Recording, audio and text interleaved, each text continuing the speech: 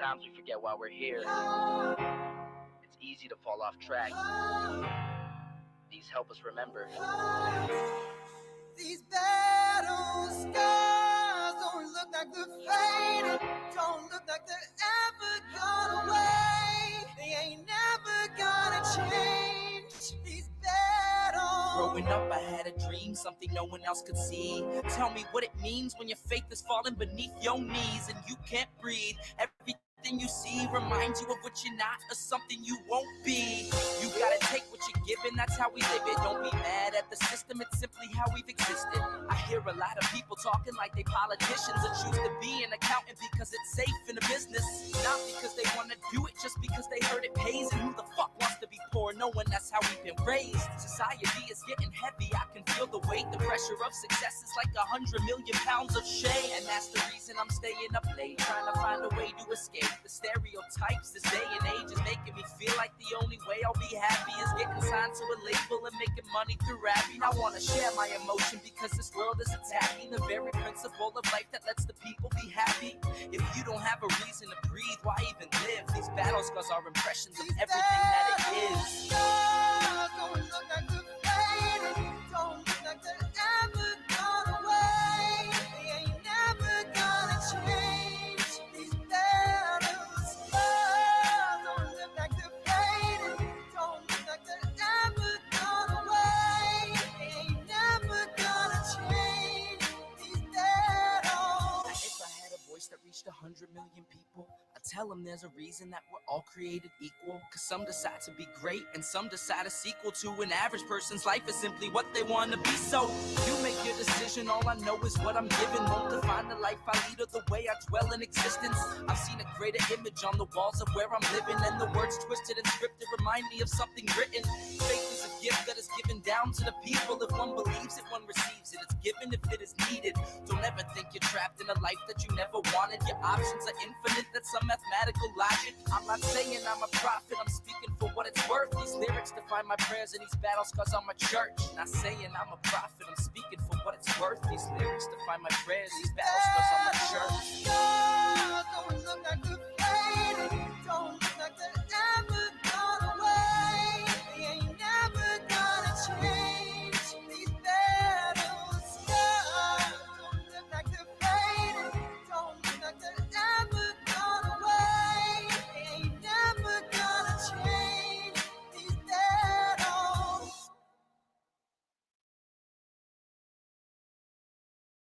Say her name, loud and clear, so they'll never forget it. Sonya Massey. Anywhere where fear runs deep, heavy trigger cops don't think, they just sleep. Over a pot of boiling water, such a shame, a coward in blue playing a deadly game. Sonya Massey pleaded on her knees, I'm sorry, she cried, but he still squeezed. No heart in his chest, just cold and bitter. This feels like a setup by the trigger happy hitter. A life taken too soon for what crime?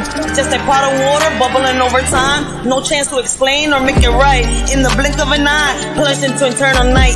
The headlights scream of injustice and pain as we mourn another life lost in vain. The system broken, hearts shattered apart by those who should protect with courage, not dart. Sonya Massey pleaded on her knees. I'm sorry, she cried, but he still squeezed. No heart in his chest, just cold and bitter. This feels like a setup by the trigger happy hitter. In a world so unjust, Sonya Massey lost her life. Blame thrown left and right, but just to show ignite. Say her name loud and clear, let the truth be near. In the shadows of the sea, her memory we hold dear. Amidst the darkness and lies that cloud her fate, a victim of cruelty and a cruel twist of hate. Whispers of the injustice echo through the night. Sonya's spirit lingers, demanding what is right. Sonya Massey pleaded on her knees. I'm sorry, she cried, but he still squeezed. No heart in his chest, just cold and bitter. This feels like a setup by the trigger happy hitter.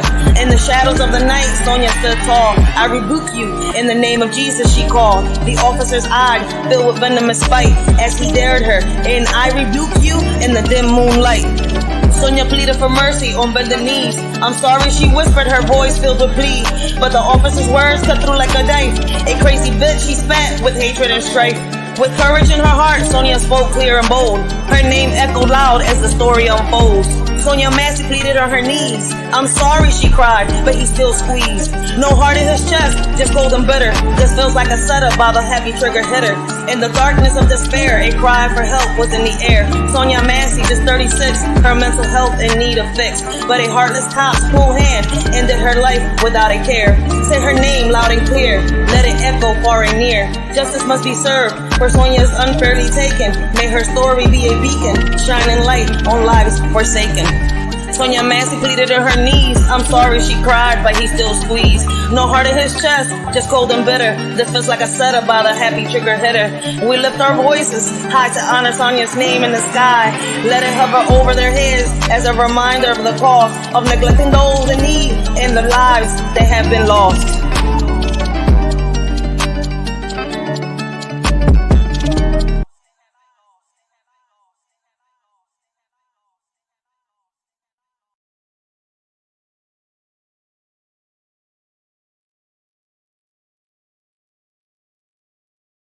Hey, what up, everybody? I hope all of y'all is having a blessed and a humble day. Well, morning. Continue to have a blessed and humble morning.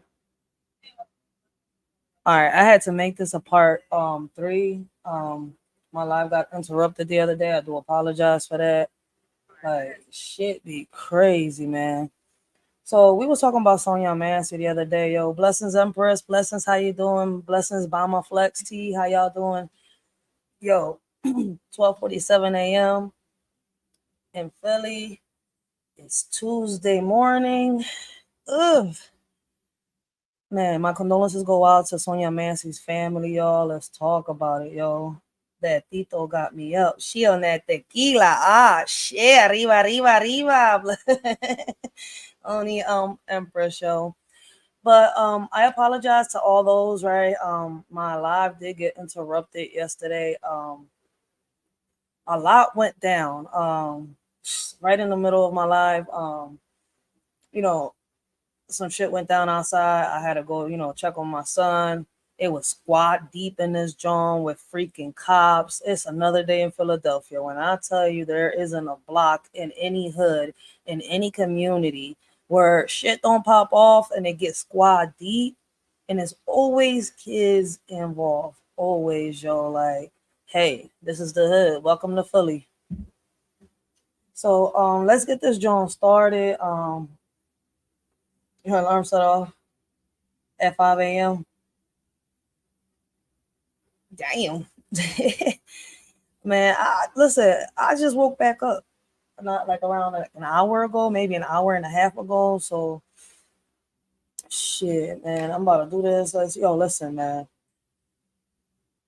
Sonya's story, Sonya's case, Sonya's situation, Sonya's Massey should be a beacon of light to a lot of stories out there that have been forsaken and will be forsaken. I told a lot of people this story touched me deeply because my brother, may he rest in peace, he suffered from schizophrenia. And, that's how he lost his life. That's a topic for another day. I spoke on that situation already before. But by experience, I know that schizophrenics, right?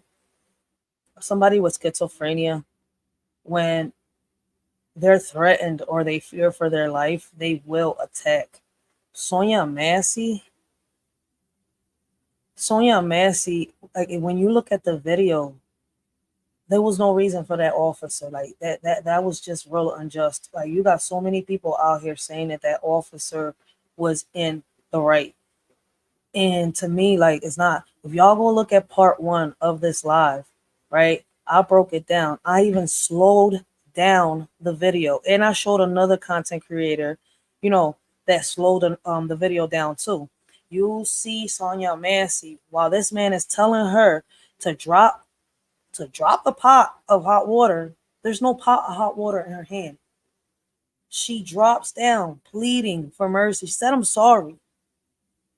This officer has no regards, no nothing. He still comes up closer. That's where Sonya reaches up to the stove, grabs the pot of water, throws it to the floor. She throws it to the floor and uses the pot of water to cover herself. Like, in her head, she thought that this pot of water was going to protect her. Sonya Massey that day saw what was going to happen to her. It was a spiritual war. The spirit in her saw the demon in that officer. Blessings, realist. How you doing? So my condolences really do go out to Sonya Massey's family. Like, yo, I know how it is. Like, listen, man, my brother had a couple interactions with the police himself, right, when he was alive. And it took for us to calm him down, for an officer not to react. That's why I'm sitting here like, yo, I'm like, even though she's not my family, what I wouldn't give for her to have somebody there with her that day. What I wouldn't give for her to have somebody there that day. And we can't take back the hands of time. We can't change what has happened. But hopefully her story will help out a lot of families, that have mental health. Like, a lot of people with mental health have these type of situations with officers. It's a shame what happened, and hopefully, in the future we can figure out what we could do with these happy trigger cops. This officer was not meant to be in the line of duty, but they hired him.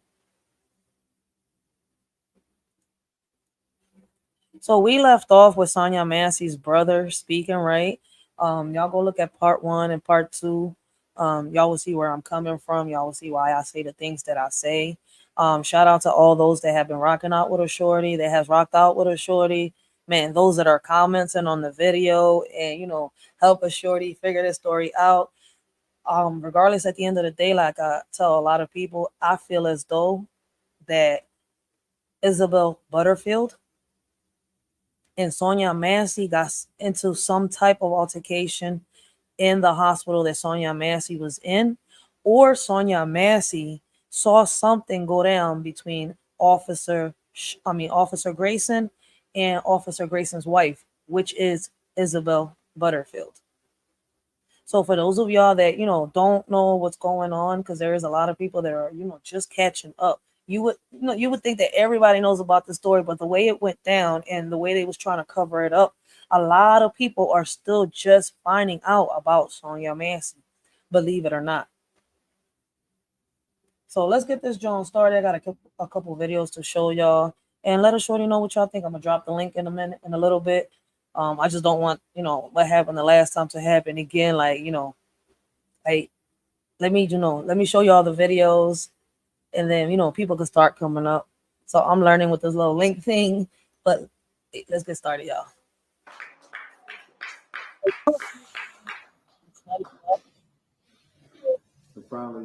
It breaks your heart to hear her 17-year-old talk. Like, damn, man, I would never want my son to ever witness something like this happen to either me or anybody else that he cares about.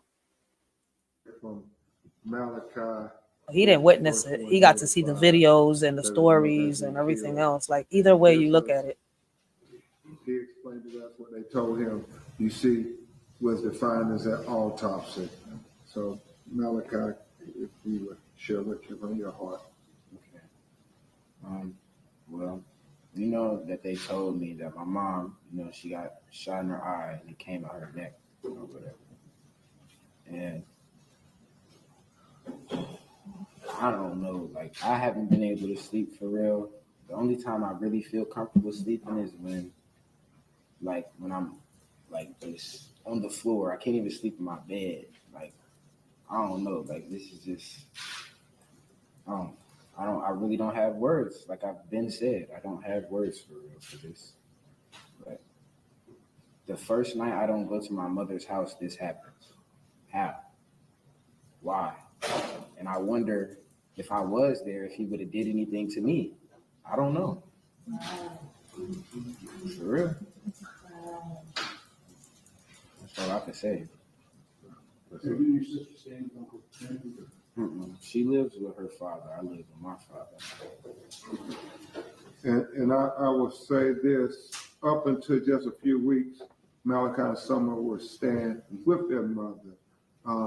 She was having mental illnesses, and they made the decision it was best that they stay with their father while she seeks help. And but both of them were going every day to check on their mother, Yes, I think she has a daughter too, if I'm not mistaken, a son and a daughter, if I'm not mistaken.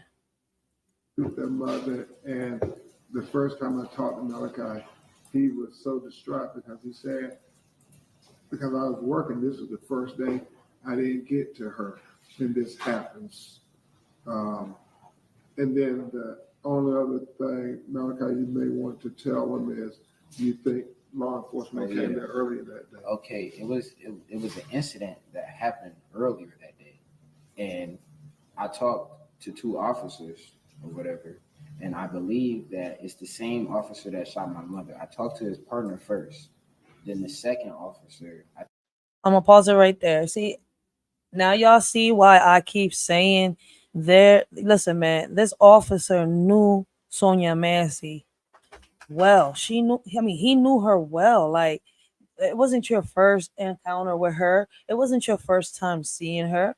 You knew that she had mental health issues.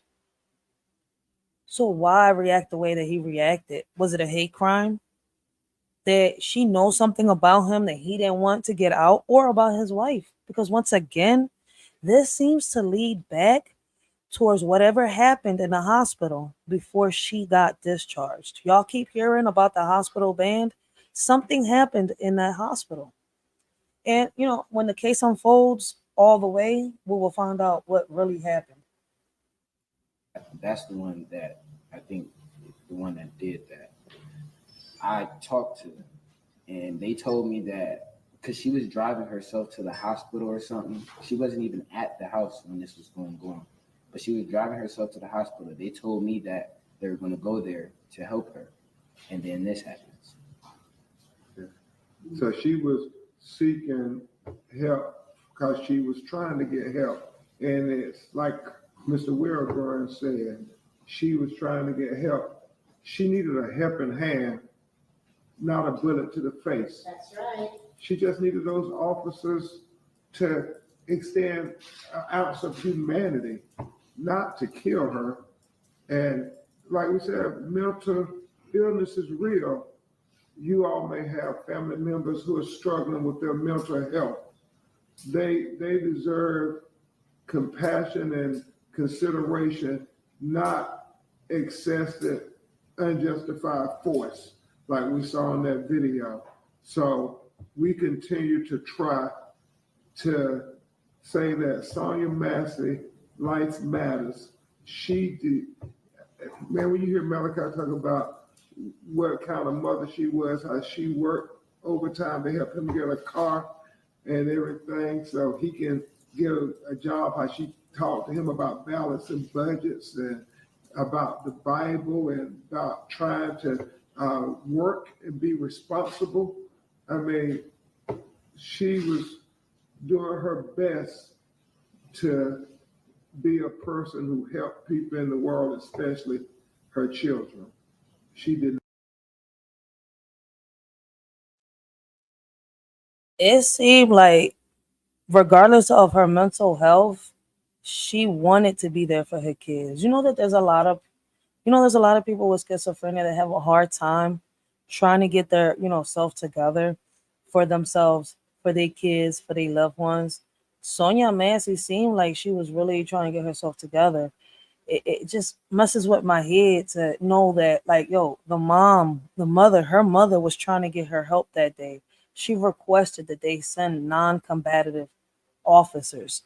And my thing is, that department knew how this officer was. Why would they even send him? And like I told y'all time after time, y'all go look at part 1 and y'all go look at part 2. I keep saying it. Like, why was it that these officers got there so fast? How did they get there so fast, right? Reason I say that, when you listen to the dispatch call, right?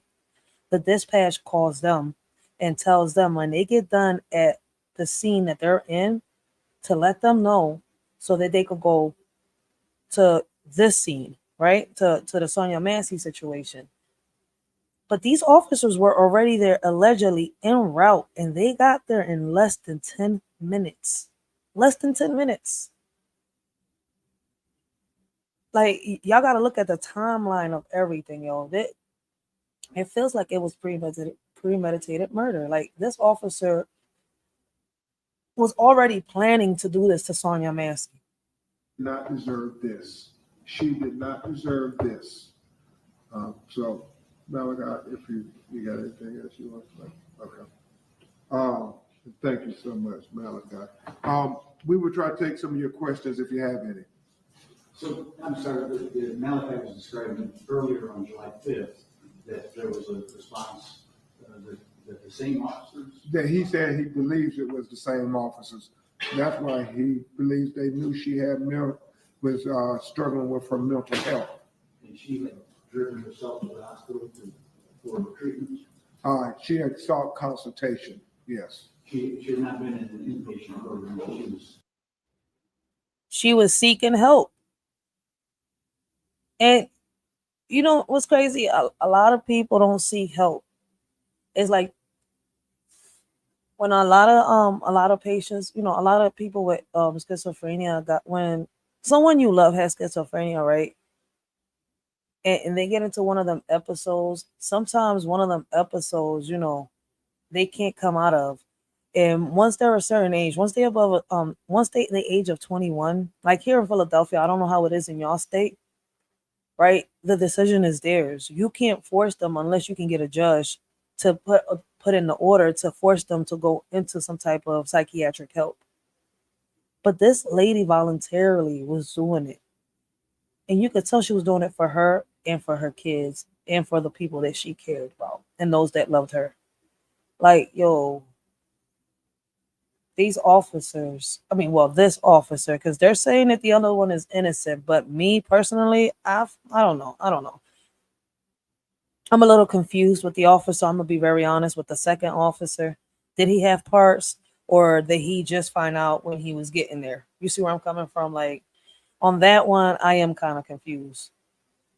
Under doctor's care. Yeah, well, Mr. Wilborn said it. Remember the other person, how she was trying to get consultation because she was struggling with her mental health. So Yes, sir. Malachi believes that the officers went to his mom's house earlier That day. The day before, July 5th. Right. Yes, July 5th. July 5th. And do we know why they went to the house? No, some incident happened. She was on her way to the hospital when she was talking to Malachi, but you talked to the officers too. Yeah, I talked to them and I was letting them know what was going on. I really don't know what happened before I got there, but I just know that I talked to them and let them know what's wrong with my mother. So you talked to one of the officers by phone, and I'm just no, in person, face to face. Yes, they was at my house. You were at the house at the same time visiting your mom? And she drove herself to the hospital because I don't know why she did, but she drove herself to the hospital. When I got there, it was just the police there. My mother called me before all of this happened, and she told me the police was there. And when I got to her house, she wasn't there. She was calling me, telling me that she's driving herself to the hospital, and they were outside of the house. So you don't know who called 911 or called it? So she drove herself to the hospital after the encounter with the police, right, that day? And you told them about. So it looks like Sonya Massey didn't trust the police. She was going to seek the help, but she didn't want the police to take her. I don't know what has happened between this officer and her before, but like I said, it looks like it hasn't been the first encounter with her. It's with him and her. I really want to know what happened at that hospital. So I know Novelist is on it. I'm gonna show y'all who Novelist is. Like he's really been on the case. I found him out like it's been 2 weeks, and he's been on this case. Like, and thanks to him and a couple other YouTubers, I've been able to find all the videos, put them together, and come up with my own conclusion, do my own research. And it's crazy that we're all coming up with the same conclusion. Like, but it is a piece to the puzzle missing. And I feel as though it's a big cover-up by the police department. About struggling with mental health. Yeah, and I just tried to, like, the whole week, like, before all of this happened, I've been trying to get her in a mental health. We actually did get her in a mental health place in St. Louis, but they let her come back. I don't know why. Why would they let her come back? Thank you. Thank you. Any other questions? Yes, sir. You had referenced two separate people that had use of force complaints that were never officially filed. Were those? I think they were filed. They had no determination, is what we've been told. But they were filed. And just, I guess, my question, were both of those for Sangamon County specifically, or were those at previous law enforcement jobs? We think it was a previous law enforcement job. One of them was an African-American citizen. We don't know the other one, but we know that the allegations is that they reported them. They have contacted our office. One of them did tell us he was a black man and told us it's the same guy, and that he, they end up charging him and stuff. He thinks they did that intentionally. And so apparently it's in his record that there were allegations made, but unsubstantiated. So we continue to try to get to the crux of that. The other individual called the office said that, they made a allegation, but nothing happened. And they didn't want to go further. They just prayed for the family and said, we had a run-in with him too. So these were proactive calls from the people to you, not official? Okay. Yeah, proactive calls. What has DOJ told you? You told us the other day that they've opened an investigation. They say we're monitoring, assessing, and following the criminal case. Right. And subsequent to that, we have been told to try to send a formal inquiry about these other allegations so they can look at who those citizens were and if there was a common connection of the excessive force and on who did he inflict excessive force allegedly on. Okay, so you're familiar with this process. Yeah. They haven't said an investigation, but they are assessing what you're. Right. So that apparently they've opened a file and they have come short of calling it an investigation. And they told us they would notify us that they're trying to get information just like we're trying to get information, and that they're working with the local officials to get information.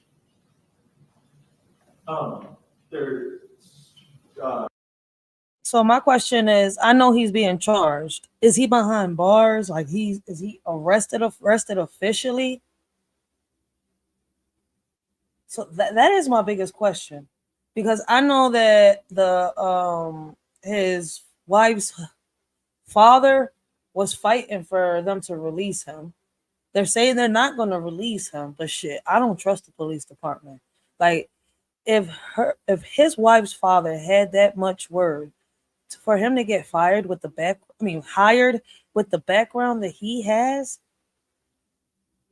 boy, I don't trust nobody in that department, because they let that shit just fly. All right, like, fuck it. He gave us his word. Let's hire him. Let's overlook the fact that he had 2 DUIs and he was arrested for, I think, a felony or something like that. I mean, I don't want to put my foot in my mouth right now because I don't have the paperwork on me right here. It wasn't for 2 days live, but I think Novelist on the video that I'm going to show y'all today, it talks about it. So hopefully he does talk about it on his video. Obviously, plenty of questions about the incident with police arriving to her home earlier in the day. If all of that, who was at the house that you decide, if there were multiple visits to her home in that day, what does that tell you about the way that she was received when those deputies showed up at the scene later, and the temperament and the way she was treated when they got to that? But it's going to be interesting, and I'm sure we can find out who went on the call earlier. Was it the same officers or not? And then did they have body camera video then, and so forth? And can we find that out? We're just trying to get to the truth of what happened, man, because what happened on that video was not right. It was senseless and it was unjustified. And so we want to know everything that led up to her being shot in the face while she said, "I rebuke you in the name of Jesus." I guess just to go off that, there were already critiques of the way they were handling, treating her, talking to her at the home before any of this happened. The way she was going through something, and they were short, they were talking slowly to her. And I guess just if there was already that history of knowing she kind of had that, does that just expound on those problems for you? Exactly. If you knew it was a person dealing with mental issues, then why in the world would you ever feel the need to do that to her? She has no history. She never been arrested, the autopsy, there was no drugs in her system other than the medications that we know about. She was just a mother trying to be a mother to her children. She did the right thing. She had them go live with their fathers and so forth while she was trying to get mental health. She was trying to do everything right. It was, these officers, namely, Grayson, who didn't respect her enough to try to say she's having mental issues and we need to try to be compassionate, not heavy-handed. It was reported with the Kincaid Police Department in their records that showed misconduct, serious offense. Do we know, was Logan County and Sangamon County, did they also read misconduct, serious offense when going through his application? I would assume so if they were being prudent. You don't just hire somebody willy-nilly and you're going to give them a gun and a badge and say you get to go interact with the public. That's what Mr. Wilborn keeps saying. Why did he even have a job as a sheriff's deputy after those red flags? And the question that I also have. And that's the same question everybody keeps asking. Like, either this officer didn't care, or it's like they building what, some type of code, or some type of gang, or this was just a corrupt deputy that wants to have corrupt cops. I mean, there's so many theories that could go about this just because the man doesn't want to really answer the question. Deputy says that the officer was just, knowing that it was unjust. As these police departments or sheriff departments, would there be documents that you request them, or we've seen where they tracked, yes, we went to Sonya Massey's house at this time, like before that July 6th encounter early in the morning? We don't know, but we believe that when they go to somebody's house, there should be some report of it. And so that's why we're hoping, as I told Malachi, we will know were these the same officers who came to the house or not when he got there trying to check on his mother. Yes, sir. And they still haven't answered that question. Out of all the updates and everything, they have not told us yet if they were the same officers. It's been already over a month, and they haven't told us yet if these officers were the same officers that Sonya Massey had an encounter with earlier that day. Can you or a family member talk about what they were trying to do specifically to get Miss Massey mental health aid, and the St. Louis situation with her being down there? When is the time frame for that state? And Mr. Wilburn and Brianna are here. I think they were the ones who were trying to help her with that. Her sister Brianna and you. Okay. Do you know how long she was supposed to stay in St. Louis? It was supposed to be 30 days, but then she got out after 2. 30 days, but they released after 2. Is what she said. Was that it? Sorry, John. Was that a voluntary? Yeah, it was a Voluntary. They made it, and Malachi talked to Mr. Jones and I. The reason his sister and he were not staying at his mother's house anymore was because she was going to be at the mental health facility in St. Y'all see what I'm saying? She was allegedly released within 2 days. What happened in that hospital? Why were these officers were there so fast when they were supposed to be at another scene?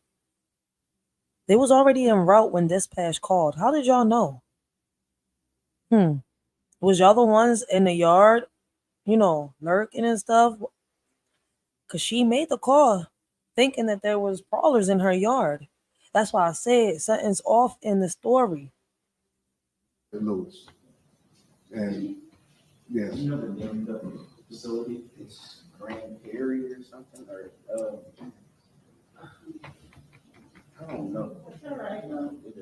Yeah, we'll get it. Yes, sir. The reason for why, even though she was supposed to be there for 30 days, they released her after 2 days? He said he doesn't know. Yes, ma'am. Do you know where she was driving to on the way? Like which facility? St. John's Hospital. Any other questions? It underscores that mental health is real, and we need to understand that people who are trying to get help need us to be considerate of their efforts to try to better themselves. And apparently, she was trying, y'all. She was trying. And so we will continue to try for Sonya Massey. We will continue to fight for her to get justice, full justice. And we keep saying that word, full justice, because her son and her daughter and their family deserve full justice. See, there you go, Relis. She does have a daughter, so I was right. She has a son. She has a daughter. I know I wasn't tripping. Like, I know I was researching deep into this. She does have a daughter. I'm not sure if there's a clip out there of her daughter speaking up, but I know her father and her mother do speak up. We will keep you updated. We know that on Sunday, there's been a national call for mourning for Sonya Massey in over 25 cities. Tamika Mallory and Until Freedom, a civic engagement organization, has set it up, and they're having rallies in New York, Washington, D.C., St. Louis, Los Angeles, all around the country for Sonya Massey. We know that Reverend Al Sharpton and clergy are in Chicago on Tuesday at 6 p.m. having a rally for justice for Sonya Massey. And we know that congressional members as well as the vice president are constantly praying for the family and also seeking to talk with her family in the days to come. We've talked to about 3 congressional members so far, and I know Vice President Harris is trying to set up a time to talk with the family of Sonya Massey. Mr. Clark, what's that agency that's putting these rallies together? It's a couple of them. It's National Action Network, Until Freedom, National Action Network, the NAACP, all the civil rights organizations. Say Her Name, based out of Los Angeles, Black women who have been killed by police violence, like Sandra Bland, like Atiana Jefferson, like Pamela Turner, like Breonna Taylor, and the list goes on and on. That's the family planning and attending the rally in Chicago with Reverend Al Sharpton. Yes, they are. Okay. Thank you all. Thank you.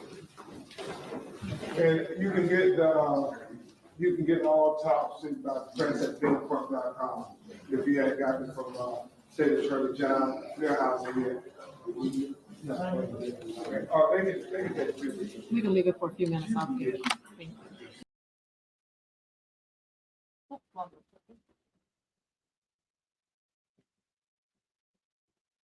All right, guys. I'm gonna go on to the second video. It's gonna be this rally. All right, so the family speaks on July 30th. And this is the rally right here. Give me 1 second. Wix gives you the power of AI to build the website you need. With full where we're standing now. Y'all can see it. All right, so we're gonna listen to the rally. And after the rally, I'm gonna show y'all some clips. So they got some updates on Sonya Massey. Let me pin this right here real quick.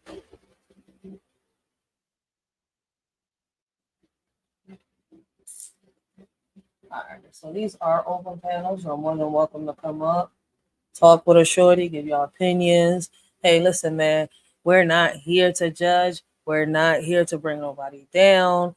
If anything, we're here to bring solutions to the table and bring awareness. Nothing more, nothing less.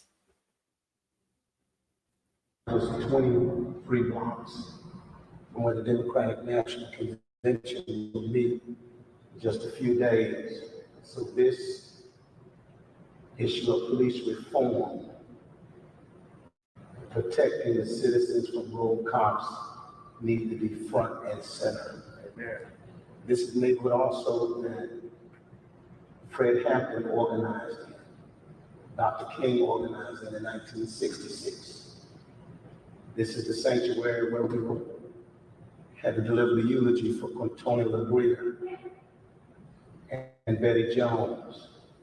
This is the neighborhood that Laquan McDonald grew up in, whose image is in this stained glass window. And so the legacy of Sonya Massey now is front and center, and justice for this family. And so we want to welcome this wonderful family, and Al Sharpton as well. And then the one and only attorney, Ben Crump, who's going to lead us from this point on. So, welcome to Malachi and Donna, where you want to just step up a little bit.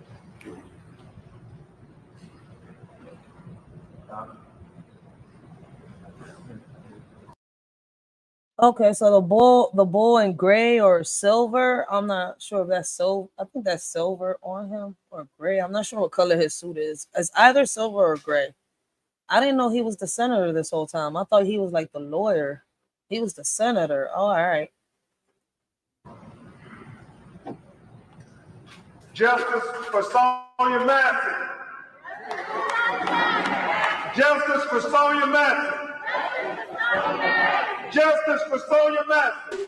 Say her name, loud and clear, so they'll never forget it. Sonya Massey. Anywhere where fear runs deep, happy trigger cops don't think, they just leap over a pot of boiling water. Such a shame, a coward in blue playing a deadly game. Sonya Massey pleaded on her knees. I'm sorry, she cried, but he still squeezed. No heart in his chest, just cold and bitter. This feels like a setup by the trigger happy hitter. A life taken too soon for what crime? Just a pot of water bubbling over time. No chance to explain or make it right. In the blink of an eye, plunged into eternal night. The headlights scream of injustice and pain as we mourn another life lost in vain. The system broken, hearts shattered apart by those who should protect with courage, not dart. Sonya Massey pleaded on her knees. I'm sorry, she cried, but he still squeezed. No heart in his chest, just cold and bitter. This feels like a setup by the trigger happy hitter. In a world so unjust, Sonya Massey lost her life. Blame thrown left and right, but just to show ignite. Say her name loud and clear, let the truth be near. In the shadows of the sea, her memory we hold dear. Amidst the darkness and lies that cloud her fate. A victim of cruelty and a cruel twist of hate. Whispers of the injustice echo through the night. Sonya's spirit lingers, demanding what is right. Sonya Massey pleaded on her knees. I'm sorry, she cried, but he still squeezed. No heart in his chest, just cold and bitter. This feels like a setup by the trigger happy hitter. In the shadows of the night, Sonya stood tall. I rebuke you in the name of Jesus, she called. The officer's eyes filled with venomous spite as he dared her. And I rebuke you in the dim moonlight. Sonya pleaded for mercy on bended knees. I'm sorry, she whispered, her voice filled with plea. But the officer's words cut through like a knife. A crazy bitch, she spat with hatred and strife. With courage in her heart, Sonya spoke clear and bold. Her name echoed loud as the story unfolds. Sonya Massey pleaded on her knees. I'm sorry, she cried, but he still squeezed. No heart in his chest, just cold and bitter. This feels like a setup by the heavy trigger hitter. In the darkness of despair, a cry for help was in the air. Sonya Massey, just 36, her mental health in need of fix. But a heartless cop's cruel hand ended her life without a care. Say her name loud and clear, let it echo far and near. Justice must be served for Sonya's unfairly taken. May her story be a beacon, shining light on lives forsaken. Sonya Massey pleaded on her knees. I'm sorry, she cried, but he still squeezed. No heart in his chest, just cold and bitter. This feels like a setup by the happy trigger hitter. We lift our voices high to honor Sonya's name in the sky. Let it hover over their heads as a reminder of the cost of neglecting those in need and the lives that have been lost.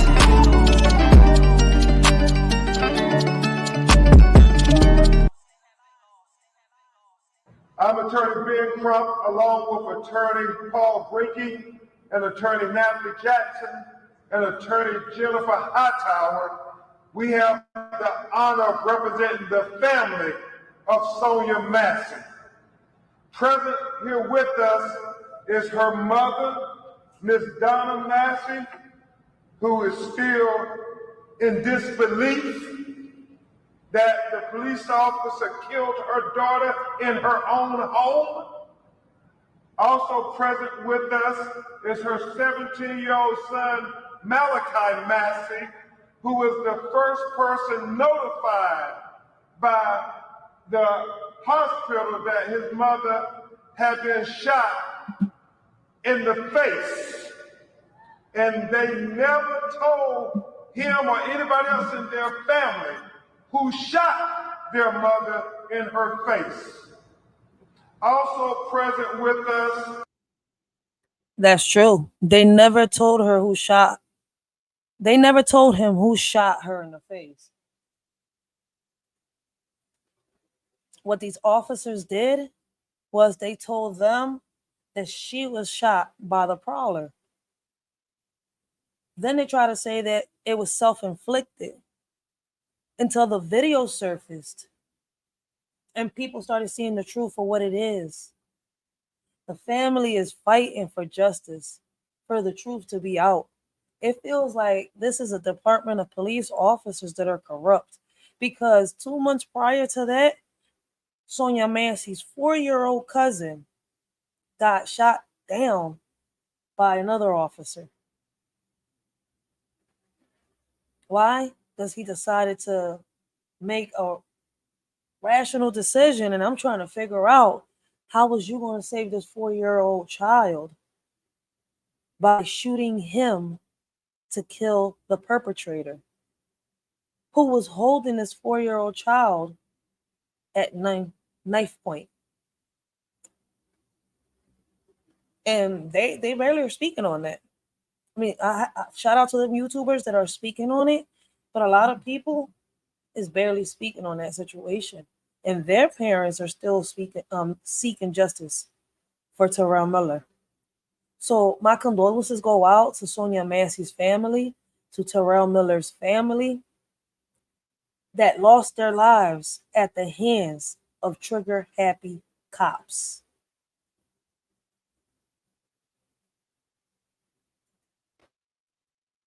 Is his 15-year-old daughter, Summer Massey. Also present is her father, Jimmy, Uncle Raymond, Sonya's uncle, and a whole host of aunts and cousins and sisters who are present with us to get. Yo, that's a real family. That's the type of family I used to watch growing up. I mean, it wasn't a lot of them in the hood, in the community, But this is the type of family that, families that I was used to watching growing up. Like, they was together, they was there for each other, even if they had ups and downs. We're in 2024, and you know what? It's rare to see a family come together like that and keep fighting for justice for someone they love. Get justice for Sonya Massey. Now, we also have the family of Jacob Blake Sr. and Amir Locke, who we thank very much for coming to stand with Sonya Massey's family.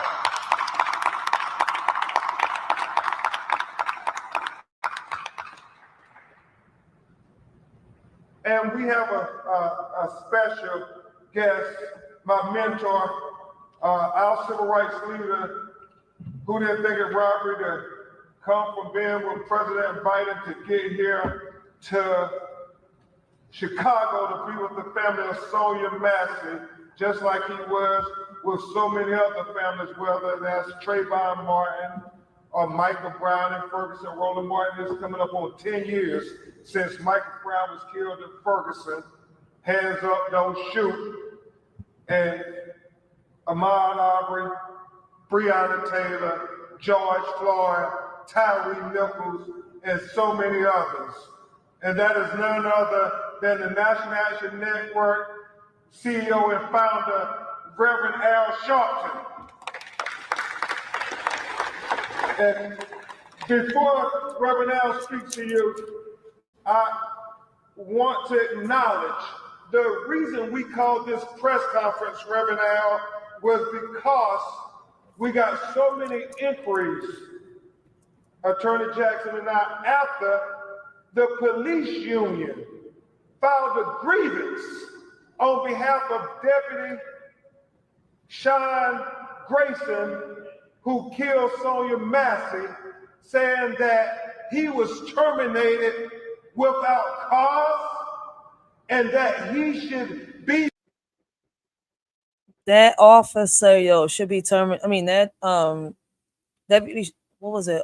Yeah, I think it's the deputy, whoever he was. I forgot what he was. I think he's the head, the one that runs the police department. He should be fired. Somebody else need to take his place. Like, this is the one thing I don't agree with Trump, to sit here and give full immunity to police officers when we know that the majority of these officers are trigger happy cops. I really disagree with Trump on that. I don't know how many of y'all agree with Trump, and this is not a debate, this is not to start no war, none of that, but I really do disagree on that. I don't think we should give officers that much power. They already got a lot of power. But see, like I said, I think I'm not sure if I said it on part 1 or part 2, but I need a lot of y'all to go and do your research, right? And look up your rights. Y'all do know that if an officer sits here, right, and threatens you in your own home, get cameras. Surround your whole house with cameras in case a case like this happens, and your house, you end up with officers in it or some shit like that. But buy yourself some cameras, right? And make sure that this shit stays recorded. Because if an officer threatens you in your own home, you have the right to defend yourself against this officer. But I want y'all to go look it up. I spoke a little bit on it yesterday. I think if it wasn't on part 2, I think I spoke on it on part 1. The distraction from my second live really threw me off. Like, I wanted to make sure that my son was okay over here. We was squad deep with cops over here, and cops don't think twice before pulling that trigger. Some do, and shout out to them cops. But it's a few of them, yo. It's a few of them. So that's why I said, what can we do in the future when it comes to these happy trigger cops? What kind of laws can we pass? What kind of bills can we pass to handle these trigger happy cops? Because normally in this channel, we build caskets in this bitch for predators, right? Man, for the pedophiles, for all of them. But shit, I want to build a casket just for this man. Damn, man. 7 feet underground, deeper, man. 20 feet underground. That's where the hell he goes. Right with Lucifer, in flames. He reinstated give him back pay, and have those charges dropped because he acted in self-defense. And I said, my Lord, Reverend Al, do they? Yeah, Trump is really trying to give cops full immunity. I really don't agree with that. And I keep telling people, listen, man, I fucks with Trump being a businessman and stuff like that. I see why they want him as president. But I don't have a president until we have a president that's for us, the people. Man, if Judge Joe Brown runs for president, I will vote for him. And not because he's black, because he's Judge Joe Brown. And I know shit, when that man is around, shit, I'll vote for Judge Joe Brown. On some real shit. See the same video we saw? And so we came standing with the family against the police union to respond to them. Her father, James Wilburn, is en route. We came to stand with them in unity to say exactly what Sonya Massey's last word. I thought so too, Realist, but he was. I'm gonna show you the clip after this clip of Trump being asked a question about the Sonya Massey situation, and he completely avoided the question, saying what he wanted to say. Words were, I rebuke you in the name of Jesus. Facts, Realist, facts. We said to the police union, we said to the Sangamon County, until we get full justice on behalf of Sonya Massey, we rebuke you in the name of Jesus. We said to the state of Illinois, until we get full justice for Sonya Massey, we rebuke you in the name of Jesus. We said to the United States of America, until we get justice for Sonya Massey, we rebuke you in the name of Jesus. And when we stand together in unity for justice, we will prevail. Because we were just told, Reverend Al, about an hour before this press conference, Teresa Haley, that the police union withdrew their grievance to reinstate Deputy Grayson. That's what happens when we stand together. Justice for Sonya Massey. Now, without further ado, a man who continues to use his platform to give us hope and give us courage and give us wisdom to fight on the front line in all of these causes. Reverend Al Sharpton.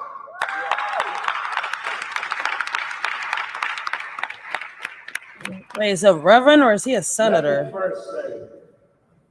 Is he a reverend or a senator? Hold on. This is what I'm trying to figure out. What did he just call him? A reverend or a senator? Sharpton.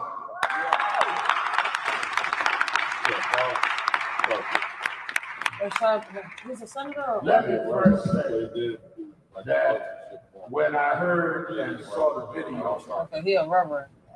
I was as outraged as I was when I first saw the video on George Floyd. As outraged as I was when I saw the video with Eric Garner. And I was on the forefront of both of them. I did both of their funerals. And I wanted to reach out after talking to Ben Crump, who I call the Attorney General of Black America. He has been that and has operated in an unselfish way. I've known him since Mommy Anderson, some 20 years ago, case he had. And he's always been there. And I talked to the father and reached out to the mother to say that we would back whatever we had. One thing I want to make clear is that it is the negligence of this government's response to all of these killings that created the climate. After George Floyd, we drafted the George Floyd Justice and Policing Act. Among the authors was Kamala Harris, Cory Booker. In the act, it dealt with a law enforcement officer being able to go from district to district, getting new job assignments. This officer worked in 6 different jurisdictions inside of 4 years. 6, which would have been illegal under the George Floyd Justice and Policing Act. 2 DUIs. DUIs, he had 2 before he became law enforcement. And whatever the altercation that led to his having to leave them, all of that would have had to be open. Yeah. During an open process for review if the George Floyd bill had been passed. Amen. So I understand that Donald Trump is coming to Chicago tomorrow. Ask him why he opposed the George Floyd Justice and Policing Act. Exactly. So we're gonna pause it right there. For those of y'all that could be confused, I want to show y'all something. And we're gonna get right back to the Reverend, which I thought I heard them call him Senator, but hey, I guess not. So we're gonna get right back to him in a couple minutes. Then she thinks everybody after gets upset. Then she thinks everybody's after her. Like paranoid schizophrenic. Tonight, Sonya Massey's mother heard on newly released 911 calls warning her daughter was having a mental breakdown. And please don't send no combative policemen that are prejudiced, please. Okay, well, that would be done of them, man. They just do their job, okay? I'm scared of the police. Please, please. There's nothing to be fearful of, man. The sheriff's office confirms that call came in one day before then Deputy Sean Grayson shot and killed Massey in her Springfield, Illinois home. You better I swear to God, I'll shoot you right in your face. Okay, I'm sorry. It sounds like Sonia's mom was trying to warn authorities, potentially warn your agency. How does that hit you now, knowing what happened? Well, I haven't heard the tape. I'm certainly concerned. I want our deputies to have all the information they can before they arrive. And so I don't know why that wasn't transmitted. Sangamon County Sheriff Jack Campbell. How didn't he hear this information yet? How did the world hear the tapes before this man hear the tapes? I mean, I'm just trying to figure this one out. Aren't you in charge? How is it that the world heard the tapes before you heard the tapes? Aren't you supposed to be investigating? Questions that make you go, Releasing Grayson's personnel records showing 2 of his past employers said he needed more training. A third advised Grayson did not demonstrate good officer safety skills. The sheriff tonight says he put Grayson through 16 weeks of training, adding Grayson's previous employers, namely Logan County, never informed him of allegations of misconduct, including records show lying about a high-speed chase that violated department policy. It's unfortunate. We needed the information, and it's a informal process, and it was not provided. Logan County tonight not responding to our request for comment. Grayson's pleaded not guilty to charges related to Massey's death, his attorney declining to comment. Massey's family is calling on the sheriff who fired Grayson to resign. Will you resign? I will not resign. I understand the pain that they're hurting, and they want to hold somebody accountable. I will not resign. Why? Y'all saw the red flags and y'all didn't go deep into y'all searching on this man's background? You failed. You failed as an officer, as a sheriff. You failed. You failed your community. We are holding somebody accountable. That is Sean Grayson. He did this. He alone did this. Maggie Vespa, NBC News, Springfield, Illinois. Thanks for watching. Stay updated. Sean Grayson wasn't alone. Now, he was just talking about Trump. We're going to get back to him. We're going to get back to the Reverend. Y'all going to finish here in the rally. But I want y'all to understand what he's talking about because a lot of people hasn't seen it.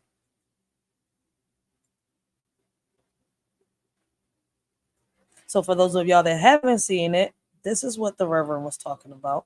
I just showed y'all how, he talked about the sheriff that will not resign.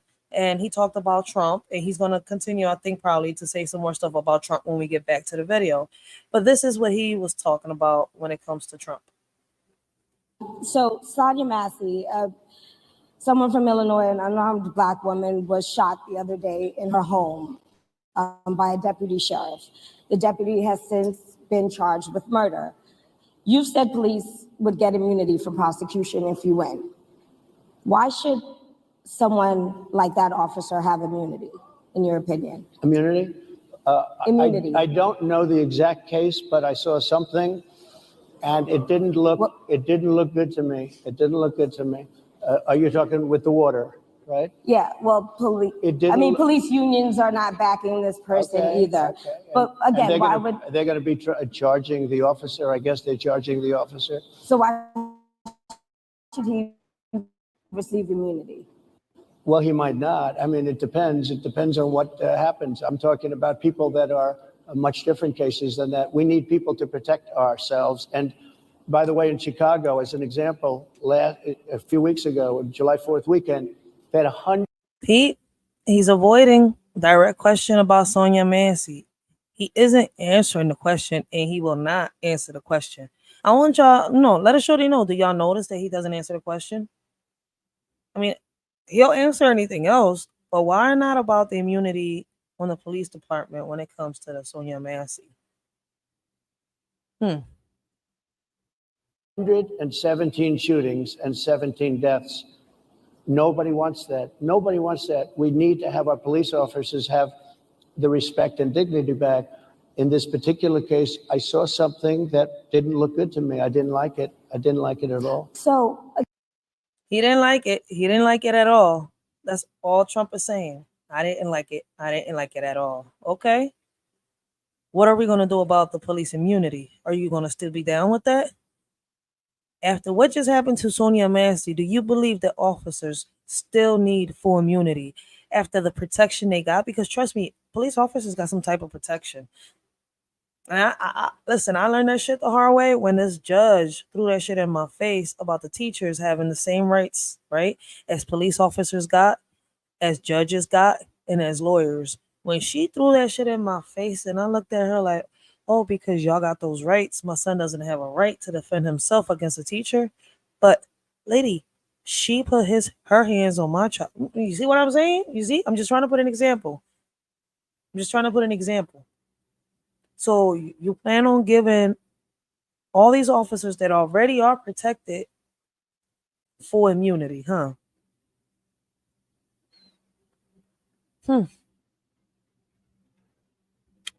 Okay.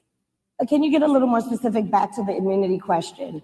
Who would make those Well, right now, for the most part, people are protected by their unions, by their police unions, or by their police departments. But I'm saying if I felt, or if a group of people would feel that somebody was being unfairly prosecuted because the person did a good job maybe with crime, or made a mistake, an innocent mistake. There's a big difference between being a bad person and making an innocent mistake. Blessings, John the If somebody Baptist. made an innocent mistake, I would want to help that person. What would those exceptions be? Blessings, John the Baptist. Thank you for your comment. Thank you. What would determine You an go innocent after mistake? somebody and it's a very close call and it's very dangerous. And they have the policeman's life and woman is a very difficult thing because sometimes you have less than a second to make a life and death decision. And sometimes very bad decisions are made. They're not made from an evil standpoint, but they're made from the standpoint of they made a mistake. 4 different hacks that you could implement today. You get more followers. Do y'all believe that he answered the question? Right now, a lot of people are debating if Trump answered the question or not. I don't think he answered the question. I know that he doesn't like the officer, this certain officer. He don't like what he saw, I know that part. But the question is, after what happened to Sonya Massey, will he still give officers full immunity? It's a simple yes or a no. That's what a lot of people really want to know.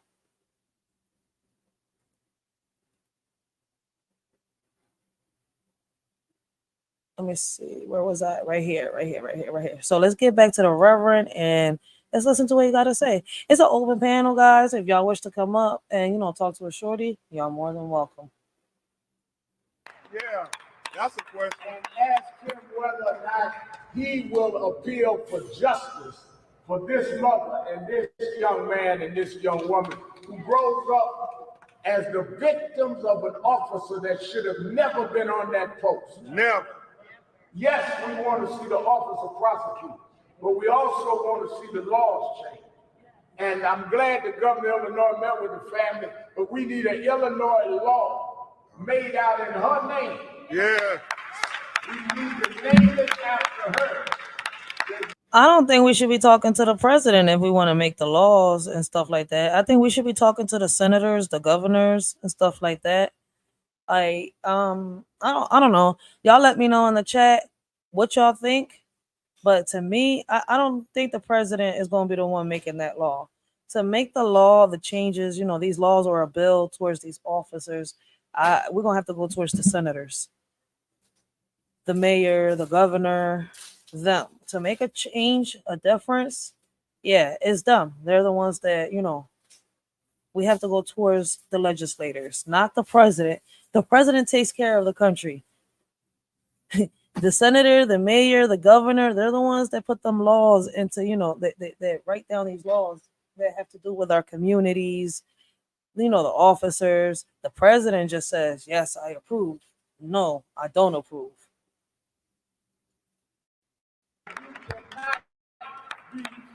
Switching precincts. If you're bad in one precinct, why would we think all of a sudden you had some kind of Damascus Road, knock off the horse, change your heart in another district? A bad cop is a bad cop. Yeah, yeah. When they arrest people in our community, what is the first thing they do? Check our record. Yeah. Well, we should have the right to check the record of officers. Check the record.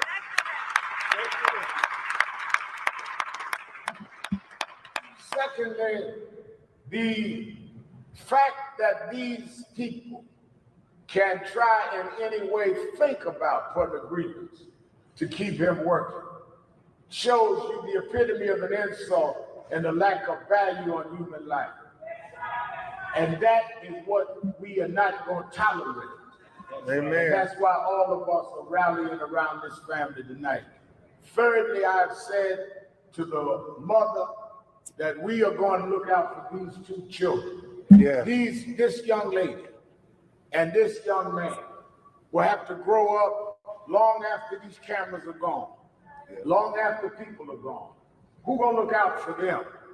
They can't go to their mama. And we're going to tonight, I've talked to.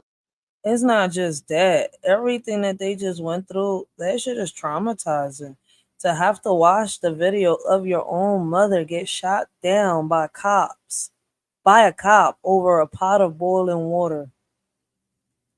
Uncle, we're going to start a fund that Raymond's going to control. They ain't going to none of our organizations, none of our churches, straight to Raymond for her and for him, because we don't want it takes a village to raise a child to be a slogan. We're going to, as a village, raise some money for them tonight.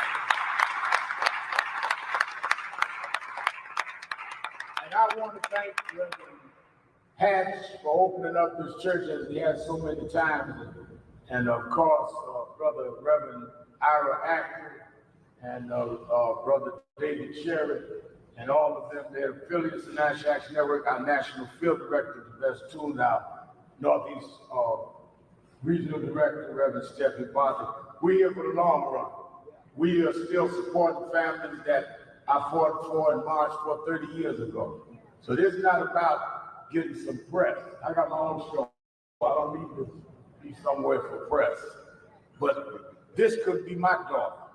Amen. This could be my son. Amen. This could be my mother. And unless we all take that to heart, it will keep happening. And that's the same thing I said yesterday, yo. What if it was someone that you loved, that you cared about, that had to go through this, yo? Would you not stand up and speak? Would you not stand up and fight? till it gets to you all. This must be on the agenda of the Democrats. Yeah, yeah, yeah, they have to say her name. They must bring up Massey's name at the convention, and it ought to be in the platform of the convention to deal with these changing of jurisdiction, the George Floyd Justice and Policing Act. And Kamala Harris and Donald Trump need to deal with this if there is a debate. Yeah, yeah, yeah. Tell them, Rev. I can't wait for the debate. I used to go to boxing matches and hang out with Roland and get me a ticket. Why are they expecting the president to handle the situation? I mean, I would have thought they went towards the governor or the mayors to see how they could solve the situation. I mean, Donald Trump was just beating around the bush, in my opinion. And Kamala Harris, y'all know how I feel about the presidency. I would build this debate, Roland, the prosecutor versus the felon. Can you imagine anybody on the west side of Chicago had 34 felonies and be running for president?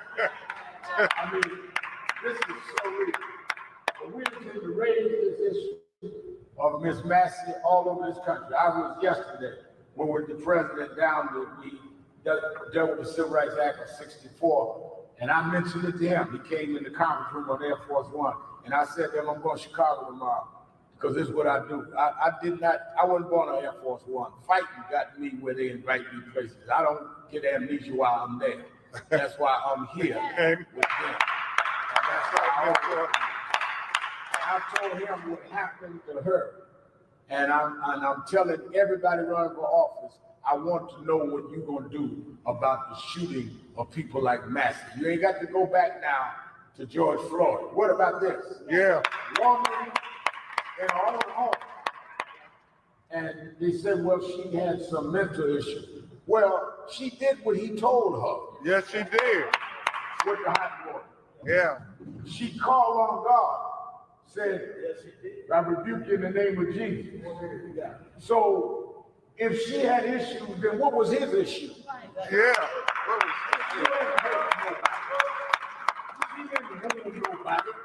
She didn't kill nobody. What was his issue? And why? Yo, he ain't lying. What was the officer's issue?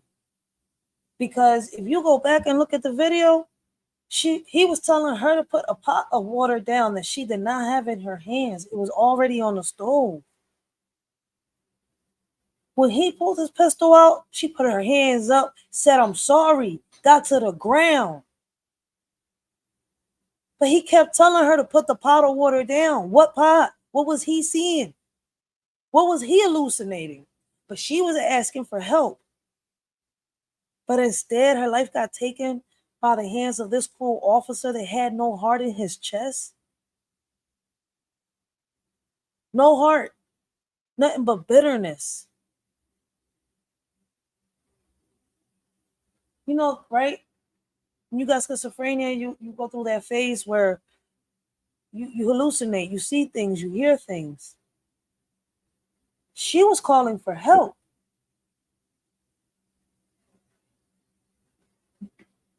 But did he need the help? Was he drunk? Was he high? Because what pot did he see in her hand? And I slowed it down. I said, on part one, y'all can go see it. Novelty. I said his name wrong earlier. Novelist. I said novelist. His name is Novelty. I'm gonna show y'all his live in a little bit. And he really breaks this John down. And I want y'all to hear what he gotta say. Like, what pot did she have in her hand? Because she didn't have the pot in her hand until he got closer. She reached up to the stove, threw the water down, and started covering herself. She thought this small little pot was going to protect her. But he didn't just shoot her in the face. If y'all look at that video, she has a wound to the chest too.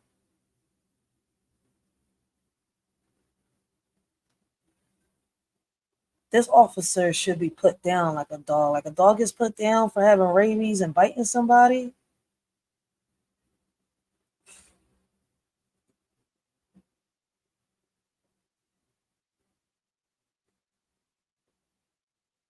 May Sonya Massey have peace in paradise, yo. I'm telling you, man.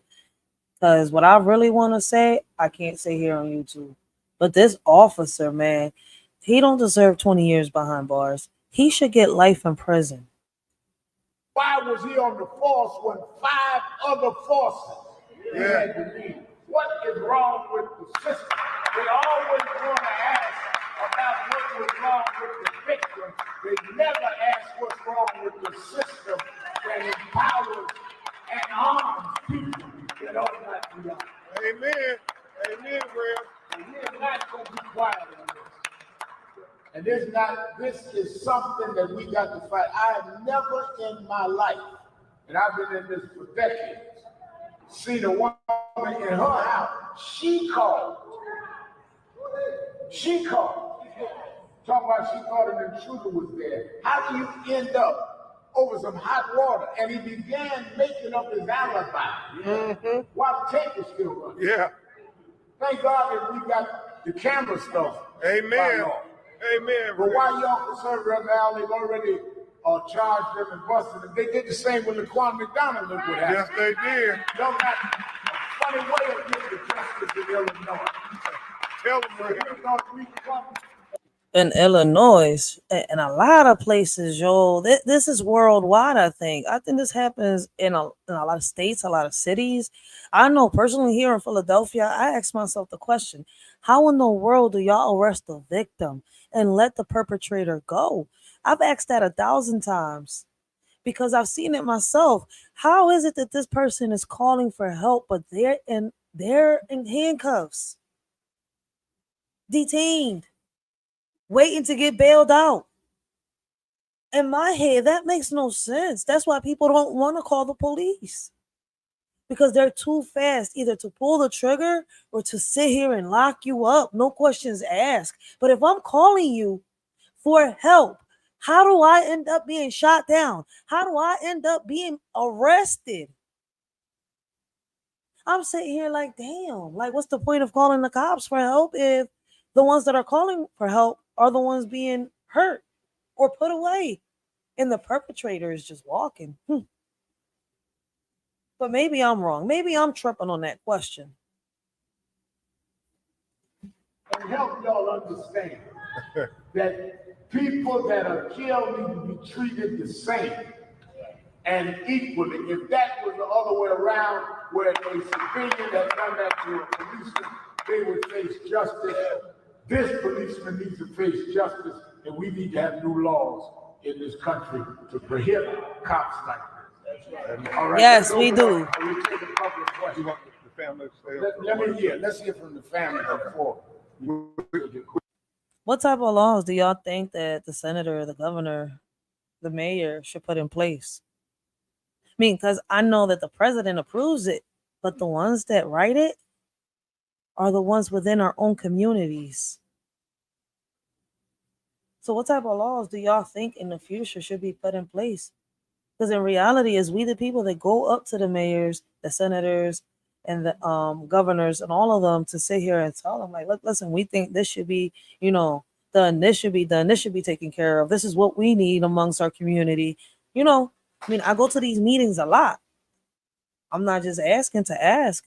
I'm like, what type of future laws do y'all think should be set into place when it comes to these police departments? Because let me tell you, I've said it for a while. To me, police officers are not the real heroes. For me, firefighters, nurses, surgeons, those are the real heroes. We will have Jimmy Crawford, Summer's father, come up and speak about their truths. And remember this, y'all, the reason Reverend Al and the National Network and all the other civil rights groups have to come and fight for justice is because of what happened at the beginning. When Jimmy and Shadea got there that morning after she was killed, and all the blood was still on the floor, and they're asking what happened, who did this? They did not get a straight answer. They thought it was some prowler or somebody who shot Sonya Massey. They, just like Breonna Taylor, Reverend Al, when her mama showed up at the apartment, they never told her that it was the cop who shot her. And so Jim is going to tell you about what happened when he arrived with Shadea. Where you at, Shadea? Come on up. They were the first two on the scene from the family. That's her cousin. Shadea is her cousin, her first cousin. My name is Shadia, and it's Shadia. Massey, Massey. She's my cousin. And I'm Jimmy Crawford, JIMMIECRAWFORD, and Summer's my daughter. That's my child's mother. Jimmy, you want to go ahead? Now, it's a shame. This is a crying shame. It don't make no sense. It's hard for two parents to raise a child. Now it's only one parent. No, I'm lost for words. I showed up at the scene first. Her mom called me. I don't know how I drove there, but I drove there and made it there. And there's so much of a cover-up from when one law enforcement agency lied to the next agency to tell them that she did this to herself. Because they told me that we're investigating it. We know she had problems with the neighbor. It didn't make no sense because the neighbor's outside calling my name. Jimmy, I need to talk to you. So how do you get confused with an investigation and you know you killed her yourself? You know you shot this woman and you told another agency that you lied. Now listen to me real carefully. There's two law enforcement agencies, one line to the next. Who can we trust? They can't trust one another. You get me? They can't trust one another. When one agency is lying to the next, I get there and they tell me we don't know who did it, we're investigating it, and led me to believe another black woman did it. My Lord. And I knew it didn't make no sense because the black woman's outside calling my name. She wanted to tell me what she saw. And then me and her cousin Shadea showed up to clean up the mess because we family. And Shadea, you want to say why you were trying to clean up the blood? Like you told me? So yes, I decided to go and clean up the crime scene because my niece and nephew wanted to get into their home to get some belongings, and they didn't want to see their mother's blood. And it's a shame before God, Reverend Al, that she was there with towels and towels of blood trying to clean it up so Summer and Malachi wouldn't have to see what the police officer did to them. And before we take your question, we're going to have Uncle Raymond Massey just address you. And finally, we're going to have her son, Malachi, who was the first one notified. Uncle Raymond, you want to tell them a little bit about who your niece was and how you've been keeping your sister and everybody focused on justice? So it's Raymond Massey, it's RAYMOND, and it's MASSEY. And I just want to say that Sonya was a beautiful black queen.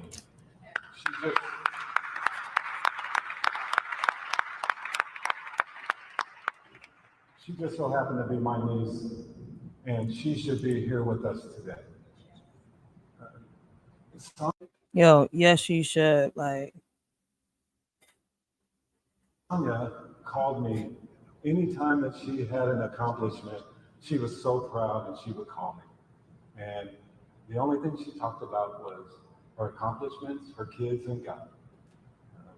Sonya loved her kids. She loved them. And Summer and Malachi, I call them daily, and to hear them say that they're having nightmares and not being able to sleep just breaks my heart.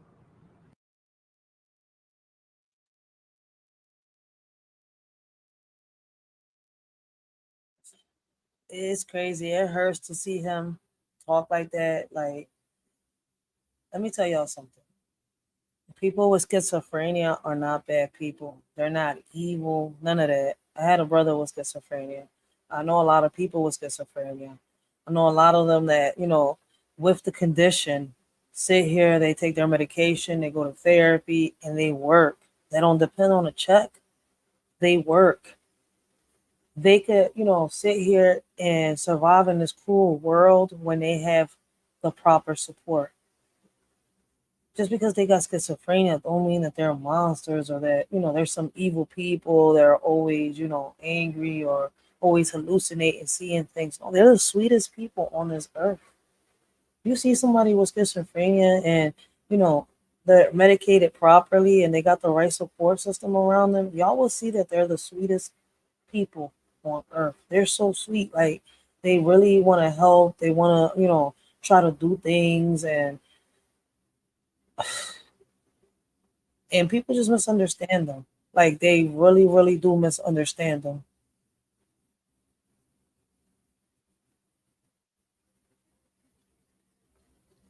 Blessings, blessings. How you doing? I'm doing great. How you doing this morning? I'm finding you. Doing great. I like the topic that you're talking about tonight. I'm not quite. I know the shooting itself was not a good shot. Um, Especially just shooting in the way he shot in the face after saying he was going to do it, and he used very coarse language, uh, even after the shooting. Very direct, very direct language, coarse language. But Facts. I do have something I want to discuss with you for tonight, though. I'm listening. Um, your Just for background, have you ever lived with someone? Have you ever lived with someone with mental illness? Yes, I have a brother that passed away that had schizophrenia himself. Okay, yeah, okay. So then it can be a challenging situation. Yes. I grew up with a mother who was had mental illness. What exactly it was, she was never diagnosed, um, but she had a way of dealing with people Hmm. that made it hard for her to conversate and to understand what she was saying or communicating. Yeah. She couldn't process information well. And she would always make every encounter go from 0 to 100. It was Yes. never in middle ground or logic. And after so many years, I'm sad to say this, but after so many years, is that it's hard for family members to be around you because you become taxing and you wear them down and you eventually wear them down and physically wear them down because most of us are trying to deal in logic and logical information and trying to process information correctly, but something in the way their mind works, they can't process information. No, not all the time. And that's the situation I had with my brother. Like, I had to the point where I had to get the judge involved to try to get him help because at one point he took the help to the next point, he's like, I don't want the help. And then he just stood like that. He got surrounded with people that just wanted, they get these little checks, just wanted his money. So now I had a brother not just with mental illness, but with an addiction. So Yes. it got real difficult with me. And I needed support. My mom was passed away. She was the only one that could really, really calm him down and deal with him. Like, really, literally the only person on this earth that can calm that boy down. But unfortunately, she wasn't around. So by the time the judge was gonna, give the order, my brother started running from the cops. He got catfished all the way to California. We didn't find him until, we got called by the police department, the morgue in California, letting us know that, it seemed like he was out of it. They didn't know his history like that, so they was asking me questions, and I let them know he was, paranoid, schizophrenia, but to like the highest level. At that moment, I was like, damn, I know there's a name for it, but I just can't say it. But he was up there with those that you really needed to hospitalize. Like, my brother was at a point where, and it's a shame. Like, I wish we could have helped him on time, got him the support on time, but because of the way he was dealing with the situation, it wasn't easy for us to help him. Yeah, and it becomes very difficult to help them because With my mother, she was just sane enough to where you couldn't get her committed. And some of them are like that. And it was so hard to. So for years, it's like she would come live with me off and on, but then she would cuss out my kids. Like, I can't have you cussing out my kids. You either have to live by the rules in the house or you have to go. But logically, she's not gonna make the right decision. Facts. And so I gotta protect my kids first. So there's times that she's living on the street. So the point I'm trying to make is that with the thing that upsets me about this story though is that I'm not saying the cop. We know the cop was wrong for shooting the way that he shot her. I don't like the way he shot her, but I don't like the family suing the police officers or suing the city. Oh, the city. I was gonna say, I'm like, wait, the department covered this whole thing up. Yeah. The city, you're right. Okay, I understand what you're saying. The whole city. Yeah. Okay, there's a difference. Yeah, you're right on that point. Yeah, because it's now because as a family member how hard it is to deal with a loved one who has mental illness, and you know how difficult it is. That's one of the reasons why I think probably her kids and her family members were not living with her. I think she lived with her son. Okay, so I could have the story wrong, but the story that I thought I heard that she lived by herself. The son that lived there with No, her. her son was saying on the conference. He said the one night that he's not with her, that happens to her. She was trying to get help. For Okay. days, the mother was calling the police department. I think prior to herself calling, the mom was telling the police department she has schizophrenia. Please send somebody that's not competitive, somebody that's prejudiced. And she was trying to warn them and let them know. And boom, what she was trying to warn them about ends up happening. Okay, so you got more information than I do. How old is the son then? Did it say? 17. Okay, so So here again. apparently she has sent the sons off. The man that charges her speaking was the father of the daughter. So she sent the kids off with the fathers while she can get herself together because she was hallucinating and she was trying to get help. So I guess something happened. She got discharged from that hospital. So something happened in that hospital. The officer that shot her down is married to the nurse that was dealing with her in the hospital or something like that. So that they're still going deeper into that, and that's something I'm trying to get into because I myself feel as though something happened in that hospital. This officer knew her. Like, it's crazy. It's deep into the story. That's why I was like, why did they cover it up? Y'all went from saying a prowler killed her, then y'all told the parents that it was self-inflicted. Then the footage gets leaked, and this is how everybody finds out what really happened. And then boom, all this is popping out. And that was my only concern is if the son was 17, Yes. he's not old enough to deal with that situation. Nope, you can tell. You see him like he's Yeah, confused I as saw hell him on the himself. interview. Like, Yeah, I saw and him on the that's interview today. And he just looked like he was young, but I wasn't sure of his age.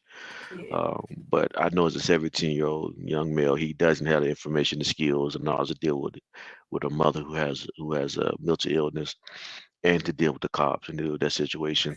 The people that are old enough to deal with this situation were not in her life. And sadly to say, just because I live with a mother who had mental illness,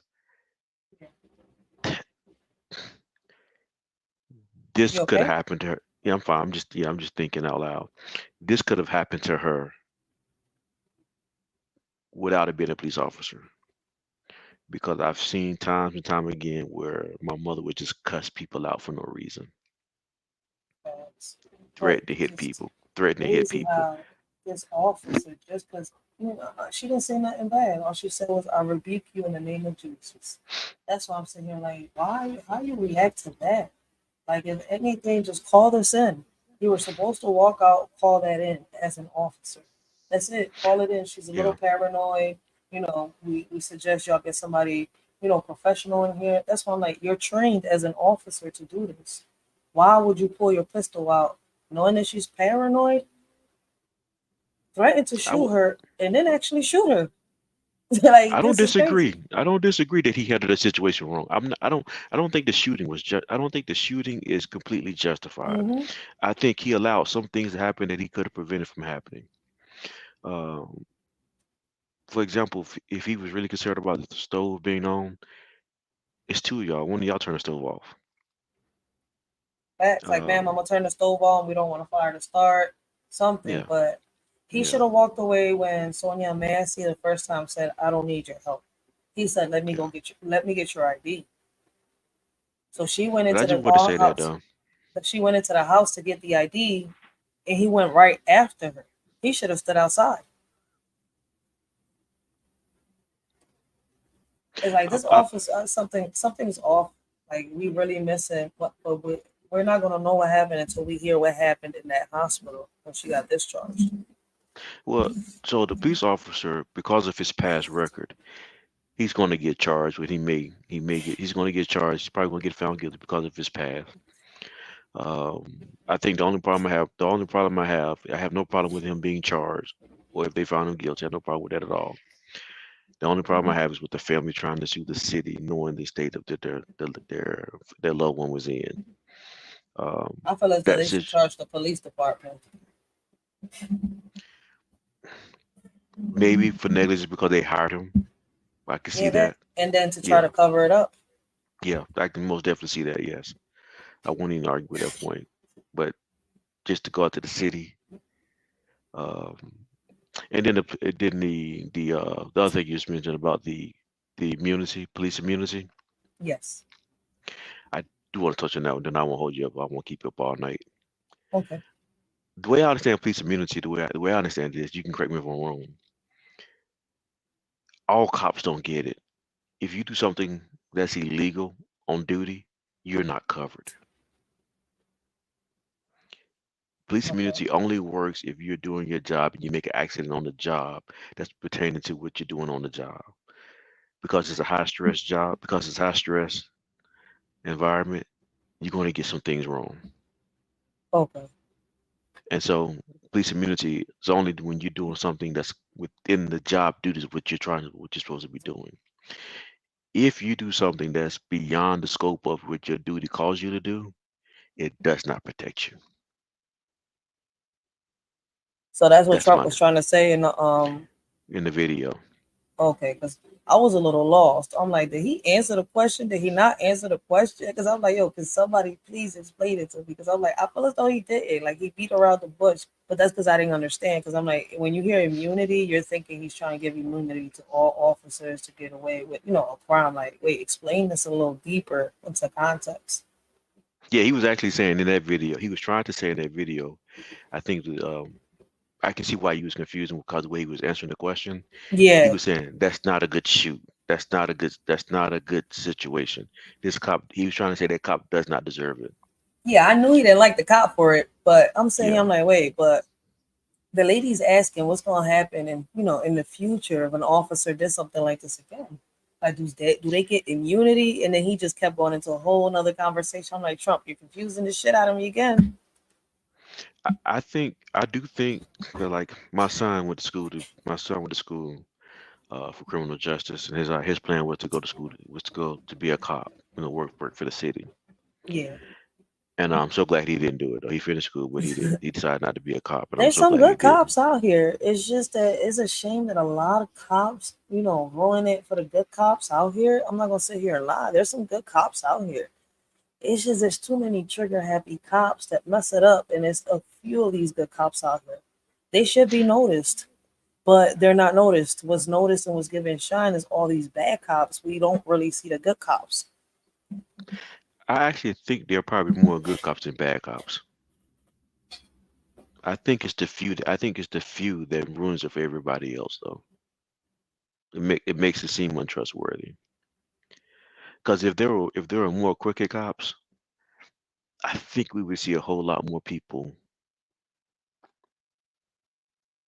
I hate to say that I'm not trying to predict any bad thing, if anything bad on anybody, but I Oh think no, it would no, be you way got worse. you listen, It you would got be your way own opinion. it would be way worse than what it is right now. Trust me, if the majority of cops was bad. You make a point though. You make a good point on that. on some real shit.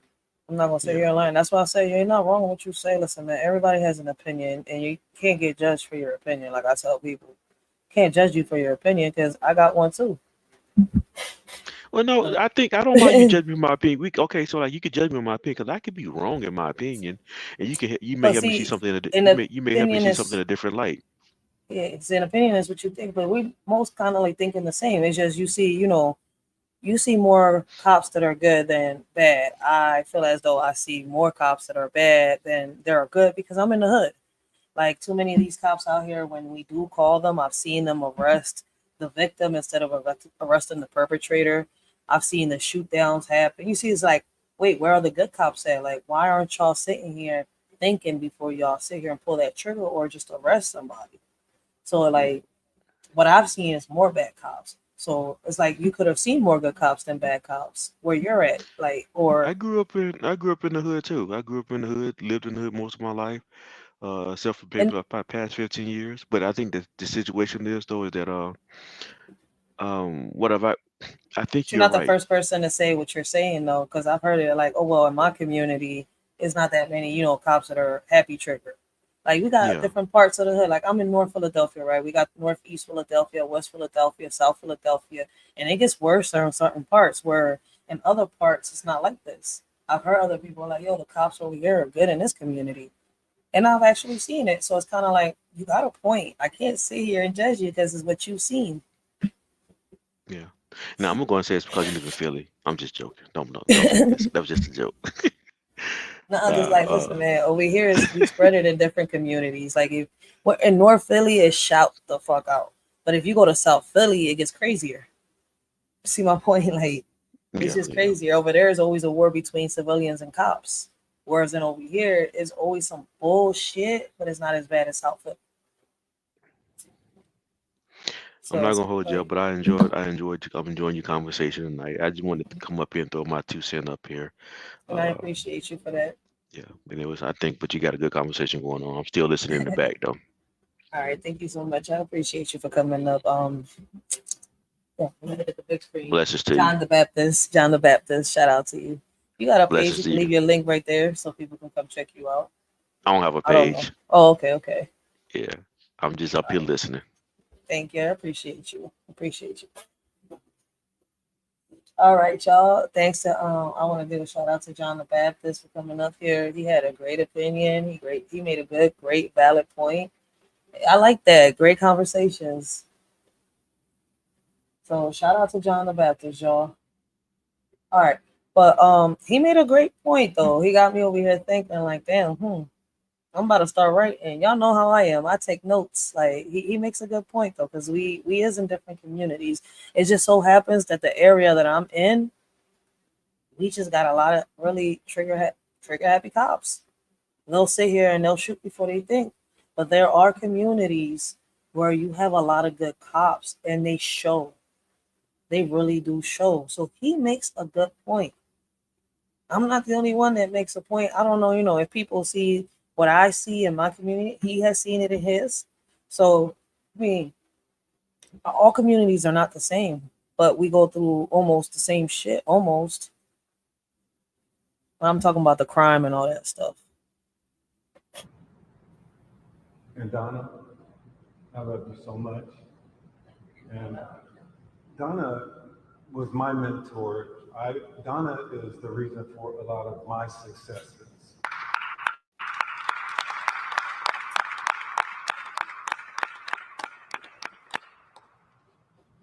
And I will for that, and I will be here for you and Mr. Wilburn till the end.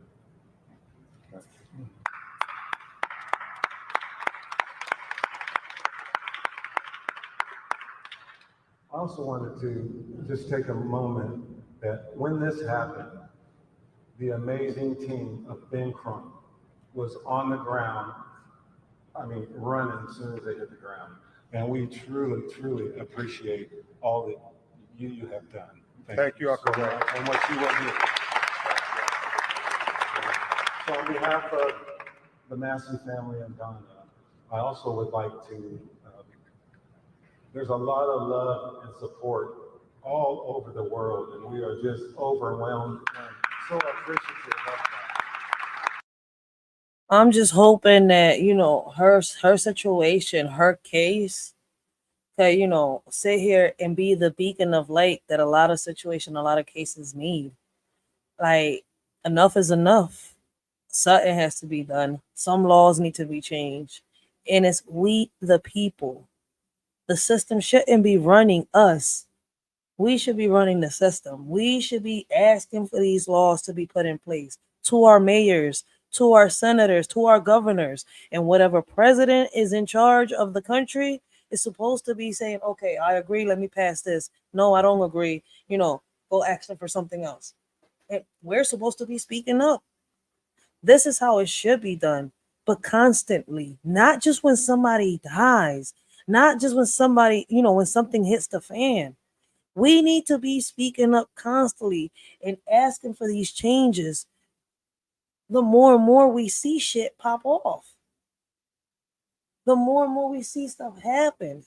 Not when, it comes out to the news and stuff like that. No. Like, that's why, shout out to their family, because they are still speaking up and they're still fighting. Shout out to every family that speaks up, stands up, and fights for their family. Like, justice needs to be done and laws need to be changed. Say her name, loud and clear, so they'll never forget it. Sonya Massey. Anywhere where fear runs deep, heavy trigger cops don't think, they just leap over a pot of boiling water. Such a shame, a coward in blue playing a deadly game. Sonya Massey pleaded on her knees. I'm sorry, she cried, but he still squeezed. No heart in his chest, just cold and bitter. This feels like a setup by the trigger happy hitter. A life taken too soon for what crime?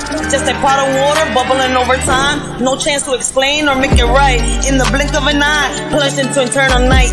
The headlights scream of injustice and pain as we mourn another life lost in vain. The system broken, hearts shattered apart by those who should protect with courage, not dark. Sonya Massey pleaded on her knees. I'm sorry, she cried, but he still squeezed. No heart in his chest, just cold and bitter. This feels like a setup by the trigger happy hitter. In a world so unjust, Sonya Massey lost her life. Blame thrown left and right, but just to show ignite. Say her name loud and clear, let the truth be near. In the shadows of this heat, her memory we hold dear. Amidst the darkness and lies that cloud her fate. A victim of cruelty and a cruel twist of hate. Whispers of the injustice echo through the night. Sonya's spirit lingers, demanding what is right. Sonya Massey pleaded on her knees. I'm sorry, she cried, but he still squeezed. No heart in his chest, just cold and bitter. This feels like a setup by the trigger happy hitter. In the shadows of the night, Sonya stood tall. I rebuke you, in the name of Jesus she called. The officer's eyes filled with venomous spite as he dared her. And I rebuke you in the dim moonlight. Sonya pleaded for mercy on bended knees. I'm sorry, she whispered, her voice filled with plea. But the officer's words cut through like a knife. A crazy bitch, she spat with hatred and strife. With courage in her heart, Sonya spoke clear and bold. Her name echoed loud as the story unfolds. Sonya Massey pleaded on her knees. I'm sorry, she cried, but he still squeezed. No heart in his chest, just cold and bitter. This feels like a setup by the heavy trigger hitter. In the darkness of despair, a cry for help was in the air. Sonya Massey, just 36, her mental health in need of fix. But a heartless cop's cool hand ended her life without a care. Say her name loud and clear, let it echo far and near. Justice must be served for Sonya's unfairly taken. May her story be a beacon, shining light on lives forsaken. Sonya Massey pleaded on her knees. I'm sorry, she cried, but he still squeezed. No heart in his chest, just cold and bitter. This feels like a setup by the happy trigger hitter. We lift our voices high to honor Sonya's name in the sky.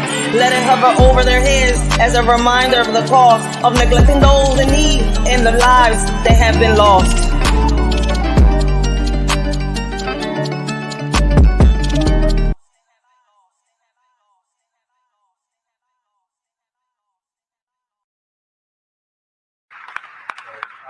I'm going to end with this saying, would you please keep your thoughts and prayers with our family. Amen. Ms. Donna, you want to say anything? Yeah. Tom? Just if you want to say it. This is Sonya's mother, Donna Massey. They said Sonya had mental issues. What started it was she started getting a feeling. She kept telling us, Mama's going to die.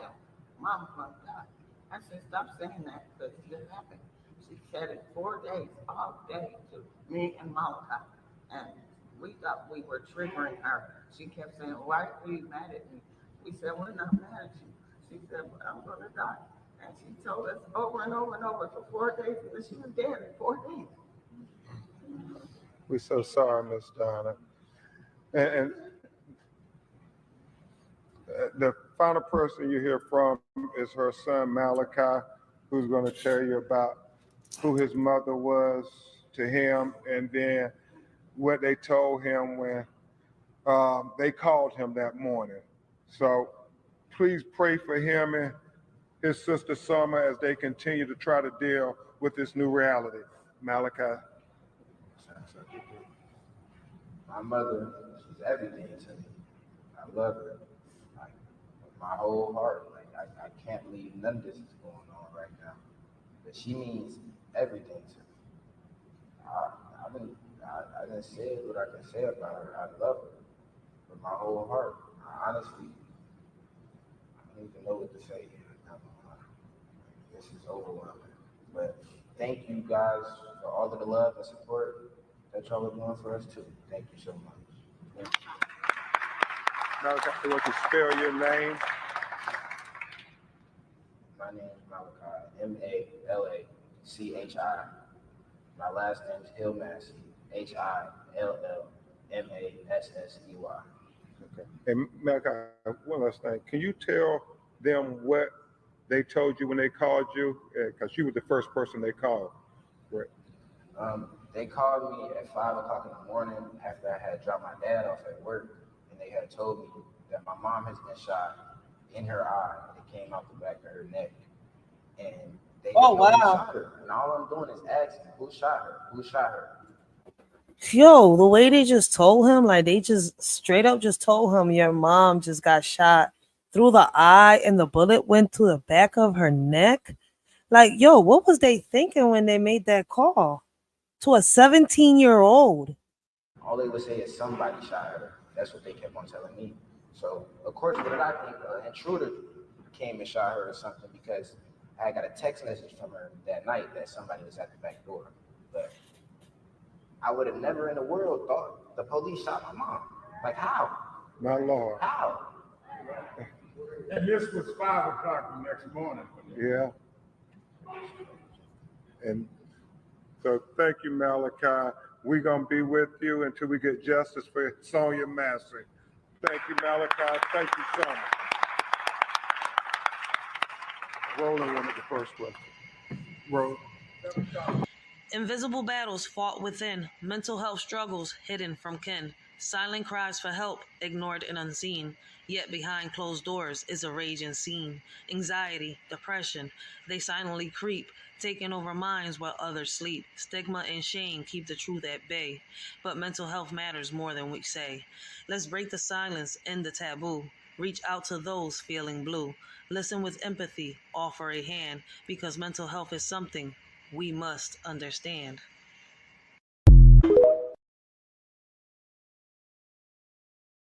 Talk about the Georgia Floyd Justice Act.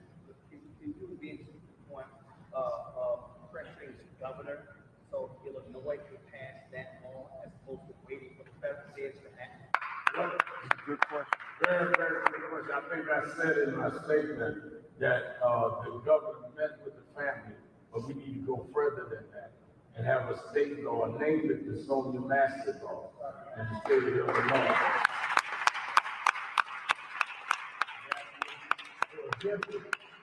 Prohibit law enforcement from switching from district to district, and to make their whatever occurs that leads to their suspension, termination, or movement, make it transparent to the public. It should do that and name it after Sonya Massey in the state of Illinois. We're going to keep pressuring that nationally, but they can do that now in the state of Illinois. We have a Democratic governor, attorney general, state attorney, all the way down. There's no reason why people come and ask us for our vote that they will not make that state law right away. And I will say this, The governor met, and the lieutenant governor met with the family for about 45 minutes, Cliff, an hour. And Roland, he said that he endeavored to be a. All right, so the lieutenant governor was there. Is he going to write, down a law that the president could pass? And for those of y'all that are confused, right, I mean exactly what I'm saying, right? Because when we got down with our mayor and stuff like that, right, the senators, the governors, all of them was there when we was asking to pass these little laws and these little bills that Cheryl Parker just recently passed in 2024. She passed them. We didn't like what came with it, but she still passed certain laws and certain bills that we, the people, asked for. Well, she had to get approved by, the presidents and stuff and all of them legislators, all that, But my whole point is, right, I keep trying to tell y'all that we're the ones that got to go up there and demand what we want. We got to speak up in a respectful way. You just can't go up there and be like, well, bitch, I want you to, make this law possible, or I want you, bitch, to change this. Motherfucker, please. That's not how you go up there and y'all got to go up respectfully. Y'all can't just talk like y'all in the hood. But we can get these laws. We can get certain bills passed if we speak up as we the people. You see how they united and they're coming together right here in this rally? Yes, this is how it's done. And this is what I've been trying to tell people. Like, this is how y'all going to get things done. We got to come together as we the people. So shout out to the state of Illinois because, Chicago. I said, did this happen in Chicago and Illinois? I think it did Chicago, Illinois. Shout out to the state of Chicago because they're coming together and they doing this the way they supposed to do it. Partner in justice with the family. He said he was disgusted with what he saw in the video, and he committed to sign whatever legislation that Senator Doris Turner was offering to make sure that an officer couldn't go from district to district. Reverend, he thought that they had already covered this in a sweeping police reform bill they signed in 2021. And so he was just shocked that this deputy could move around like this. So that's the one thing I would say, Roland, that he promised his family that he was going to be standing up for justice on this matter. Before we take the next question, something did you want to say about? Yeah, Jeff. Yeah. She said, God love you and Mama always The love last thing my mom told me when she talked to me is that she gave me specific names. I'm gonna tell y'all, but she did tell me that the police was gonna kill her or these other people. And I'm like, why is that? And then after that, I didn't talk to her until like about 2 days later, and she was like, she had told me her exact words is they gonna kill mommy, baby. And I got mad. We had gotten to it, and I'm like, stop saying that because you're gonna speak down upon yourself. And then the day, like 30 minutes before she died, she called me and she texted me asking what I was doing, but I didn't reply because I was asleep. But the day before that, I talked to her. She was like, I love you. She always just kept saying, I love you, I love you. And then she texted me. She said, God always wins, and Mom loves you. And then I was supposed to go home with her that night too. But I was like, no, because I knew something was off. I was like, I'm just having my dad bring me in the morning. And the next morning came, like 8 o'clock that morning. I told my dad I tried to call my mom back. And then that's when he told me that she was killed. Let me say this, and I don't want with Mordecai. Yo, that's crazy. Like, they young. They got to deal with the situation. I hope the shorty, doesn't feel guilty for what happened to her mom because it's not her fault. But something in her face is telling me that she's feeling that guilt. If y'all look at her face, it's like, damn, she's probably in her head saying, I wish I would have listened to my mom or we would have took her serious. And this leads back to Isabel Butterfield. And again, the officer that shot her down, Sean Grayson. Isabel Butterfield is the nurse in the hospital that Sonya Massey was in. Sean Grayson is the husband of Isabel Butterfield. Isabel Butterfield's father is the person that gave word to the chief in the police department that hired Grayson for him to get hired. He got hired because of Isabel Butterfield's father, which is his father-in-law. That he was respected that much, that he had that much pull to get somebody into a police department with the type of background that he had it. Yo, this shit is crazy. It's crazy.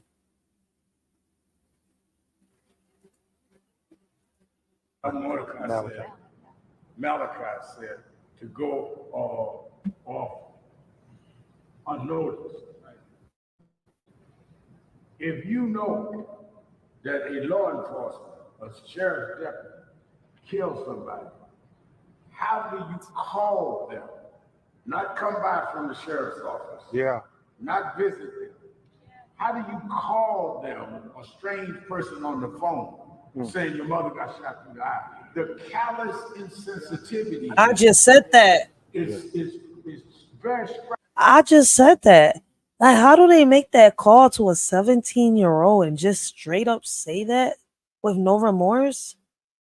To a 17-year-old? Like, wait, what? That's probably what he said. Wait, what? That's crazy, man. Striking to me. Yeah. If it was the other way around, they would have went to the house and sat down with the family and prepared them for that. And do you need assistance?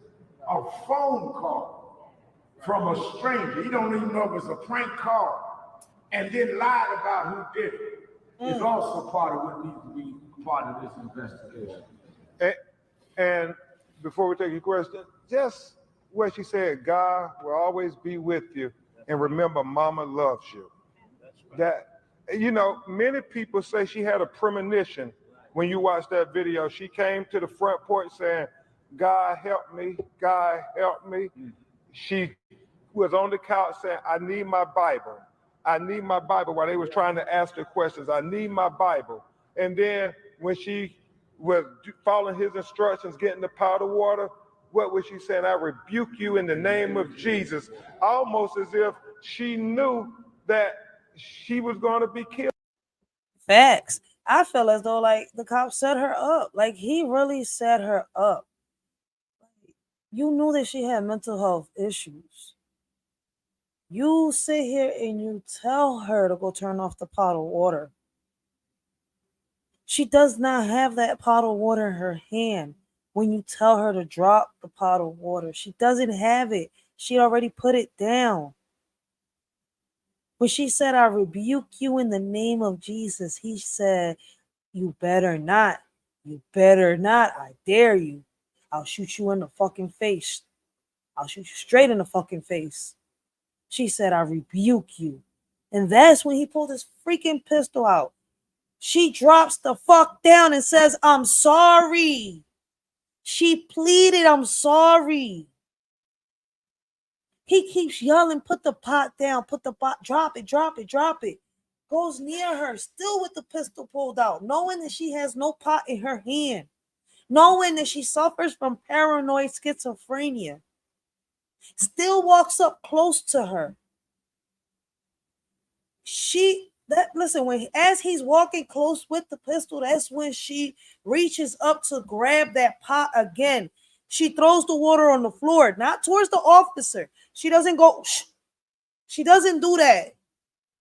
She throws the water on the floor and reaches up with the pot like if the pot was going to protect her. Because in her head, she thought it was going to protect her. He got close already and just started shooting without no remorse.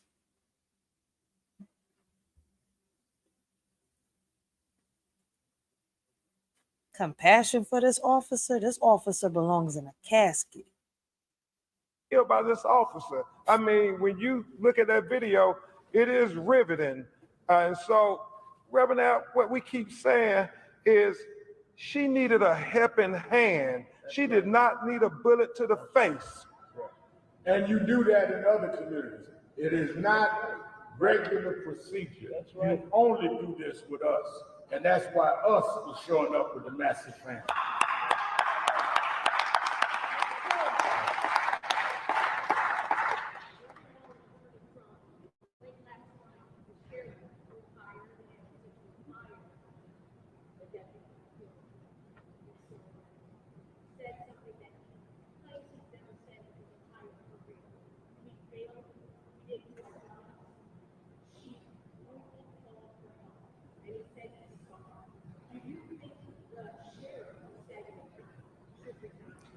You know, we need Mr.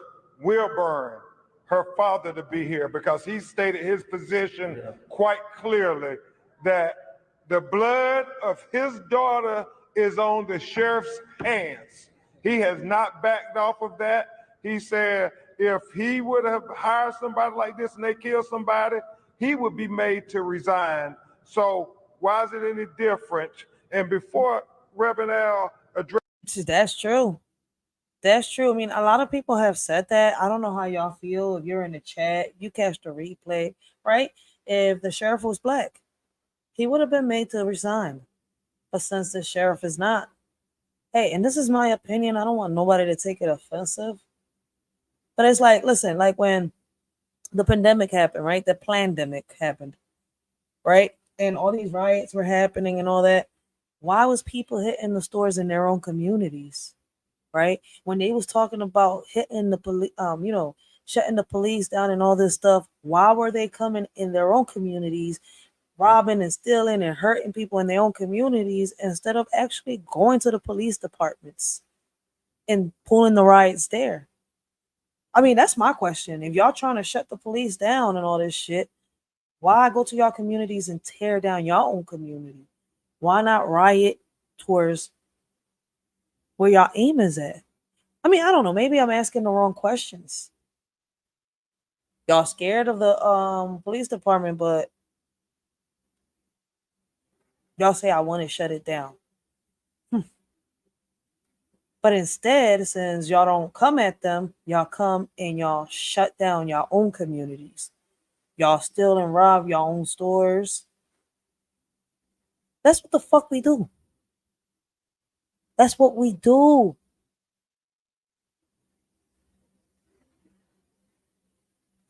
So shout out to how they doing this right here, because they're speaking up.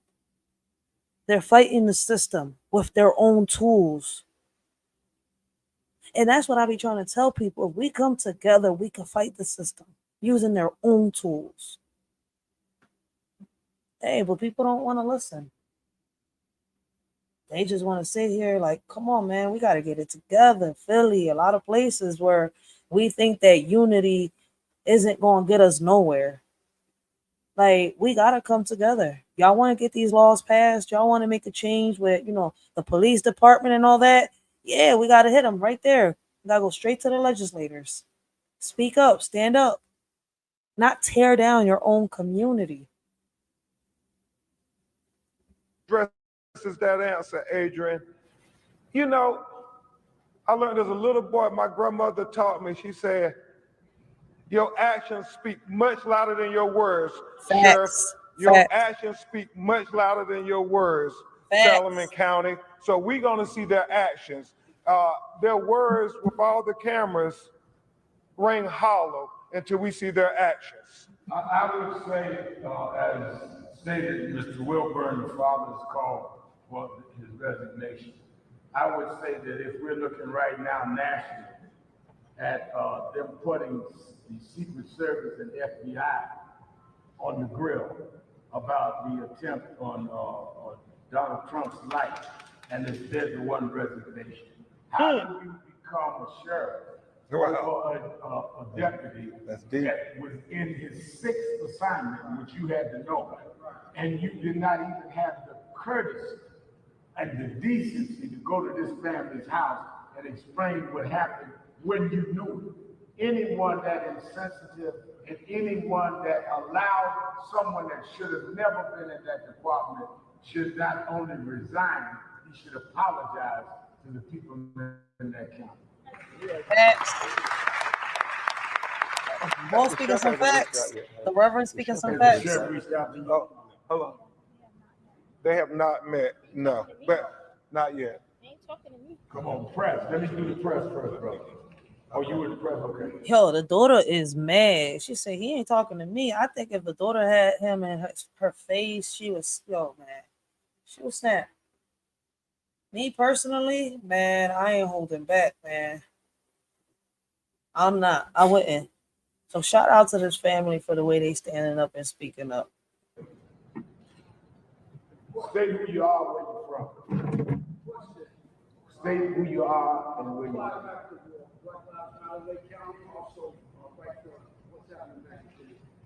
My question is, the law that you got signed, that's the law. Could you also prove to them that mental health specialists come out? Yes. Yes, I think we can protest and get. We got a Black House speaker. Yeah, we can put that on. I think you're right. Yeah. Said that in the master law we propose to include mental health, and I think he's absolutely right. Yeah. We'll take two more. Yeah. When was the family finally told by law enforcement that 24 hours later, they found out in the press.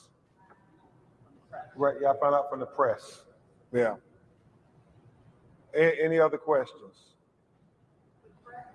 Yeah, I will say this and let Reverend Al Sharpton have the final word.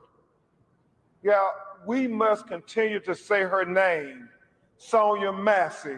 Sonya Massey. Because Black women Sonya who are Massey. killed by police officers in the United States of America rarely get justice. I mean, your native daughter, Sandra Bland, got no justice. Breonna Taylor, I mean, they had a trial. Nobody was convicted. There was a hung jury. They're going to try again at the end of this year. And if there's no conviction, we doubt Breonna Taylor will ever get justice.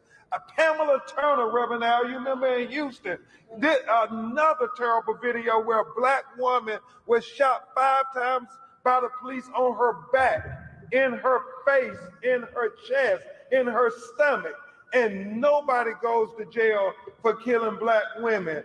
So that's why we got to keep saying justice for Sonya Massey. Justice for Sonya Massey. Justice for Sonya Massey. All right, we will start the rally at 6 o'clock. Thank you very much.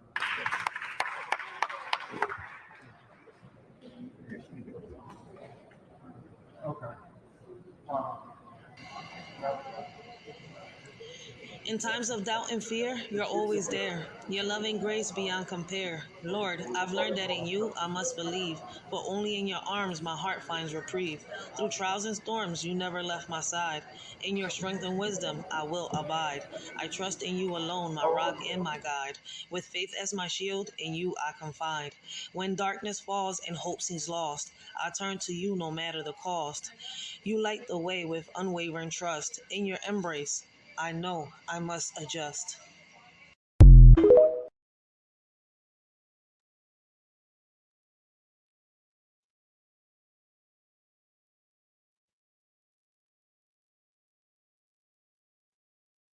Thanks for joining us. I'm Stacey Skrizak. We are digging deeper into the death of Sonya Massey at the hands of a Sangamon County deputy.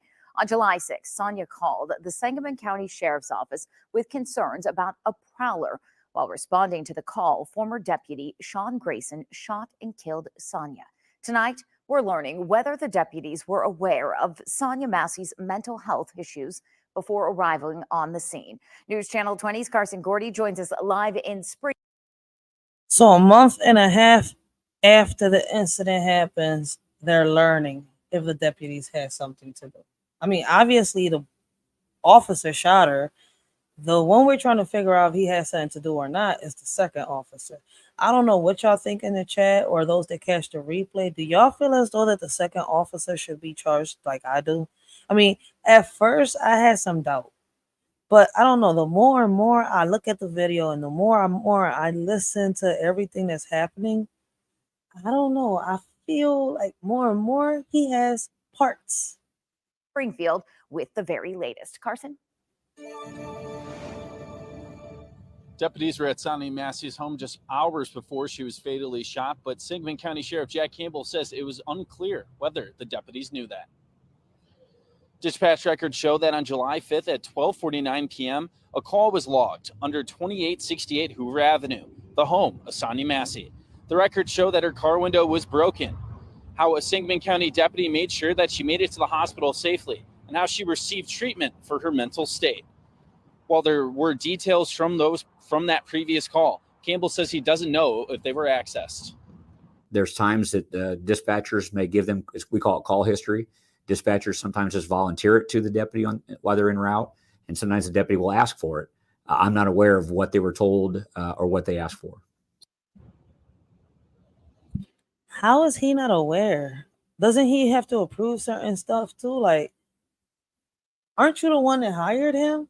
How did you miss his background? I asked Sangamon County Dispatch whether providing background information about previous calls would be a useful resource for deputies responding to a location. They said in part, quote, "Useful, yes, but not practical. Researching each call history would take time. The 911 system is predicated on providing the fastest assistance. Most would not wish delays when having a 911 call about a prowler." I'm Carson Gordy. Back to you. All right, thanks for that update, Carson. We have received documents from Sangamon County that cover the investigation. Coming up tonight on News Channel 20 at 10, you can learn more about the investigation into Grayson and the second deputy. Well, area bikers are planning a ride in honor of Sonya Massey this weekend. Bikers will meet up at 1704 East Cook Street in Springfield around 2 p.m. before heading out a half hour later. The ride is set to go past the new memorial to Sonya in the capital city. That was 3 days ago. But y'all just uploaded this on YouTube 18 hours ago. Yeah, I do know it's August 6th already. For more information on the ride, head over to newschannel20.com. Sean Grayson is facing 3 counts of first-degree murder for the death of Sonya Massey. He's also facing charges of aggravated battery with a firearm and official misconduct. He pleaded not guilty to all charges. A judge denied him pre-trial release. He is set to be back in court later this month. He need to stay in jail, and hopefully they don't give him no 20 to 30. They need to give this officer life in prison. Show the next officers that they're not playing shit, man, for real. Like, I'm going to keep saying it. Hopefully, her case is a beacon of light for so many other cases who have been done wrong, man, for those that have been forsaken. Today marks nearly 4 weeks since Sonya Massey was shot and killed in her Sangamon County home. 2 deputies responded to Massey's home on Hoover Avenue just after 1 a.m. on July 6th. After they entered her home, the situation escalated to then Deputy Sean Grayson firing at Massey and killing her. Grayson has since been charged and fired. They keep saying the situation escalated when the situation wasn't even escalated. The officer escalated the situation. An officer saw a pot that was never in this woman's hands. He kept saying, "Drop it, drop it, drop it." The pot was on the stove. But both deputies were placed on administrative leave during the investigation. But we have learned today that the second deputy who witnessed the shooting has returned to work. News Channel 20's Carson Gordy joins us live in Sangamon County with the latest. Carson.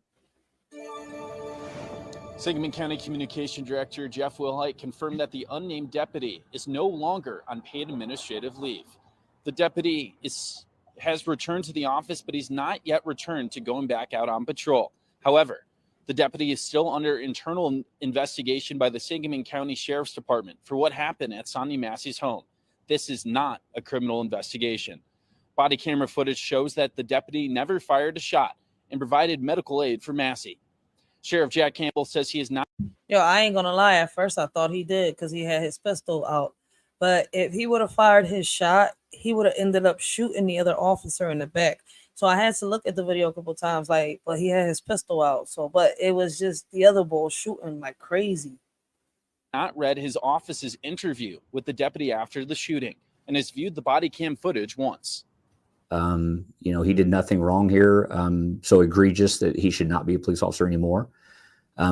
Hold the fuck up. He just said that this officer did nothing wrong, egregious to the point where he shouldn't be an officer. How about him going into the house after she said she don't need his help? She was going to close the door. Then he said, I need your ID. He could have waited outside. She went in. He went in after her. Then the second deputy goes in. He's the one that sent her to the stove. He's the one that told her to drop a pot of water that she didn't have in her hand because she said, I rebuke you. He shot a defenseless woman. And this sheriff is telling me that he was in the right? This officer assaulted a defenseless woman and took her life. He should retire. He should. Why don't they fire him? Why don't they make him resign? Because they can make him do that. But we need to work with him. We need to make sure that mentally, that it's safe for him to work. Safe for him? The Illinois State Police told me they finished their investigation into the deputy's actions on July 6th and has sent over the case to the Sangamon County State's Attorney's Office. When I reached out to the county, I asked if the state's attorney, John Milheiser, plans to file criminal charges. I was told at this time, no comment. I'm Carson Gordy. Back to you. Thanks, Carson. We did receive documents from Sangamon County that cover the investigation. We're going to take a deeper dive into that investigation into Sean Grayson and the second deputy. That's coming up tonight on News Channel 20 at 10. And right now, the former deputy who shot and killed Sonya Massey is still awaiting his preliminary hearing. Sean Grayson was ordered to remain in custody after being charged with 3 counts of murder, aggravated battery with a firearm, and official misconduct. He has pleaded not guilty to all charges. And you can find more coverage on Sonya Massey's death over on our website, newschannel20.com. We'll also have the latest update on air and on our social media pages. Good evening. Thanks for joining us. Today marks nearly 4 weeks since Sonya Massey was shot and killed in her Sangamon County home. 2 deputies responded to Massey's home on Hoover Avenue just after 1. I think on this part right here, they're going to show y'all the phone call. I think of the mother warning the police department. And like I said, for those of y'all that show, that have seen all this stuff, that are up to date with it, shout out to y'all.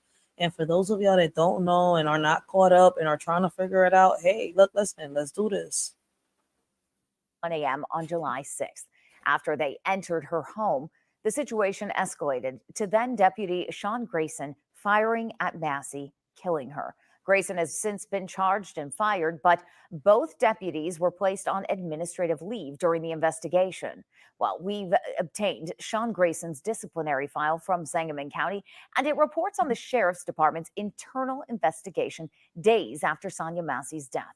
News Channel 20's Carson Gordy joins us in studio after digging through the documents. Carson? After the fatal shooting of Sonya Massey, Sangamon County Sheriff's Office reviewed the body cam footage, the individual reports, and the interviews of both Sean Grayson and the unnamed deputy to decide whether they would be fired. According to Sangamon County documents, the Sheriff's Office determined that Sean Grayson violated 6 department policies after fatally shooting Sonya Massey. I'll shoot you in the You better not. I swear to God, I'll shoot you right in the face.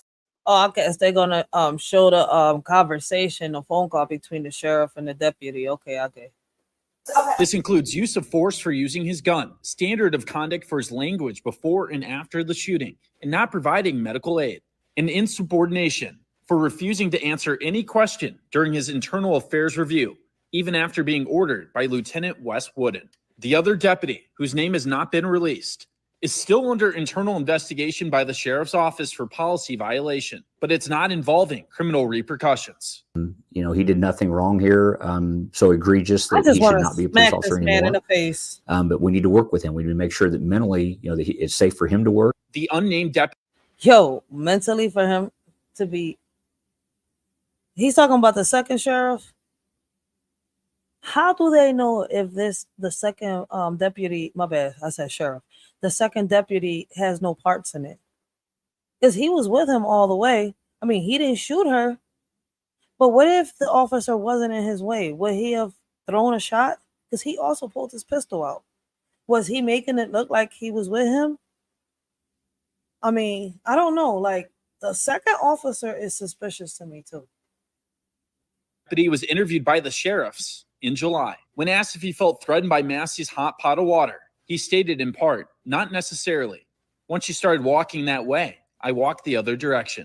In the video, the deputy is seen drawing his firearm after Grayson drew his, but the deputy did not fire any shots and provided medical assistance to Massey. How's he doing? Not very well. He's devastated.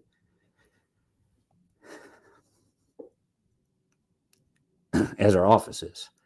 And, you know, he was in shock, and, you know, he's now in disbelief. Okay, so they talking about the Sangamon County second confirmed that the unnamed deputy is no longer on paid administrative leave. He's back in the office, but he's not back to patrol duty. I'm Carson Gordy. Back to you. So if they worried about his mental health, why not a longer break? Give him at least 6 months to get his, you know, his thoughts, his head together. Like, he just went through something, and y'all trying to say that he's going through like some type of PTSD or something. Why not take a longer leave? Why is he back in the office back into the job so fast? I don't know. All right, thanks, Carson. Sangamon County State's Attorney John Milheiser said no comment when asked whether he's looking at criminal charges for the deputy. Thanks for watching. Stick around by subscribing today and don't miss a single video. Sure, this case gets crazier and crazier the deeper we dig into it. What I want to find out is about, that's not what's right there. Here we go. This is going to be a video. All right. So in this video, they questioned the sheriff. This video right here is sheriff questioned about warning signs before Sonya Massey's killing. Right?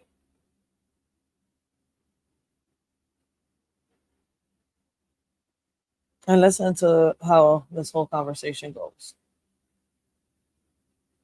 She gets upset, then she thinks everybody's after her.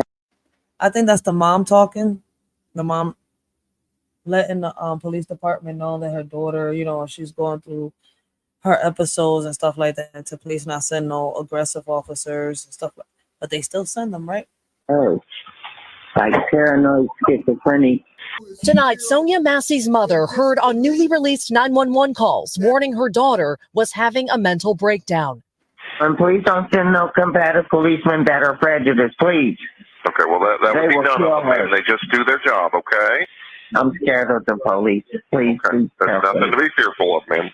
The sheriff's office confirms that call came in one day before then Deputy Sean Grayson shot and killed Massey in her Springfield, Illinois home. You better I swear to God, I'll shoot you right in your face. Okay, I'm sorry. It sounds like Sonya's mom was trying to warn authorities, potentially warn your agency. How does that hit you now, knowing what happened? Well, I haven't heard the tape. I'm certainly concerned. I want our deputies to have all the information they can before they arrive. And so I don't know why that wasn't transmitted. Sangamon County. Listen, if y'all go check out part 1 of this live, right? I asked the question, how was this officer already en route to Sonya Massey's house, right? How was he already en route before dispatch called? He was supposed to be at another scene taking the report. Dispatch calls in, right? When you hear the calls, dispatch is calling in saying, I guess she calls them by their car number or whatever. And she's telling them that when they're done at the scene that they're at, to let them know so that they can go, you know, to Sonya Massey's house. These officers were already en route in Sonya's house less than 10 minutes. Like, if you look at the timeline of the calls and all that stuff, and y'all put them together, y'all will see that, like, it makes you almost feel as though, like, was they already in the backyard while Sonya Massey was making the phone call to the police department. Like this is crazy. I mean, y'all really gotta go out there and do your own research so y'all can see where a lot of us is coming from. Sheriff Jack Campbell releasing Grayson's personnel records showing 2 of his past employers said he needed more training. A third advised Grayson did not demonstrate good officer safety skills. The sheriff tonight says he put Grayson through 16 weeks of training, adding Grayson's previous employers, namely Logan County, never informed him of allegations of misconduct, including records show lying about a high-speed chase that violated department policy.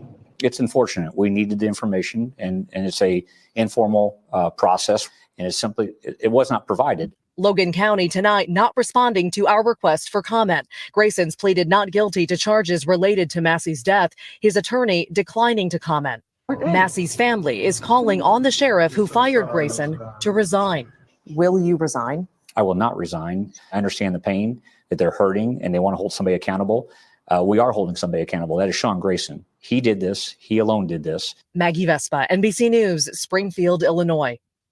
Thanks for watching. Stay updated about breaking news and top.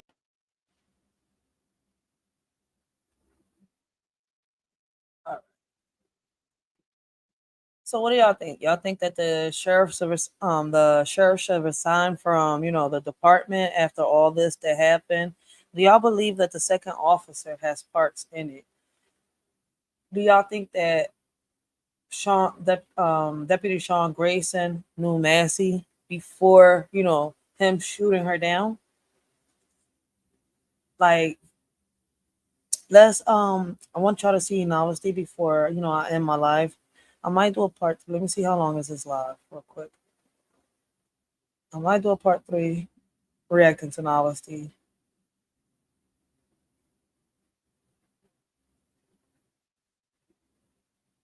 So as y'all can see, Novelty is somebody that has covered it. Boom, since it begun. But we're going to look at his last video, which was a day ago. But if y'all go check him out, look, he's got Sonya Massey's full video breakdown with Sonya Massey still alive, which I feel as though, along with a lot of people, that these officers had time to save Sonya Massey. Sonya Massey could have survived. Sonya Massey's insane update. He's got the Sonya Massey cover up right here. Sonya Massey, the truth on what happened, and then Sonya Massey's revenge. Like, this shit is crazy. From you on YouTube, I would appreciate that so much. I love you guys, and thank you for spending your Saturday night with me. Hold on 1 second. I have no life. All I do is work. So I am so grateful for having you guys with me today. Thank you guys. I love you guys so much. YouTube and Facebook. Thank you. Thank you. Who's trying to hurt you? A lot of them. Who? Well, never mind. Must not be the right number. That's not what I said. Look at that attitude. Look at this whole look at this attitude. She's afraid for her life. All right. So we might do a part 3, guys. Because I wanted to do a little better. I want y'all to understand this case a little better. So we're going to go from the cover up. And we'll do a part 3 and do a little bit. And then y'all go check him out so that y'all can see how he broke this John down. So we're going to start off with the cover up, right? Run the Arby's race October 13th in Washington, D.C.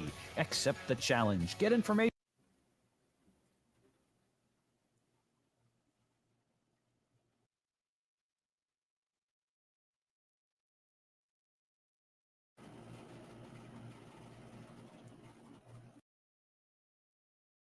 Welcome to University True Crime. All right, so let's pause it right here. Let me take his chat out the way. Shout out to Commander. She taught me how to do that, John. I didn't even know you could do that. But all right, he's going to break this down. And as y'all can see on this one, it's called the Sonya Massey Cover Up by Novice D. Shout out to Novice D. I haven't subscribed down. Dogs are labeled potentially dangerous and put down when they show aggression, but a man is given a badge and a gun. Everyone who kept him employed needs to be held accountable. On some real shit, yo. All right, so Let's get this Jones started. Podcast stream both live on Facebook. Ladies and gentlemen, I am going to cut to the chase because what I found out about this Sonya Massey case is insane. You guys know me. I'm not a believer of this conspiracy theory stuff. I'm very careful. I get the news. I get the facts. I get the proof, the testimonies. I get the transcripts. A lot of people depend on me. But what I found out is ridiculous. What did you find out? I'm hoping that this is not true. Some type of cover-up, some type of way for the police to elude this, to escape this. There is some fishiness going on in this case. And I'm going to show you that. I want to cut straight to it, cut the bull crap. I want to go start with this video first, and then we're going to move on. Because what I'm about to show you is is this some kind of cover-up? Now, I don't know. Yo, I ain't gonna lie to you now, yo, it seems like there's a cover-up, but is it between the police department and I mean, it could be, because if something happened between Isabel Butterfield and Sonya Massey, and then, you know, Sean Grayson try to do something to Sonya Massey in order to, you know, all right, show off to his wife, like, oh, I got your back, baby. And then the department is trying to cover it up because of who her father is. Man, listen, I told y'all I could be like Inspector Gadget on this, John, because something is missing. Something is missing. Something happened. So I'm going to share it with you, and you give me your thoughts. My name is Noah. Welcome to University. We are streaming both live on Facebook and YouTube. So do me a favor. For this one, we had to restart. This is a new video. Hit the like, hit the share, and tag one person on Facebook and on YouTube. Hit that like button. That would mean a lot to me. Please, please do that. Now, we did have podcasts before this. We had some type of interruption, but it's fixed. So let's continue this. Get ready for what I'm about to show you. Activists are calling for more transparency around law enforcement officials right now, as records in Wake County, law enforcement offices here in the wake, this is all in the wake of the Sonya Massey shooting death. Now, that follows news of yet another past reprimand involving the deputy who shot her. Amy Kiley has details on that, as well as the status of a grievance filed on behalf of Deputy Sean Gracie. No justice! Fresh developments in the Sonya Massey shooting case are rolling in. The Reverend Al Sharpton is calling for the release of certain employment records. They involve when law enforcement workers change jobs or are suspended or fired. That follows the release of audio of a former employer reprimanding Sean Grayson. He's the former Sangamon County deputy charged with murdering Massey. If we can't trust what you say and what you see, we can't have you in our uniform. Now, do you see that? Do you hear that, right? If we can't trust what you say and what you see, we can't have you in our uniform. So this man has been acting this way before. So basically, other police departments rejected this officer, but yet this department still hired him, huh? Right? How is that possible? But he said he didn't know nothing. But they didn't tell you that they rejected hiring him? This man has been lying, doing living this act like he's doing strange acts. He is not acting as what a man should act as an officer on duty. He has done mischievous things. And in this quote coming from Nathan Miller, Logan County Sheriff Deputy, this man has done some sneaky stuff. But don't worry about it. His fiance's family got the hookup to put him in a uniform, even with DUIs and other criminal activity. He's being let go. There is some crazy stuff. That's a fact. He got because of who, you know, his wife's family was. If it wasn't for that, this police department would have rejected him just like every other police department did. Like, for real, let's make it make sense. Sneaky stuff. Some stuff that many might say conspiracy things. I'm telling you, what I have for you today is going to blow your mind. Please, please remember this. If we can't trust what you say and what you see, we can have you in our uniform. Remember this. When you have officers that stretch the law, they will get caught. They will get prosecuted. Because he got caught, he got prosecuted, but not of what you think. Ooh, I got something to show y'all. By the way, whoever sent super chats and gifted subs in the last podcast, thank you so much. I missed it. I'm so sorry. The stream ended. If that was you, thank you. Send it in the chat. My mods, let me know who did. Sharpton says Illinois should name such a law after Massey. Why was he on the force when 5 other forces? Yeah. What is wrong with the system? Meanwhile, a union says it will not proceed with a grievance it filed to try to get Grayson reinstated. The Illinois Fraternal Order of Police Labor Council says it has sympathy for Massey's family. Now, do you see that? See, he filed a grievance. He wanted to get reinstated. Sean is trying to get his job back. He's trying to say this is unlawful. I should never got terminated. It gets a Yeah, somebody filed a grievance on his behalf. See, they did it on his behalf. weird now. I swear I'm not making this up. I have receipts for some of these things. Some of them are claims that I have, but I'm going to say which claims. Like, I'm very careful here. But y'all, what I'm telling you right now is fact. He's trying to get his job back. He's trying to say, hey, you know what? I didn't do anything wrong. You know what? They fired me for no reason. What I did was correct. What I did was right. What I did is correct. Like, I didn't do nothing wrong. Right? Now check this out. Oh, check this out. What am I checking out? What am I checking out? Tell me. Helped him, you know, with the job and stuff, with the uniform, was his, I believe his fiance's grandfather or father, ex-chief, right? Hey, hook him up with a job. It was his father. His fiance's grandmother wrote that letter saying sympathy for him and the family. Oh, wow. Why are you guys on his side? The grandmother wrote it? He filed a grievance. Father-in-law. Wait a minute. What's going on here? He did what correct? He shot her. Everything was fine? Shit. The hospital where she went to, St. Attention. John's Hospital? Wait a minute. Something's wrong here. Who works at that hospital? Who works there? Tell them. Self-inflicted gunshot wound? Yeah, right. Wait a minute. I got receipts. She was a crazy bitch. Do we have any history of a 1096? That's what he said. Yep. That's what the officer said. It gets crazy. Watch what I'm telling you. This is all connected in some mysterious way. And it's going to end with Sonya Massey's daughter. Hang on to that. Hang on. And he had one help he needed help with the union. Yep. Our obligation under the collective bargaining agreement and to our members do not take away from the sympathy we feel for the family and loved ones. Ooh, it's going to get crazy. What is wrong with the system? Meanwhile, a union says it will not proceed with a grievance it filed to try to... The union would not proceed. He needed that. That would have helped seal the deal. Would have never helped him guarantee it, but it would have sealed his deal. The union is like, nobody.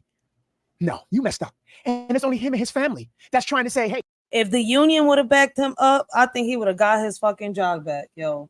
That's why I'm glad that the family is still speaking. And for those of y'all saying that it wasn't a setup, yo, there's a setup. This officer wanted to do something to this girl. And if the other officer didn't have parts in it and, you know, he didn't start catching on until they was already in the house and shit, man, he should have did something. I feel as though that the second officer should have did something. Hey, you know what? You did what's justified. You didn't. Him and his little fiance and his family is trying to help him. The union's not doing it. Because do you believe that the second officer, you know, had something to do with it? And if he didn't, why didn't he like try to tell the other officer, no, this is not what we're gonna do? Like, wait, hold up, let's back up, let's call, you know, more backup or something. Like, if you felt like your life was in such danger, am I asking the right questions? What they trying to do is nasty work. To get Grayson reinstated, the Illinois Fraternal Order of Police Labor Council says it has sympathy for Massey's family. I would have never in the world thought the police shot my mom. Like, how? And finally, Sangamon County Sheriff Jack Campbell says he won't step down despite calls for him to resign. We felt Sonya, we felt Sonya's family and friends, we felt the community. And I stand here today before you with my arms wide open, and I ask for your forgiveness. I'm Amy Kiley reporting. Attorney General Merrick Garland says the Justice Department's Civil Rights Division is carefully monitoring the state prosecution of Deputy Grayson. Y'all, this gets more worse. Let's show you. See, his fiance, what's her name? Isabel Butterfield. You know, her grandmother had to just write a letter. You just had to write a letter. You couldn't dare show your face and tell us how you feel. You couldn't do it. You couldn't dare do that. Because that whole side of the family is trying to justify everything, trying to save his career. You guys are trying so hard. But little do you know that we have proof that Sonya Massey has mental problems and she tried to seek for help. And it looks like you guys knew about it. Oh, I dare you say no. Yep. I dare you say no. You see, you said in the back of your car, do you have any history of the 1096? You see, Sonya Massey doesn't have a bad record, buddy. I checked that out. She doesn't. But this officer had red flags all over his record. But you do. You tried to find something. Let me not put this man's photo. He didn't do nothing. See, this beautiful lady has nothing bad of history. If she was a threat, they would have notified you. You would have knew. But what people did know is that she had problems and she was trying to seek help. Hence why she called your barnacle. She called. Facts. People knew. Family knew. There was officers that day before the incident. Facts. You knew. But you want to make a comment saying that drugs are up. Something in that form. But you didn't say anything in that aspect of mental illness. You said, you know what? Is she a 1096? Is she, You even said it yourself. You called us. She tried to dismiss you. You wouldn't let that happen. Facts. We're going to fast forward so y'all can see what. Sean Grayson, who killed Sonya Massey, saying that he was terminated without cause. This while there are still many unanswered questions of why Sean Grayson, who is now charged with murder in the shooting that killed Sonya Massey earlier this month, was hired in the first place after multiple misconduct complaints. He was even asked by a deputy chief and other staff at his previous job about a, quote, mountain of public policy violations against him. When questioned how he was still employed by that county after 7 months, Grayson said he did not know. His job in Sangamon County was his 6th job in law enforcement. Oh, shut up. Shut up. Shut up. Facts, yo. They not making no fucking Spare me the sense, theatrics. yo. Did you just hear that? Did you just hear that? Did you just hear that? Are you kidding me? Did I just hear that? Who is now charged with murder in the shooting that killed Sonya Massey earlier this month, was hired in the first place after multiple misconduct complaints. He was even asked by a deputy chief and other staff at his previous job about a, quote, mountain of public policy violations. Mountain of public policy violations. That's one. Guys, that's almost enough. But listen to this part. Against him. When questioned how he was still employed by that county after 7 months. How was he still employed after mountain of policy breaches? Listen to this. Grayson said he did not know. His job in Sangamon County was his 6th job. How you don't know? How you don't know that shit? He knew. He knew his father-in-law put in word. I'm guessing either his father-in-law is tight with and what I mean tight is he's cool. I mean friends. I don't know how y'all take it. For me, he's tight. He's real close with the sheriff of the department. Like, and that's how he got hired. Like, man. Because if it wasn't for his father-in-law, he wouldn't be there. Trust me. How you don't know that was your 6th job? Explain that to guys, please. I need someone to explain it to me. There's no how explaining you this don't know. shit. How the guy that hired him, sheriff's deputy. How I didn't know that was my 6th job. Excuse me? Yo, I think the bull was the one that needed to be in a mental health hospital, man. I'm hoping that he wasn't playing tricks on her, and I want to know what happened at that hospital. What happened in that hospital will pull all the pieces of the puzzle together for this whole case to be solved. Erica just said it. He's a alleged bully. He is. This is enough evidence to show not only that you don't deserve this job, that you don't deserve to be hireable by anybody. You're violent. Multiple misconducts. They said mountains of policy. Are you out of your mind? And you think you're going to win this case against this poor woman? What? Me hearing this? He is a pathological liar. I can't wait to show you what I have later. Disgust. Employed by that county after 7 months. Grayson said he did not know. His job in Sangamon County was his 6th job in law enforcement since August of 2020. And inside some of Sonya Massey's final words, now becoming a rallying cry for her family, some 30 members of family and friends inside this church and other supporters. They're saying until there is justice for Sonya Massey, they will rebuke the names of the people involved in the name of Jesus. We're on the west side of Chicago. Sabrina Franza, CBS News, Chicago. Guys, it gets worse. It gets worse. I'm telling you, I'm going to find this connection, this strange connection, what's going on here. Yep, there's a connection somewhere. You think I'm not the only one saying it. I'm not the only one saying it. Yo, there's a whole connection somewhere. You don't understand. I have looked at this video. I have looked at this video more times than you watch TV this whole week. I promise you. Look, at the time, Officer number uno, Sean, put his on after it happened. So it has a grace period of when you can press it, and it only saves up to 10, 5, 15 minutes before you click it. He then put it on. He violated that. He's been supposed to put it on. He knows that. So he pressed the button. He didn't know his partner had his on the whole time, in which he followed protocol. That's what I was asking the first time. Like, Did his partner know? His partner had the camera on the whole time, but he had his off in the beginning. And at the end of everything, like at the end, I showed the video, you know, on the first live. Sean tells his partner to turn that thing off. Like he just realized that he had the camera on. Like, oh shit. Good call.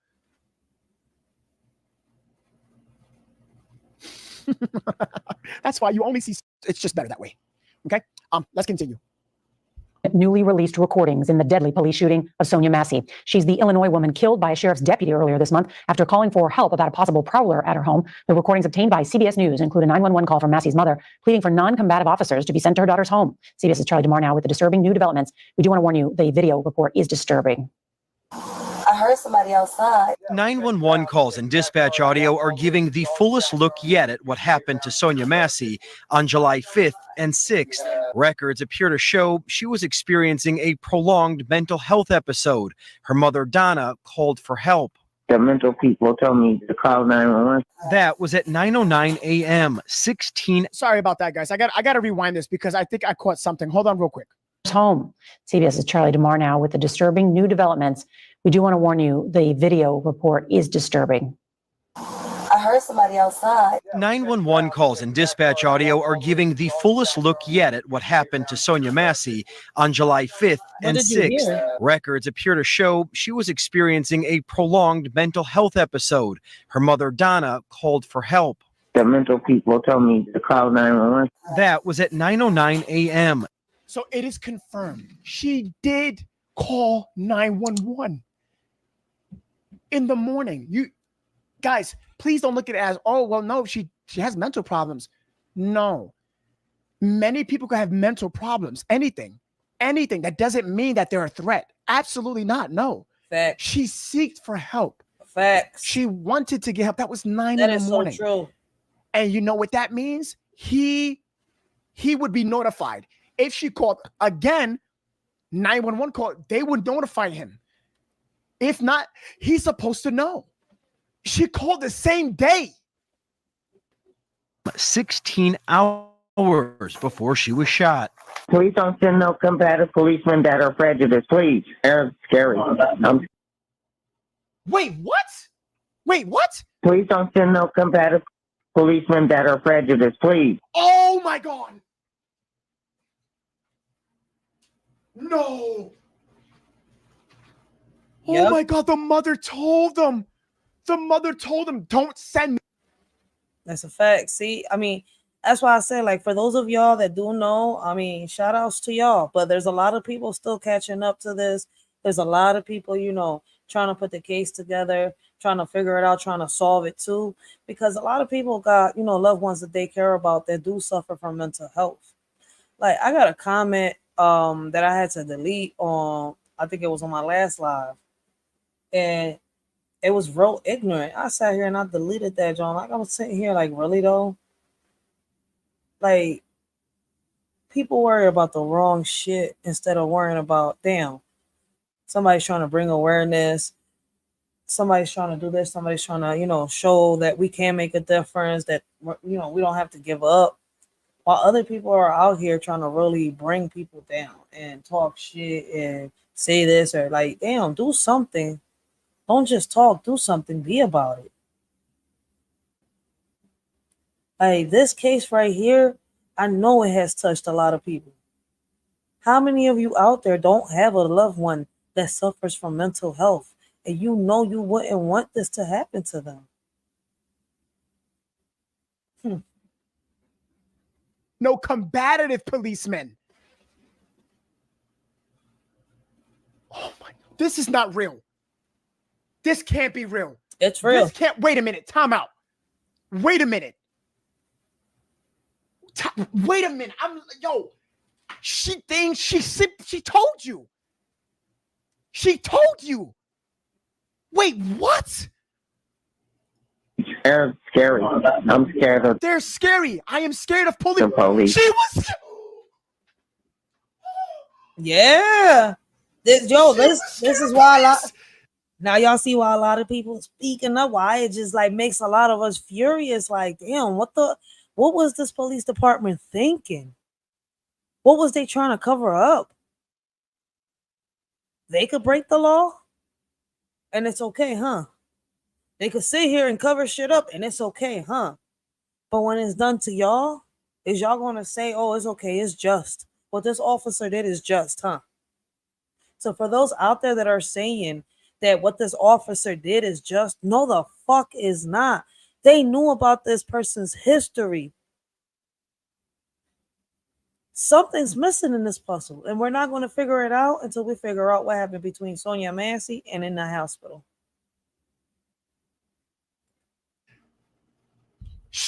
Guys, we were right. She was scared. Oh my God. That's why dude. She was afraid. Mm-hmm. Donald Davis, thank you for the 5 super chat. And Chris Tell, thank you for the 5 super chat. Thank you, guys. Don't send no combative policemen that are prejudiced, please. They're scary. I'm scared of the police. Sometimes they make the shit worse. Oh my. And that's what I just said. Too many officers make the situation worse. Like, why, instead of de-escalating the situation, a lot of these officers think that, okay, let me get like this and it's just going to solve the problem. That machismo bullshit don't work. Sometimes they make the situation worse. They literally called it. You gotta be kidding me. You gotta be kidding me. Then Massey herself called 911 just before 1 p.m. and called again early the next morning after she heard what she thought was a prowler outside her home. I keep hearing stuff on the outside of my house. This is Sonya, guys. She's talking. Guys, this is Sonya. This is Sonya. Wait a minute. She called that 12:49, guys. Oh, man, this poor baby. Thought was a prowler outside her home. I keep hearing stuff on the outside of my house, and it sounds like somebody was banging on the side of my house. I don't know. Okay, y'all come and see. She just wanted help. Officer Sean Grayson and his partner were dispatched. The encounter with police escalated quickly. Body cam video clearly captured Officer Sean Grayson shooting Massey in her kitchen. Headshot wounded a female. Headshot wounded a female. Units on scene are 1078, shots fired. But later, dispatchers can be heard saying they were told Massey died due to a self-inflicted wound. Oh my God, I can't do this. I can't do this no more. I can't do this no more. This is the title of the podcast. That is the definition of a cover-up. Yep. When statements are contradicted and we have proof by the officers themselves saying self-inflicted gunshot wound, but then you did it, then you turn on your... A self-inflicted gunshot wound, right? And she had no gun. She had a pot of boiling water on the stove. She didn't have a gun. She was defenseless. Body cam after? But then you tell the hospital it was self-inflicted, and then you tell the fucking family that it was self-inflicted, and you thought this wasn't going to go viral, and we found the proof? They're now saying self-inflicted. They're now saying self-inflicted. That's bullcrap. I'm sick of this. That's cover-up. That is cover-up. The Massey family accuses the department of trying to cover up the cause of her death by claiming it was a self-inflicted gunshot. He needs to go to jail for life. I don't want to see him in public ever again, honestly. The Sangamon County Sheriff says former Deputy Sean Grayson admits to the shooting at least twice on body camera video and that there was never any confusion over how Sonya Massey died, and nor the department also denying those claims of a cover-up. And if you want to see that 911 dispatch call, you want to hear it, I have the full length. I showed this once. I think only once. I'm going to show it again, the full length, but I want you to listen closely because I showed the part where they said yes, but low. But he also said he shot her, but it's also self-inflicted. You know what, man? You know what? If there was a harsher crime for this guy, give it to him. I said what I said. I said what I said. Now that that's confirmed, I say something. I think he deserves life in prison. Life in prison is what he deserves. Just heard it. We just heard it. We heard the 911 call at 9 a.m. at 12:49 a.m. the following day, and then the cover-up of self-inflicted. We have an update now on the story about Sonya Massey, the Illinois mother shot and killed by a sheriff's deputy after she called 911 for help. The police union representing that deputy, Sean Grayson, now says it won't continue with efforts to reinstate him.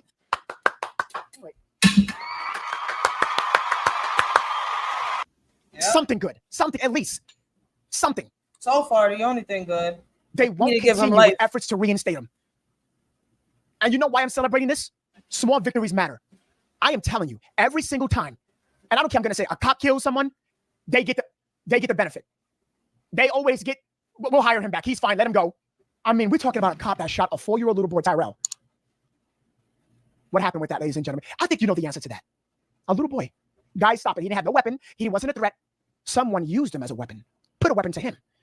And he was like, you know what? Boom. Yes, you heard me correctly. And guess what happened to the cop? He's fine. He's cool. He's free. He's good. Got a job. All right. Massey's 17-year-old son, Malachi, talked to CBS Chicago about Grayson. Yeah, he needs to go to jail for life. I don't want to see him in public ever again, honestly. Why would they even let him out to the public with a badge and a gun, knowing that all of the stuff he has going on? There's no way. None of this should happen, honestly. Grayson, who had a history of disciplinary issues, has pleaded not guilty to murder charges. Yes, somebody said no. They said that sometimes the police makes it worse. You are correct. Now, again, I say this every stream. I am not saying all police are bad. I'm saying that there are a lot of police that are bad. We must recognize this. We must be transparent. We must be real. I don't play that fake shit on this stream, on this podcast. We have all these officers all around, even on TikTok, Twitter, saying, okay, yeah, he messed up. I showed all the officers. I heard of a rumor that there was one officer who said that, Okay, so let me stop it right there. He said, I heard of a rumor of one officer. He's not lying. All right, so there is a black officer that's getting a lot of heat for saying that what the Sonya Massey shooting was just. So hold on. Let me look for it real quick.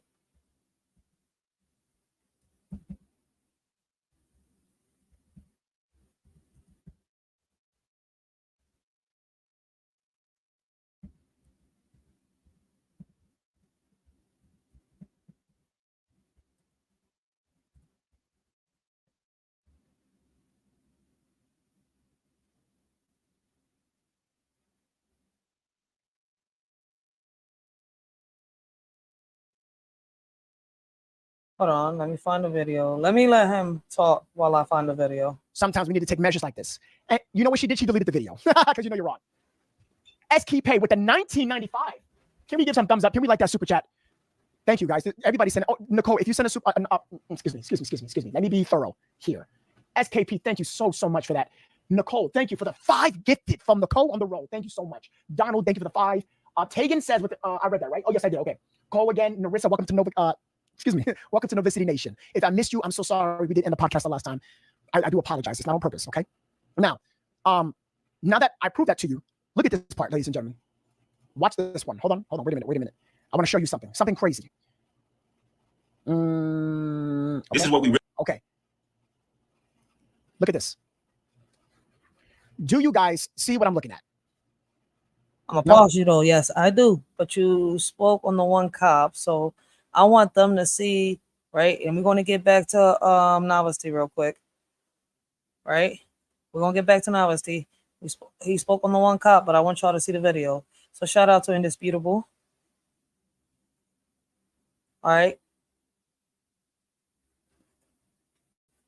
Indisputable says, right? Explosive black op, defense cop who killed Sonya Massey. Discussion today. One officer has gone on record to suggest that the officer who killed Sonya Massey was justified. The other officer is on record saying he was. I'm gonna let y'all listen to him real quick while I go grab something. I'll be right back.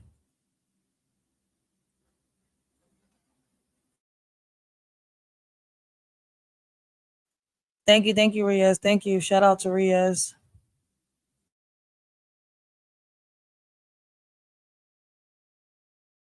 Not, in my opinion, obviously, it is well known. I believe this cop committed murder. Now, I'm going to remind you of the video and provide the context. We'll get into our discussion. Here it is.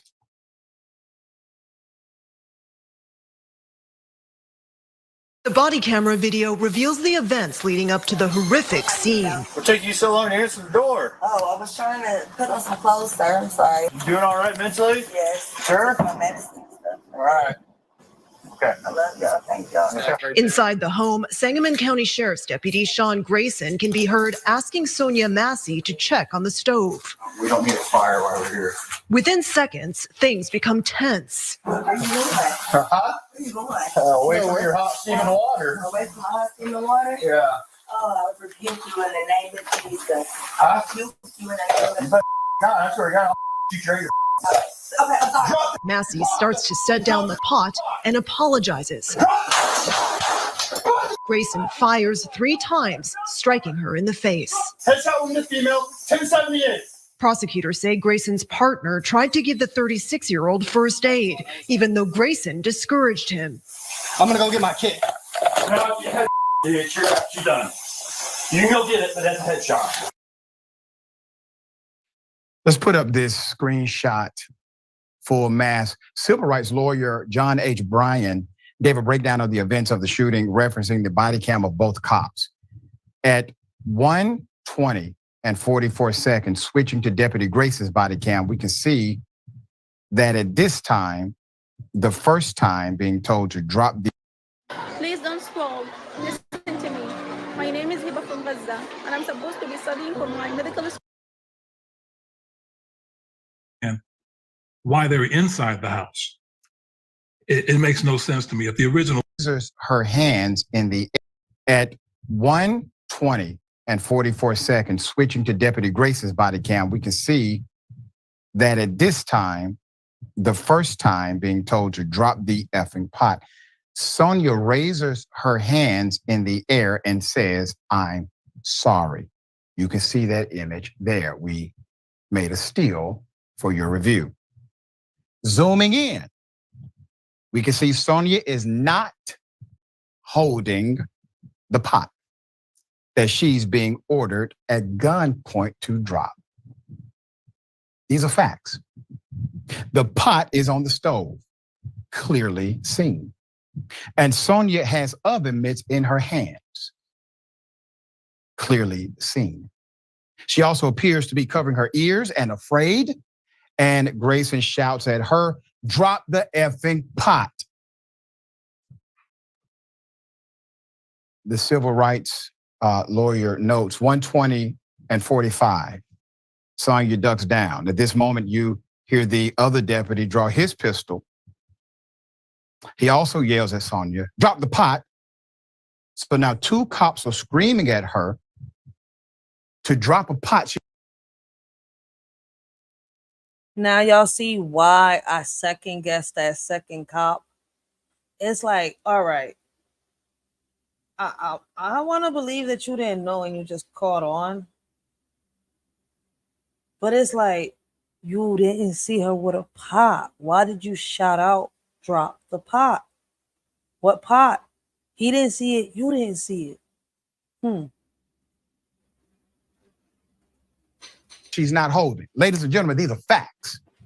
2 cops are screaming at her to drop a pot she is not holding. We have the evidence. Okay? Go to the next one. At 1:20, 45 seconds. Switching back to Deputy Grayson's body cam at that exact second, you can clearly see conclusively that Sonya did not take the pot with her when she ducked down. It's still sitting on the counter. This is a zoomed in screenshot of that same still, showing the pot is not in Sonya's possession. As she is ducking down in fear and confusion, she was undergoing a mental health crisis, thinking a prowler was at the home. 1:20:46. Pot. Let's switch back to Grayson's body cam. The pot is still on the stove. That's why I keep telling everybody, y'all have to follow the timeline. Like, listen to the audio, look at both body cameras, listen to the dispatcher, listen to what Grayson was saying, go back, listen to the phone calls the mom was saying, the phone calls that Sonya Massey made to the police department. Look at all the timelines, put them together. Like, this is a crazy case. Like, and no matter what anybody says, I feel like this cop set her up, this officer. Which has a better view. When the other deputy joins Grayson in aiming their guns at Sonya and shouting at her, drop the pot that she's not holding. Once again, there's the pot. It's circled for you. Let's speed up 1 second. Now I'm at 1:20 and 47 seconds. Deputy Grayson then begins to advance forward towards Sonya Massey, who has not moved from her position. She is ducking down on her kitchen floor as if she's somehow the perpetrator. Grayson is the one who begins to move. Instead of away from a perceived threat, he moves towards Sonya. Okay? 1:20:47, switching back to Deputy Grayson's body cam. This is what he saw, which appears to be Sonya Massey going from being crouched with no pot to reaching up, grabbing the pot, mid-steal on her hands, and then holding the pot over her head. Could it be that she grabbed the pot, held it over her head because they kept telling her to drop the pot, drop the pot, drop the pot that she did not have in her hands? 1:20:48, switching again to the other deputy's body cam now. After Grayson shoots Massey, who did not threaten to throw water on anyone, you see what appears to be steaming water hit the officer's chair at lower left of the kitchen floor. That's when you saw water. CBS News previously reported Grayson pleaded guilty twice to DUI prior to becoming a cop. He served at 6 different departments in 4 years, and that he was discharged from the U.S. Army in 2016 from the Fort Riley Army installation in Kansas for serious misconduct. They refused to name the exact nature of the misconduct, only called it serious. One of the incidents in which Grayson is accused of having trouble obeying orders happening during his 5th police job with the Logan County Sheriff's Office, where he worked from May 2022 to April 2023. Grayson refused an order by a superior to terminate a high-speed chase in the state, 121 over traffic infraction in which his speed at times reached 110 miles per hour. He's putting other people in danger. He refused a direct order. Grayson told his superiors he was about to terminate the pursuit, but he did not. Audio recordings obtained by CBS News also show superior officers were worried about Grayson's behavior, and a recording released by the Logan County Sheriff's Office, where Grayson worked from May. So a lot of officers were concerned about this one officer's behavior. So damn, shout out to the dumb lady. I spoke to her. Was it on KB panel? It was probably on KB panel. Shout out to the dumb lady, because she, she said that the second officer, could be innocent, but I still got doubt in my head.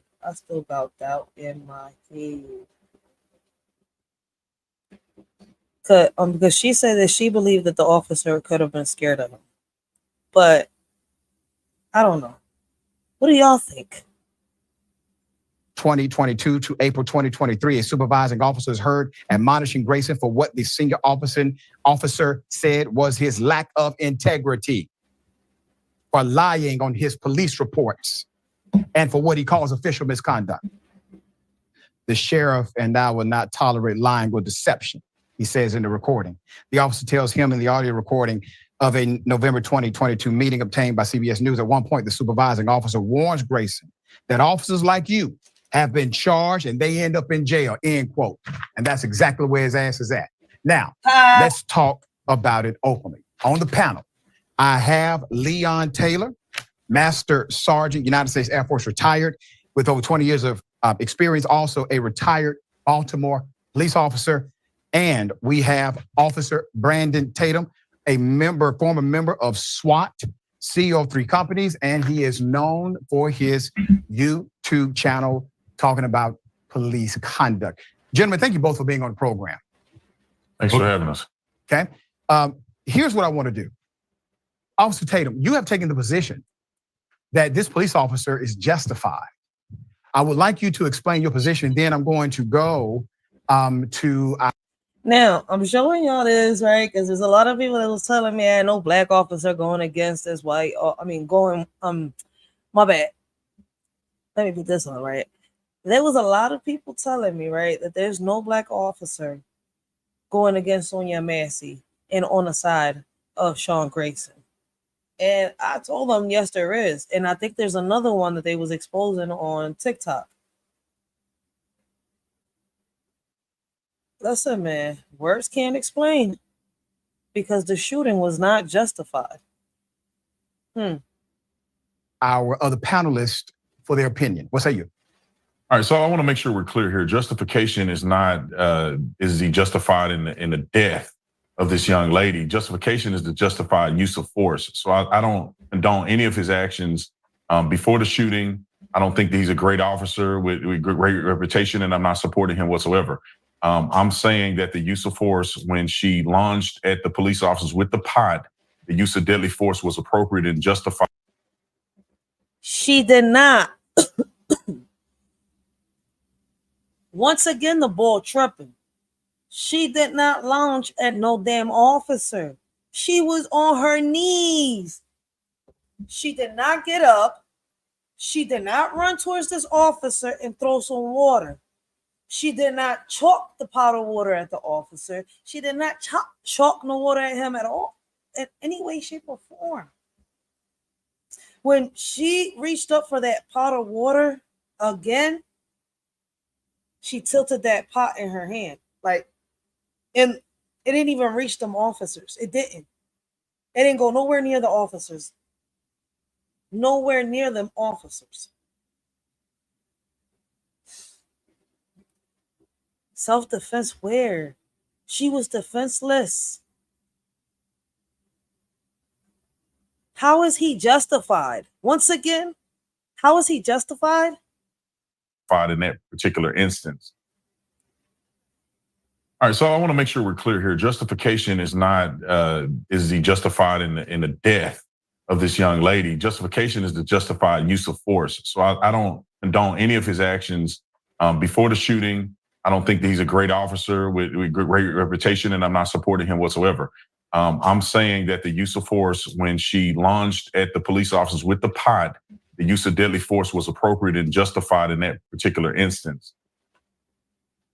She didn't. She didn't. So I'm a little lost on what this officer saw. So was he blind or was he hallucinating too? What? Say that again. That when she lunged at the police officers with the pot of boiling water, that Grayson was justified in using deadly force against her. Okay. So in your, I guess, estimation of what happened, she violently attacked the officer. No, I didn't say she violently attacked the officer. She picked up the pot and she threw it in the direction of both officers. And out of fear of serious bodily injury, which is a part of the statute requirement, they can utilize deadly force to deter that threat. And that's what Grayson did in that instance. And that's why I believe it's justified. No disrespect, sir, but you're wrong. She did not throw that pot of water at them. And she didn't throw the water at them either.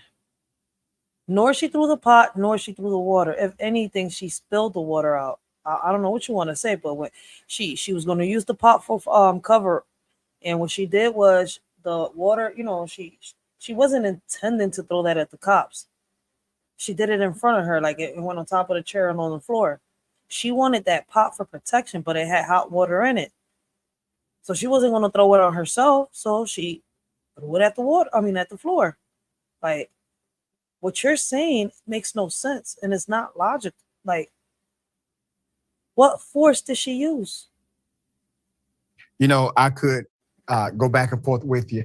I'm going to allow the panelists to opine on this because I'm sure he has something to say. Officer, what say you? Well, it's interesting. You can't legislate morality, that's for certain. But in all of this, I'm still trying to understand why they're inside the house. It makes no sense to me. If the original call was for a burglar or a suspected prowler, Once they've ascertained that that's not the case, why do they need to go inside? They already know that she possibly has mental health issues. And if y'all go to part 1 of this live, y'all will see us break down the video. Like, we broke it down, we even slowed it down so that y'all could see she didn't have the pot in her hand. To my mind, to my way of thinking, once they established they've satisfied the requirements of the original call, you check on her, ask if she's all right. It's time to code the call to go back in service. There's a dispute, obviously, of her malicious intent. I don't think there was any malicious intent whatsoever. I believe this woman was in fear of her life. I think she was being told very confusing things in a confused state. Yeah. And she was then shot and killed. Officer Tatum, I want to go back to you and pose some questions that other cops have posed, similar to what you just heard. There's a white female cop who went on record pretty quickly in uniform and talked about how this officer in particular should have never been a cop, and then she gets into the conduct after this happened. Tatum, why did he lie to his colleagues? You're talking about in the former incident? Well, he's been lying. I'm not even talking about the other incidents where we know he lied on police reports, which is official misconduct, violation of oath of office, et cetera. I'm talking about this time. As soon as his colleagues arrived, he told a narrative of an aggressive, violent individual. As a matter of fact, he said she was a crazy B word. All right. That's unprofessional, naturally, but it goes to his state of mind, dear brother. In a court of law, that goes to state of mind. If you believe you're dealing with a crazy B word rather than a person experiencing either A, a mental health crisis, or B, a possible victim of a potential crime, it goes to your state of mind. Well, I don't think that's going to end up being relevant in this case, but I do think it was reprehensible for someone to speak Why don't like you that. think it's relevant in this case when it's already been deemed relevant? That's why it's not going to be relevant. They indicted him, in my opinion, because they wanted to stop the riots from happening. They didn't want people to lose their mind over this shooting that was very emotional. In the court of law, this is going to be a self-defense argument. So Grayson is going to argue that he acted in self-defense, and that's the only thing that's going to be on the table. His previous Why didn't his behavior partner respond the same way then? Well, I think his well, first of all, their tactics were terrible. His partner was in a very difficult position to do anything. He almost shot Grayson in the back. So these cops had a lot of things that they did incorrectly, and their tactics were horrible. And I think that's why both of them didn't respond in the same manner. But I think this is going to be a self-defense argument. That's what I'm saying in the court. Not what I feel, not what anybody else thinks, not how horrible this was. It was sad to see the woman lose her life like that. Of course he's going to make a self-defense argument if he's pleading not guilty. No, but that's going to be the argument. Is he's going to argue self-defense, and the prosecution is going to have to prove that he wasn't acting in self-defense beyond a reasonable doubt. Yeah, we know that. The burden of proof is not going to be they're not going to be sufficient in this, given the fact that's that why we have fact checkers called jury members. But let me get this correct. Tatum, you're saying that these cops did everything wrong. They broke protocol. They are bad cops. You don't agree with their actions, but the only thing they got right was killing that woman. No, that's not what I'm saying whatsoever. But he's smiling because I'm a little confused right now. I mean, is y'all confused? Let's go back. Hold the fuck. He just justified. In a former incident. Well, he's been lying. I'm not even talking about the other incidents where we know he lied on police reports, which is official misconduct, violation of oath of office, et cetera. I'm talking about this time. As soon as his colleagues arrived, he told a narrative of an aggressive, violent individual. As a matter of fact, he said she was a crazy B word. All right. That's unprofessional, naturally, but it goes to his state of mind, dear brother. In a court of law, that goes to state of mind. If you believe facts, that is so true. Like the way this officer right here, Officer Tatum, is talking, I feel as though that he would do something like that too.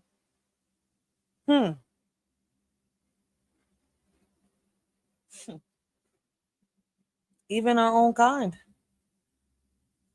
believe you're dealing with a crazy B word rather than a person experiencing either A, a mental health crisis, or B, a possible victim of a potential crime, it goes to your state of mind. Well, I don't think that's going to end up being relevant in this case, but I do think it was reprehensible for someone to speak Why don't like you think that. it's relevant in this case when it's already been deemed relevant? That's why No, you it's got not. indicted. It's not going to be relevant. They indicted him, in my opinion, because they wanted to stop the riots from happening. They didn't want people to lose their mind over this. So basically, he's saying that the only reason that they arrested him. Yo, I want to ask Judge Joe Brown I would love to hear somebody interview Judge Joe Brown on this. Like, if I could really contact him, I would. But the only time I spoke to him was through somebody else's panel. Like, if I had his number and I'm like, yo, can I interview Judge Joe Brown, on the Sonya Massey case, what he thinks and how he feels? Yo, I bet you that he will roast the shit out this. Like, is he serious? But I would like to ask him about that. Like, would they sit here and because they was trying to let him go. But just to calm the public down, would they arrest him and just give him a little bit of time? He deserves a lifetime behind prison. But could this officer be right? Did they arrest him so people don't lose their minds and start riots? This shooting that was very emotional. In the court of law, this is going to be a self-defense argument. So Grayson is going to argue that he acted in self-defense, and that's the only thing that's going to be on the table. His previous Why didn't his behavior partner respond the same way then? Well, I think first of all, their tactics were terrible. His partner was in a very difficult position to do anything. He almost shot Grayson in the back. So these cops had a lot of things that they did. I mean, I noticed that too after, somebody else pointed it to me. Like, his partner couldn't have made no shots, point blank. If he would have made a shot, he would have shot his partner in the back. But his partner's got a freaking vest on. But anyways, either his partner was scared of the officer, or his partner, was trying to get evidence of what his partner was doing. I mean, this can go in so many ways. So we got so many theories. Incorrectly, and their tactics were horrible. And I think that's why both of them didn't respond in the same manner. But I think this is going to be a self-defense argument. That's what I'm saying in the court. Not what I feel, not what anybody else thinks, not how horrible this was. It was sad to see the woman lose her life like that. Of course he's going to make a self-defense argument if he's pleading not guilty. No, but that's going to be the argument. Is he's going to argue self-defense, and the prosecution is going to have to prove that he wasn't acting in self-defense beyond a reasonable doubt. Yeah, we know that. The burden of proof is not going to be. So they're not going to be sufficient in this, given the fact that's that why we have fact checkers called jury members. But let me get this correct. Tatum, you're saying that these cops did everything wrong. They broke protocol. They are bad cops. You don't agree with their actions, but the only thing they got right was killing that woman. No, that's not what I'm saying whatsoever. That's basically what you're saying. I don't think that. The way he's talking is basically that's what it sounds like he's saying. I mean, I know I'm not misunderstanding this. The bull took it like this. I would like to hear what y'all think. But see, there's people saying that, there's no black cop taking the white officer's side when there is, even our own kind. But hey, let a shorty be crazy, right? Because like I said, we're here to bring awareness. We're here to bring solutions to the table. We're not here to knock nobody down or judge them.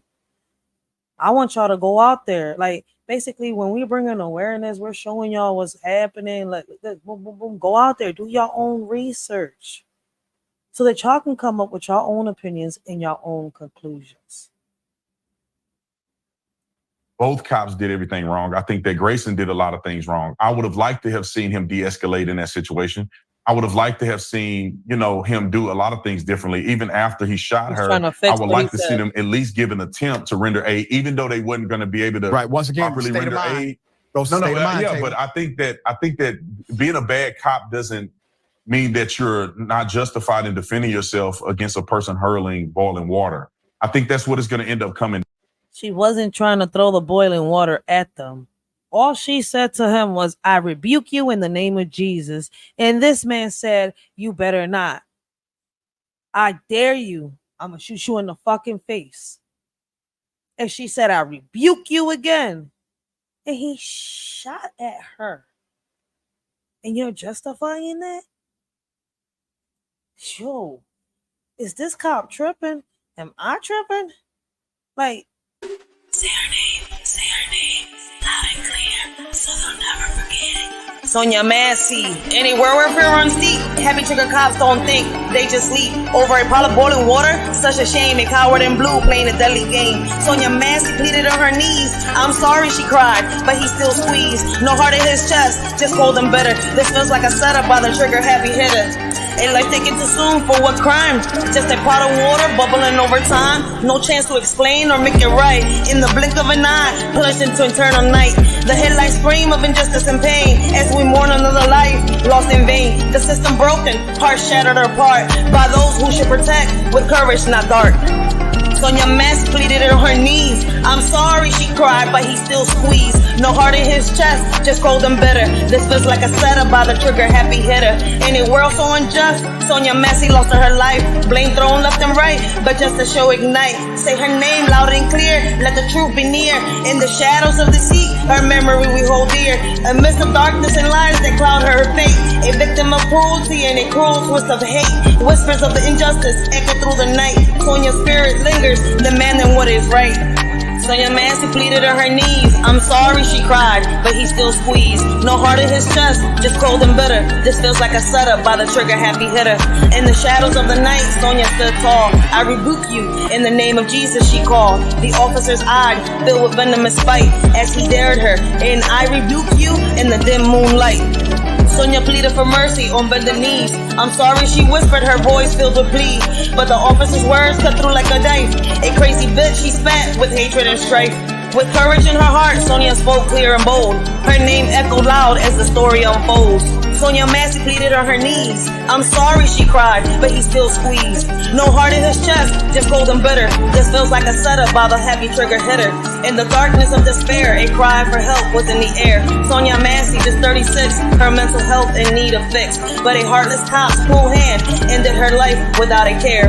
Say her name loud and clear, let it echo far and near. Justice must be served, for Sonya's unfairly taken. May her story be a beacon, shining light on lives forsaken. Sonya Massey pleaded on her knees. I'm sorry, she cried, but he still squeezed. No heart in his chest, just cold and bitter. This feels like a setup by the happy trigger hitter. We lift our voices high to honor Sonya's name in the sky. Let it hover over their heads as a reminder of the cost of neglecting those in need and the lives that have been lost.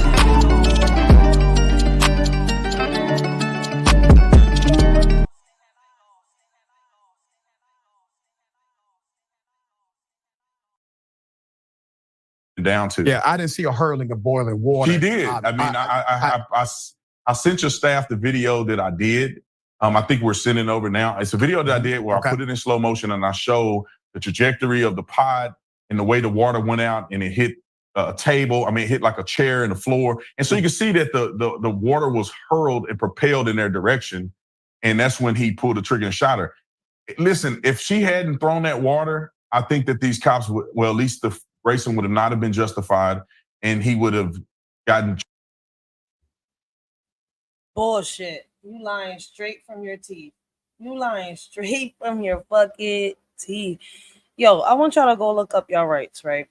Y'all do know that an officer, right? I said this, I think it was on part 2. I think, when I, before I got interrupted, before my life got interrupted, that's why we're doing the part 3.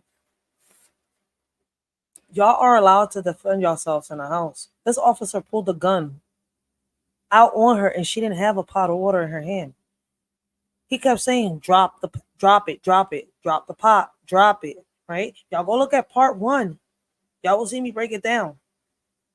She didn't have that pot of water in her hand until he got closer to her, right? Until he started getting closer to her that she reached up. And like I said, you could tell she was trying to use the pot for protection. She wasn't going to pour it on herself, so she threw the water like that. The officer still wasn't near her. When he got close to her, he kept saying, drop it, and still pulled the trigger. No chance to explain nothing. Not let her, he didn't let her say, yo, look, the pot is empty. You could see her moving the pot up and down before she gets shot. An empty pot with no water. Before she got shot, the pot was empty. Before she got shot, that officer was not near her when she emptied that pot of water. This shooting was unjustified. This officer committed assault. Whether the men and women in blue want to believe it or not, this shooting was unjustified. Whether the people out there in the community that are saying that this officer's shooting was justified, it was not. It was unjustified.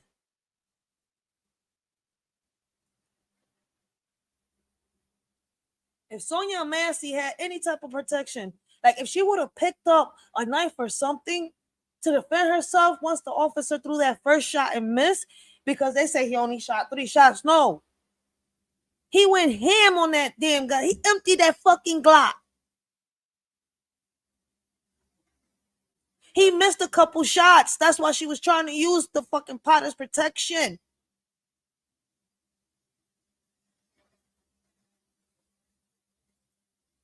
Charged correctly, but I think when she threw that water, he's going to have a justification in the necessity to use deadly force in his self-defense. The defense. I got to go to Officer Taylor. Officer Taylor, what say you to that?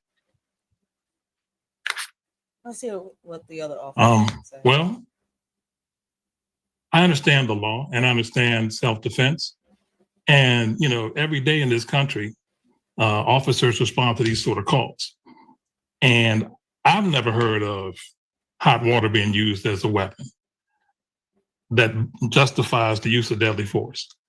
To my way of thinking, they could have mitigated the whole thing. Yeah. Number one, they didn't have to be inside the residence with her. Thank you. That's number one. Number two, if they were going to be in the residence, you've got an officer primary and you got a backup officer. Fact. If you're so concerned about the possibility of a fire breaking out, and you have this woman who you've already established has mental issues, she's seated. Why not have your partner go and turn the pot off? Thank you. If it's that big of a deal. Again, I still don't understand why they were both inside the residence asking for her ID.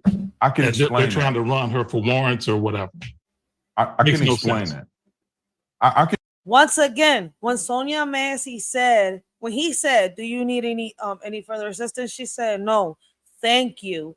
He insisted on her getting her ID. Then he followed her into a house. Y'all have to go watch the video. Go break it down. Y'all do your own research, right? For those of y'all that want to say, "Oh, that's bullshit," you don't know what you're talking about. Y'all go break it down, right? So now, for those of y'all that want to find out the truth of what happened, let's keep going. I can explain that. I agree with you that when you look at it after the fact, there's some things that I wish that they would have done differently. But it wasn't unlawful to be in her house at the time of this incident. It seems that when they first engaged with her, it was a call the night before of her struggling with mental illness. That's why Officer Grayson, Deputy Grayson asked her, was she still struggling with mental illness, because she was kind of being erratic. So on a call that's a prowler call, you have the right to investigate the call and get information from the person who's calling, so that you can rectify it, because she did. She didn't invite him in the house, you fucking fool. He went in behind her. She was going to close the door. He opened the door. You know that little screen door she had? Yeah, she was going to close it behind her. He put his hand in and walked in behind her. She didn't say come in. She didn't say come in. You do know that as civilians, we got rights, right? She called for help. And if she tells him she don't need his assistance no more, he is supposed to walk away. Call it in. If he feels as though that this is some type of mental health issue, call it in. It seemed like she was struggling from a mental illness encounter. She was also on the phone with another deputy. It seemed like they were trying to get her mental illness situation, I guess, put into check, which everything was going fine. They were having a reasonable conversation. They were laughing and joking. Even when she went to the stove, they kind of were joking before she said, "I rebuke you in the name of Jesus." She wasn't laughing. The officer was laughing alone. And so I think that that's where the storyline is going to go in the court of law. They're going to say that everything was fine. Nobody was being intense. Nobody was violating laws. They were acting within the color of their authority.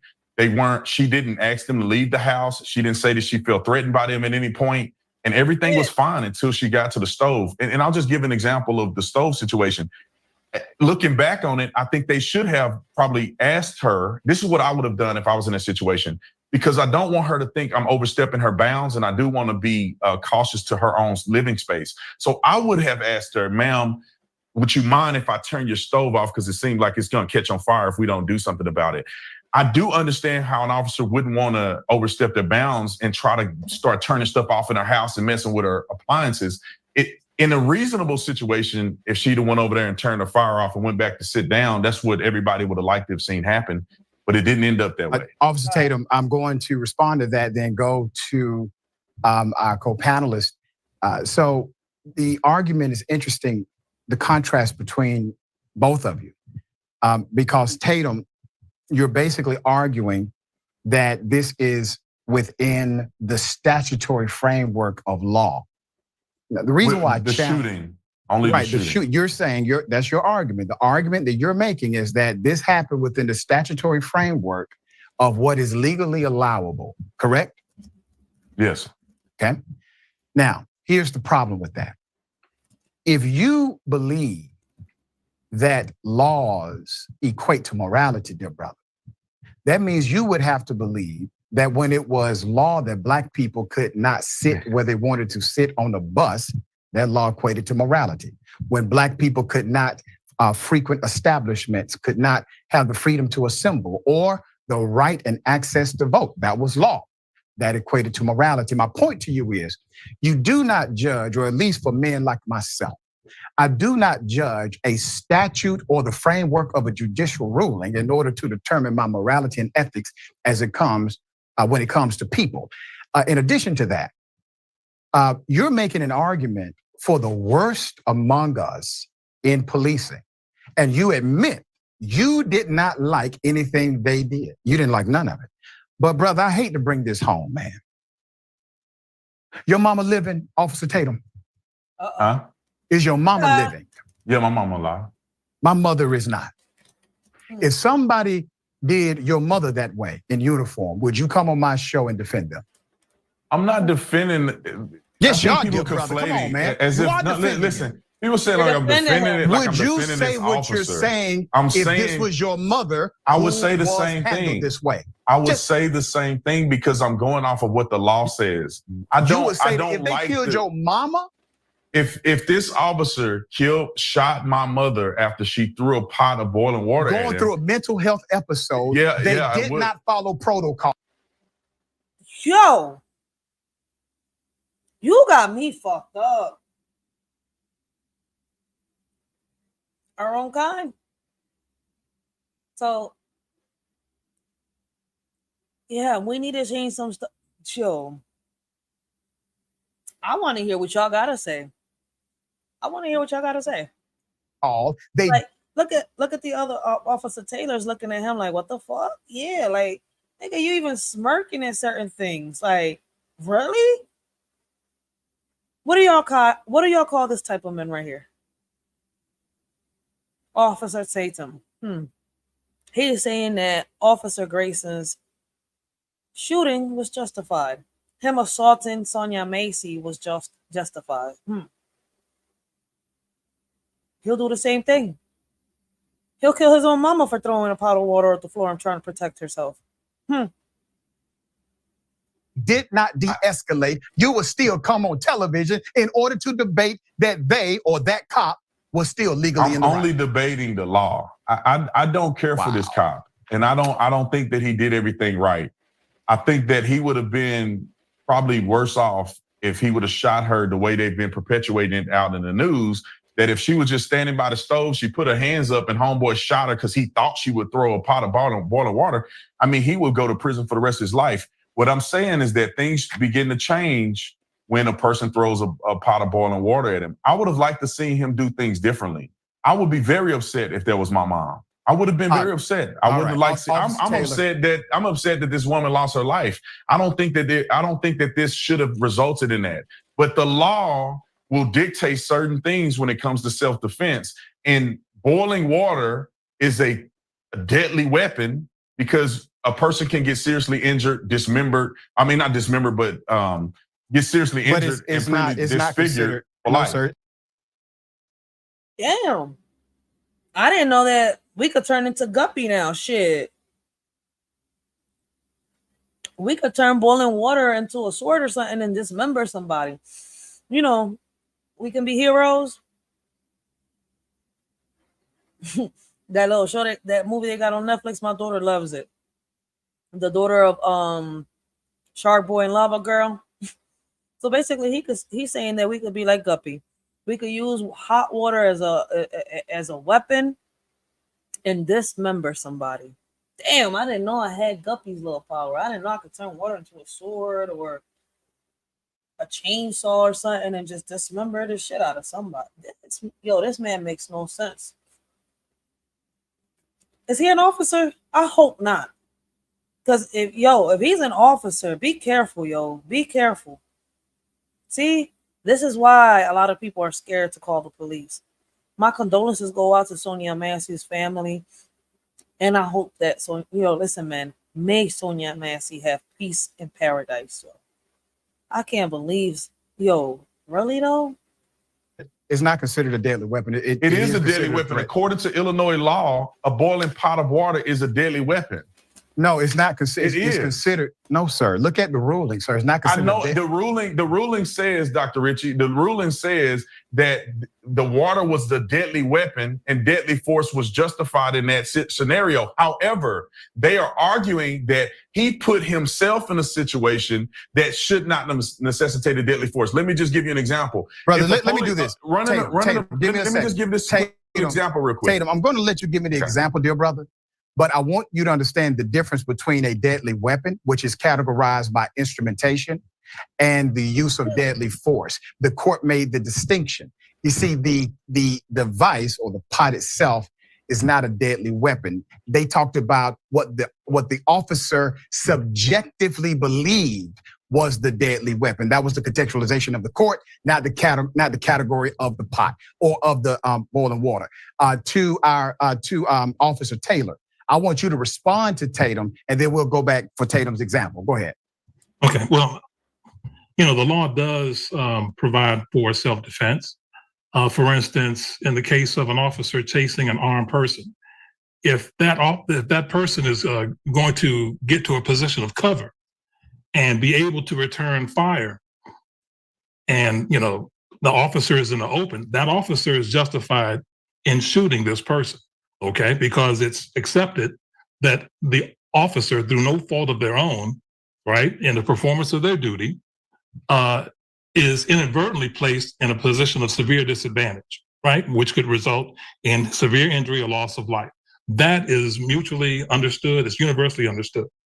But also, saying that, it's also well known and universally accepted that if an officer is engaged in a gunfight with a person who places themselves in front of a group of citizens, to the extent that there's a possibility that if the officer returns fire, one of those citizens might be injured, then those are just rounds the officer has to eat. And this is basic. This is right out of the academy in Baltimore City, one of the most violent cities in the United States.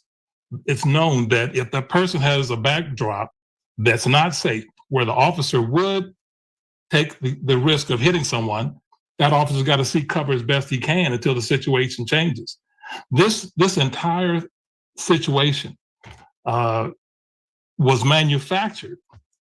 He manufactured these exigent circumstances, literally told the woman what he was going to do to her. Facts. And then did it. I don't understand any of it. I don't understand what argument he has. I don't understand it at all. I would not want to go to court with this argument. There's no way in the world I would want to do it. I think his partner was very uncomfortable. I think his partner was equally as confused. I mean, this is Derek Chauvin to the nth degree. This is crazy. This is madness. Tatum? So yeah, I just want to give the example. An example that they're giving with this particular officer, they charge him with first-degree murder, which is intentional murder, and it's not going to hold up in court whatsoever.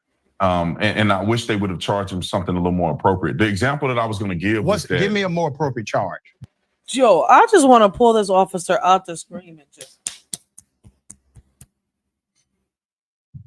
Well, I think he's going to be found innocent or not guilty because of the self-defense argument. But you because said the you initial wish they would have charged him with something more appropriate. Well, I'm saying at least be reasonable, right? But because brother, what appropriate charge are you referring to in your mind? Okay, so there's two arguments here. I think he's going to be justified, but that doesn't mean he can't be charged because people do have concerns about his behavior. I think that something more of, they could have gotten it for manslaughter, maybe second-degree murder, if they want to push it that far, would have been more reasonable. To charge him with first-degree murder is a burden that they're not going to have any chance at proving. They still have an opportunity to add lesser. Yeah, they have to add lesser offenses. They have to try to prove premeditation, which is never going to happen in this case because everything was fine before she said, "I rebuke in the name of Jesus," while holding that pot of boiling water, which nothing was fine. He should have left when she said that she didn't need his assistance. He knew who she was. He knew she had mental issues. He didn't need her ID. If he thought the situation was serious, he was supposed to call it in as an officer. So this officer Tatum right here is making excuse after excuse. Was the initial aggressive threat. Well, and so he used the threat of deadly force against her. Let me correct something that you said. Okay. The murder statute he's charged under, well, number one, lesser offenses can be added. I actually believe they will be. But the murder charge does not require premeditation in the sense that he went to the home in order to kill. It requires mens rea. And mens rea means that you knew or should have known that killing a woman who is ducking down on the floor in her home was a crime. You develop mens rea at that point, and that is the formation of charge. All right, go ahead, bro. Well, that he would be guilty if that's what happened. That's what happened. We're all on the same page. If she crouched down and he just shot her because she had. What video did he watch? She dropped down. She said, "I'm sorry." She didn't reach back up for that fucking pot until he got close to her. Until he started getting closer to her. And he still wasn't close to her when she threw the water out the pot. And she was not throwing it at him. She threw it to the floor. In order to throw it at him, she would have to throw it over the counter that was between her and the officer. Like, this dumb motherfucker doesn't know what the fuck he's talking about. Like, I want to know what fucking video did he see? Was it another dimension where this shit was the way you're saying it? Because the whole fucking world saw what the fuck I saw. I didn't mean to get like that, but damn, people like this, I just want to. Had a pot next to her. He thought she was going to throw the pot. He would have had no chance in this case. But I think that the fucking pot was on the stove the whole time. Drop the pot. Drop the pot. Drop the pot. She was on her fucking knees. A counter, a chair, and I forgot what else was there dividing the both of them. As he started walking towards her is when she reached up. Her life was already being threatened. He was telling her to drop a pot she never had in her fucking hands, you dumb mother. Ooh. That when she picked the pot up, for whatever reason, I still don't know why she would throw the pot at the guy. Well, she picked the pot up and threw it, and then when he shot her and used deadly force against her. You do know that his knowledge of the mental health crisis is going to be front and center in the prosecution. That doesn't preclude him from defending himself. Just give me a moment. What it does is it sets a parameter of protocols that must be followed in order to protect life. And but if it you also decide, if you justifies. decide to not follow those protocols, you have willfully engaged No, but it also in the violation of those protocols. It also lends to the fact of her being very unstable and making that furtive action without any kind of signs or anything before that. So that's not what they're true. gonna that is not because true. of she she was had a when he mental health said she was crisis the day crazy. before. No. When he said she was crazy, that sound bad for him to say it, but it was true because she may have been going through a psychotic episode, and But see, I don't brother, know what that's she. not. That's the point. That's what they're going to make that point in the you're court of saying law. that's crazy, brother. That's not crazy, brother. For somebody to be talking normal and you engaging in a normal you conversation. don't talk normal. The hell you talking about? But, Tatum, you're crazy, Tatum. She was sick. She was going through a mental health crisis. She needed a doctor, brother. Which is you fine. are crazy. You sound crazy. You always do. No, all right, brother. Let me go. Dog. I said I wasn't going to do this. I said I wasn't going to do this. Let's have a real conversation. Let's have a real conversation. Nico, you said that you would defend the cop killing your mama. I should have kicked y'all. I didn't say nothing about defending a cop killing my mama. I said it's a self-defense argument that he has a self-defense argument in the court of law. That's not defending somebody who can. You're getting emotional and taking it personal. Damn right, I don't know either one of these people. Yo, if a man says here, they literally said that he will that he'll defend the fact that if his mom had mental health issues and she was in the shoes of Sonya Massey and the situation played out the way it did with Sonya Massey, he would defend the situation. That his mama was in the wrong. Yo, am I tripping right now? Huh. Oh, I'm on the wrong video. People. I'm just telling you what the law says. No, you're wrong we'll about see when the it law. goes to trial. You're wrong We'll see about when it goes to trial. premeditation. You're wrong about the law. All right, so, brother, if you would, what's your response, Tatum? I'm running out of time. I'm over here dying, literally. I mean, I know what the law says. I know about self-defense, okay? I've been in bad situations myself. But I also understand that you can't ask the question, are you okay? Are you having an episode? Okay, and then place the woman. Literally, he placed the weapon in the woman's hand. If it was a weapon, he placed the weapon in the woman's hand. You just said That's it right what he there. did. Is And it a I'm not weapon or is it not a sure. weapon? I am not sure who had the mental break because she comes off very reasonable compared to whatever episode he was going through in his head. I was saying the same thing. Like, yo, for Sonya Massey to have schizophrenia, she handled that situation very well because the people out here with schizophrenia, right? I mean, even my brother, when he was alive, they would have charged at this officer as soon as he said, I will shoot you right in the face, they would have reached for a weapon thinking they was already in harm's way, shouting and screaming, telling them to get out, saying a whole bunch of stuff.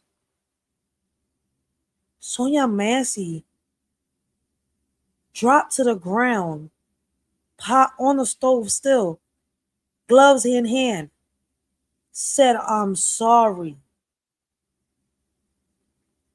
And this officer continued to tell her to drop a pot of water that she did not have in her hands. She didn't reach up for that pot and she was still on bended knees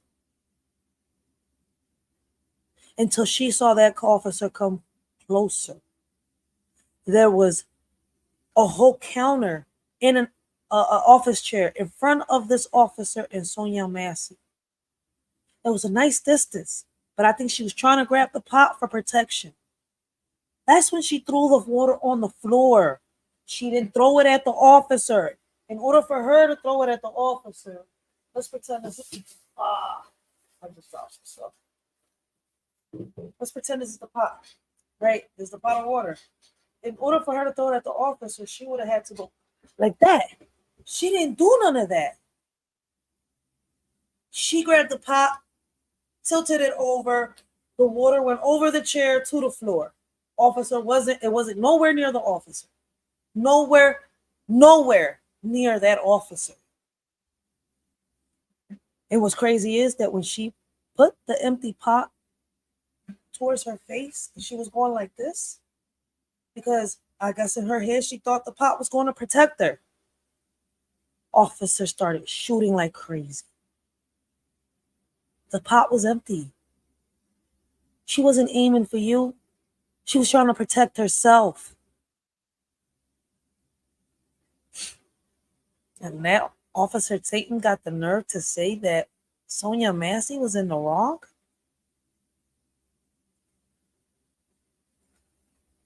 I've never heard of anybody tell someone what they're going to do to them. Okay? Take the uniform off of it. Take the uniform off because you shouldn't have had it on the first damn place. We can argue that. If somebody says to you, Tatum, don't throw this at me. I'm going to shoot you in your effing face. Okay? I mean, hey, that's going to put you in a state of fear. No, well, kind of, sort of, right? I mean, if I got a pot and I'm going to throw it on you and you pull a gun on me and say, I'm going to shoot you in the face, and I let the pot go because I realize this guy's going to shoot me if I throw this pot at him, and she put her hands up. No, let me put it like this, okay? No. She put her hands up. No. It was over. I am not shooting the woman. Why did she throw the pot? No, I wouldn't either. Because I don't want to get scolded. Okay. But that's crazy. If she throws the pot of boiling water on you, you could potentially die from 3rd-degree burns. You will be seriously dismembered or disfigured. I'm not getting that close. Permanently, you could be permanently blind. Like Officer Taylor just told Officer Tatum, I'm not getting that close. They should have been left. They should have called it in. This officer was doing more than what he was supposed to do, which lead us to the same question that I've been asking. Why was this officer already en route before he got the call from dispatch? What happened between this officer's wife and Sonya Massey in the hospital? Because she got discharged. 2 days. She was supposed to be there for 30 days. She got discharged on the 2nd day. When she got home, she called for help. She thought she saw the prowler. She had already called for help before because she needed help with her mental health. Her mom was calling in. Her son says that he believes that these 2 officers were the same officers that answered the call hours prior to this incident. And I think it was in the morning. So I could be right on saying hours. And if they were the same officers, why did they play the scenario off the way they played it off like this? I feel as though like this officer already had it in his mind, but his partner was there. And if his partner knew what he was going to do, right? Probably his way of not snitching on his partner and getting in trouble was by keeping the camera on. He was nervous, scared, didn't know how to go about the situation, so he went along. That's why I'm saying, like, yo, if y'all look at the video, y'all can really put 2 and 2 together. Then put the, listen to the calls, the audio calls, the dispatch calls, the everything, the timelines. Y'all got to put it together. Y'all got to listen to one first, then the other. Like, this Officer Tatum right here makes me feel like, damn, really? Our own kind. Not getting that close. It's not about close. Could come down and take me to the moon or whatever. We can say whatever we want to say and what we should have, would have, could have did. I agree with you. There's things that I believe I would have done differently. But when he points the gun at her, she puts her hands up. She goes down to the ground. She is no longer a threat initially because she's no longer a threat to them with the pot. So they move in to see what she's doing. Maybe she's giving up. Still telling her, but they're warning her because they're warning her because she did exactly what they were afraid of that she was going to do. They're saying, put the pot down. Don't touch the pot. They get closer to her. She gave up. I got you. I'm getting the rap. I mean, he never had to say, don't touch the pot. She wasn't touching the pot. He just kept saying, drop it, drop the pot, drop the pot. See, this officer right here is defending. He's defending Officer Grayson. Whether he says he says he's not, but he really is. Shame on him. I'm getting the rap. They're going to prove that she intended to throw the pot the whole time. Well, Tatum, like you said, you're getting emotional, brother. I'm not getting emotional. I'm just telling you the truth. I want to make sure we say this for the record. Mental health crisis, people experiencing them, it is a very delicate situation. And once that officer, and I, brother, I believe you, Taylor, that part is going to be important because he said it and it's on camera. He said it. He knew, he had knowledge. This is probably a mental health crisis. It's a matter of record. That's right. It's a matter of record now. And I think that knowledge going into that situation, to him still deciding to kill her rather than value her life and say what needed to be done was a mental health response. The man decided that her life was not worth him getting scalded for. This is what they were doing. Or just walking away, just going outside. This is what they were doing before the pot situation. They were on the phone with her. They were trying to get her the resources she needs before the pot. This is why in court is going to be a very different argument. Well, we shall see, dear brother. You've been wrong. You've been wrong a whole lot. I ain't never been wrong. What situation I've been wrong about? Tatum. You wrong today. You say I'm wrong today. We will see. This is all right. I gotta go. Definitely wrong today. I gotta go. Thank you. Thank you. So y'all believe that this officer was wrong? Y'all think he was right? Shame on him.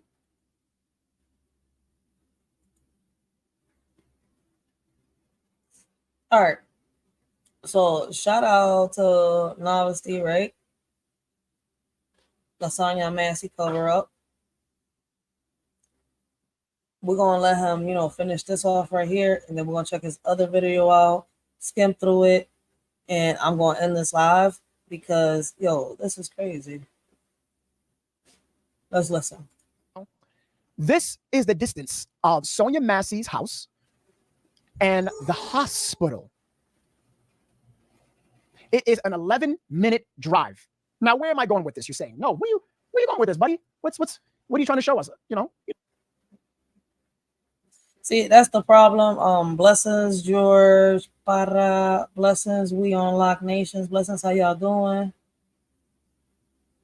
But George Parra, she didn't throw no boiling water at the officer. She was throwing it at the floor because she was trying to use the pot as protection. In her head, she thought that pot was going to protect her. See, for the people that really keep thinking that she threw the water at him, y'all need to go back and slow the video down as much as y'all can slow it down. And if y'all can't do it on YouTube, I got Cyberlink. I don't know what y'all use to edit y'all videos and stuff like that. But if y'all use, an app like Cyberlink and stuff like that, y'all could really slow it down to the point where you could see her. She thought she was defending herself with the pot. She wasn't throwing it at him. This officer was all the way wrong. So, I don't know if you're trying to say, that she did it, but no, she didn't. And there's enough proof out there to prove that she didn't do it. Yeah, that bull, Brandon Tatum, is very dumb. Like, I swear. Hey, what is that? What is that address? Well, if I zoom it in, you see H. Anytime you see H, that means hospital. What if I click that? What would it say? What hospital? St. John's Hospital, the closest hospital to Sonya Massey's house. Wait a minute. St. John's? That sounds familiar. Wait a minute. St. John's? That sounds like something I know. Who works at, wait a minute, St. John's? Who works there? Who works there? Can somebody in the chat tell me? 11-minute drive from Sonya Massey's house to the nearest hospital? The house where Sean Grayson shot and murdered Sonya Massey? Wait a minute. Something's not right here. Who works there, ladies and gentlemen? Can somebody say it on Facebook or YouTube? Who works there? You got it right. You got it correct. Sean Grayson's fiance works at that hospital. You heard me correct. Now, you don't believe me? Have a look. Registered nurse at HSHS St. John's Hospital. Registered nurse at St. John's Hospital. Self-inflicted gunshot wound. Self-inflicted gunshot wound. Sergeant with the flashlight. Where's the gun? There's no gun. She came at me with boiling water. There's no gun. Where's the gun? There is no gun. She came at me with hot boiling water. Let's take it to the hospital. What's the nearest hospital? St. John's Hospital. Are you connecting the dots, ladies and gentlemen? Do you understand what I found out? Are you connecting the dots, ladies and gentlemen? That's true. Like I said, I mean, a lot of us are here just to bring awareness. We care about situations like this. It's up to y'all to go out there and actually do your own research and figure it out. You know, oh, snap, was they right? Was they wrong? That's it. So we're here to bring the news. We're here to bring awareness, bring solutions to the table if we can. And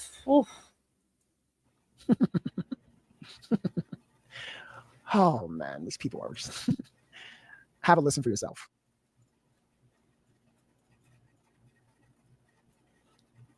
You want to run down real quick? 96. Is there anything we can do for? All right, I'm not even gonna waste on that stuff then. You want to run down real quick? Nope, right. All right. House is cleared. She was the only one. Where's the gun? No, she had boiling water and came at me with boiling water. You shot her? Yeah. You shot her? Yeah. But wait a minute. Wait a minute. Chat, didn't we just chat? Am I going crazy, or did we not hear something at the beginning? I could have sworn I heard something.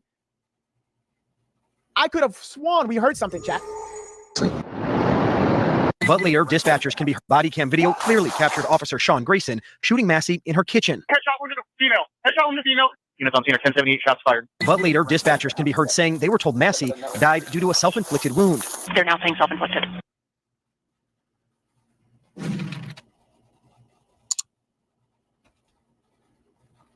Explain this to me. You know, the family didn't find out that the day that this happened. The family found out the next day. why cover it up? See, what's crazy is they called it in as a self-inflicted wound. Self-inflicted. Then when all the other officers get there, they try to say that, they ask, where's the weapon? Then the officer says, no, I shot her. Like, really? All this over a pot of boiling water that she threw on the floor to protect herself. She wasn't throwing it at the cop. So if y'all pay attention to this case and y'all really, y'all really interested and y'all really care, y'all will connect the dots. And they were told it was self-inflicted gunshot wounds. But ladies and gentlemen, you don't understand. If we did not have the body cam footage, do you get it? Do you understand what I'm telling you? If we did not have the body cam footage, they could have got away with this. Mm-hmm.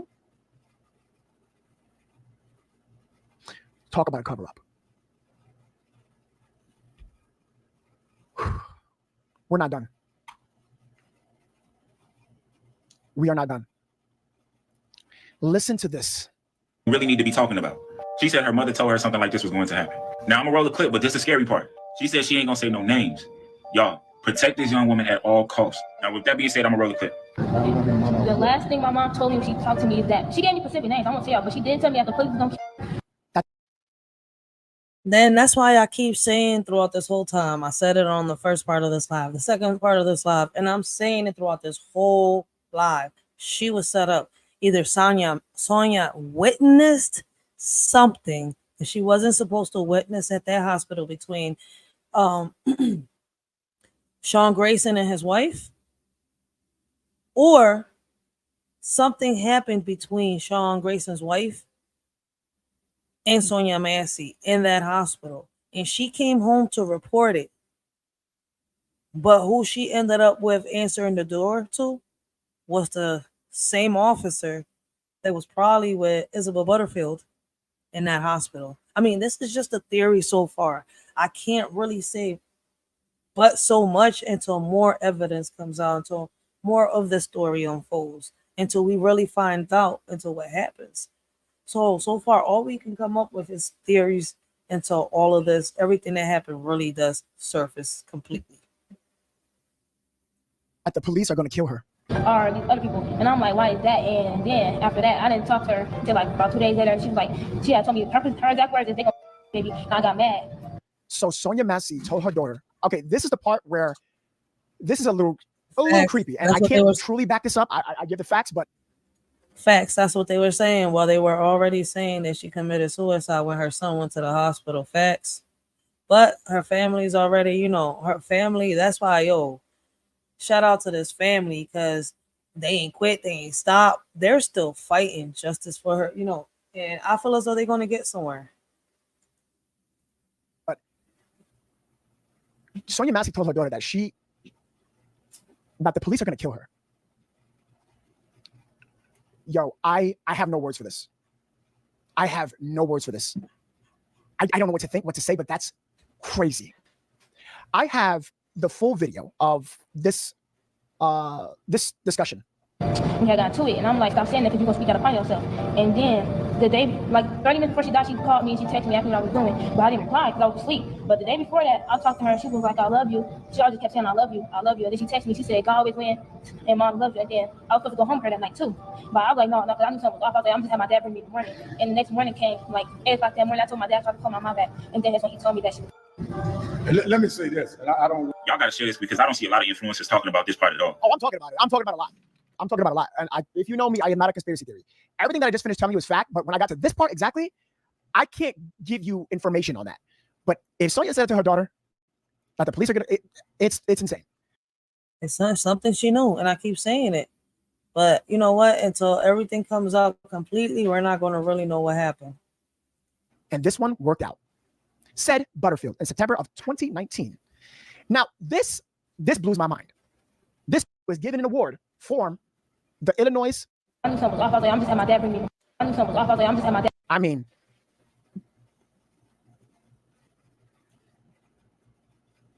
I hate that it doesn't have fast forward. Sangamon County Sheriff's Deputy Scott Butterfield, center, is congratulating by his daughters, Isabel Butterfield on the left and Anna Butterfield on the right, after he was given an award for the Illinois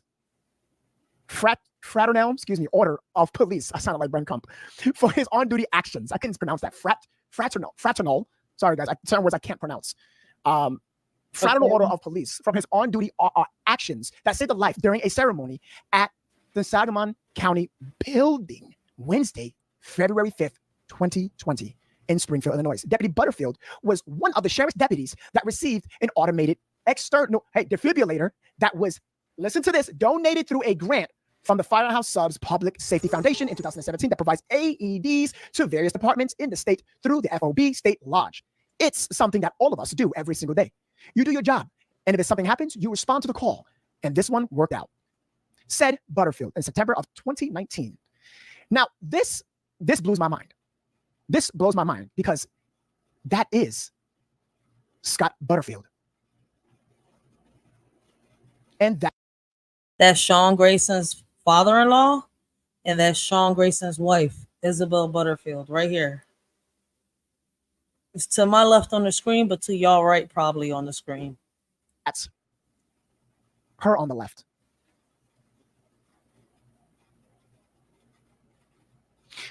Is this the man responsible for getting Sean the job? Because it seems to me that this family is still on Sean's side throughout this whole mess.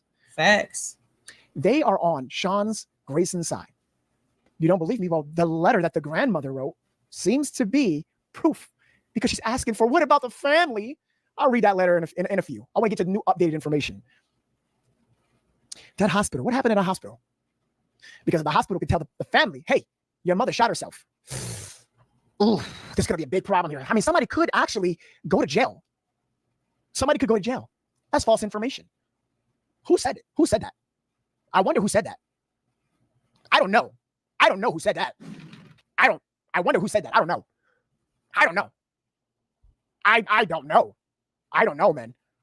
It's a lot of dirtiness going on. It's a lot of that. I don't know. I'm just saying. We're going to get to that new video. Now just 23 blocks.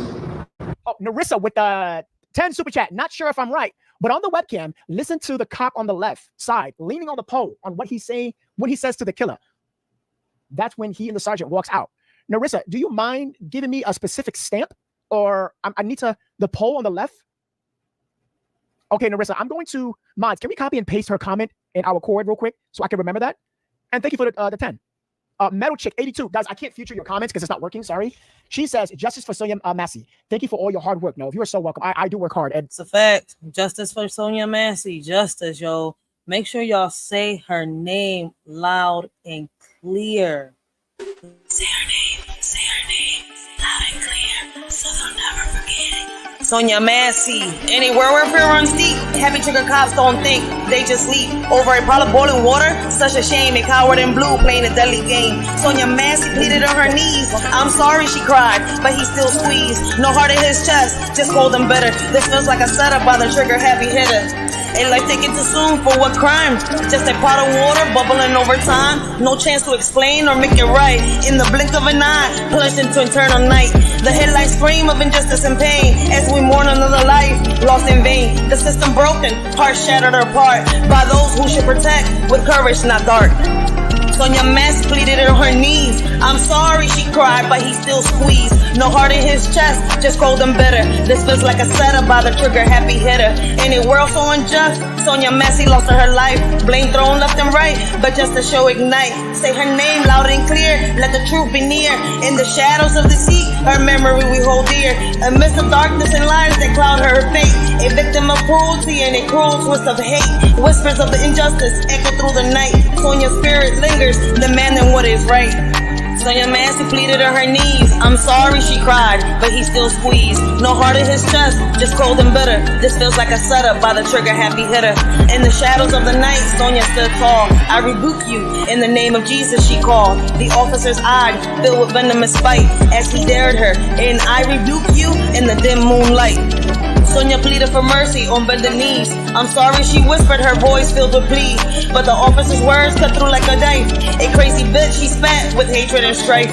With courage in her heart, Sonya spoke clear and bold. Her name echoed loud as the story unfolds. Sonya Massey pleaded on her knees. I'm sorry, she cried, but he still squeezed. No heart in his chest, just cold and bitter. This feels like a setup by the heavy trigger hitter.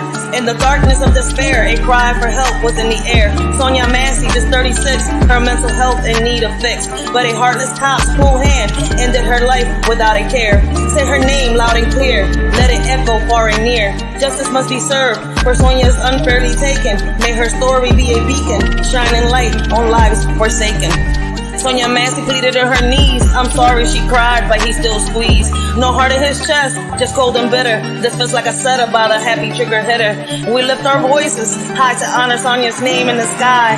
Let it hover over their heads as a reminder of the cost of neglecting those in need and the lives that have been lost.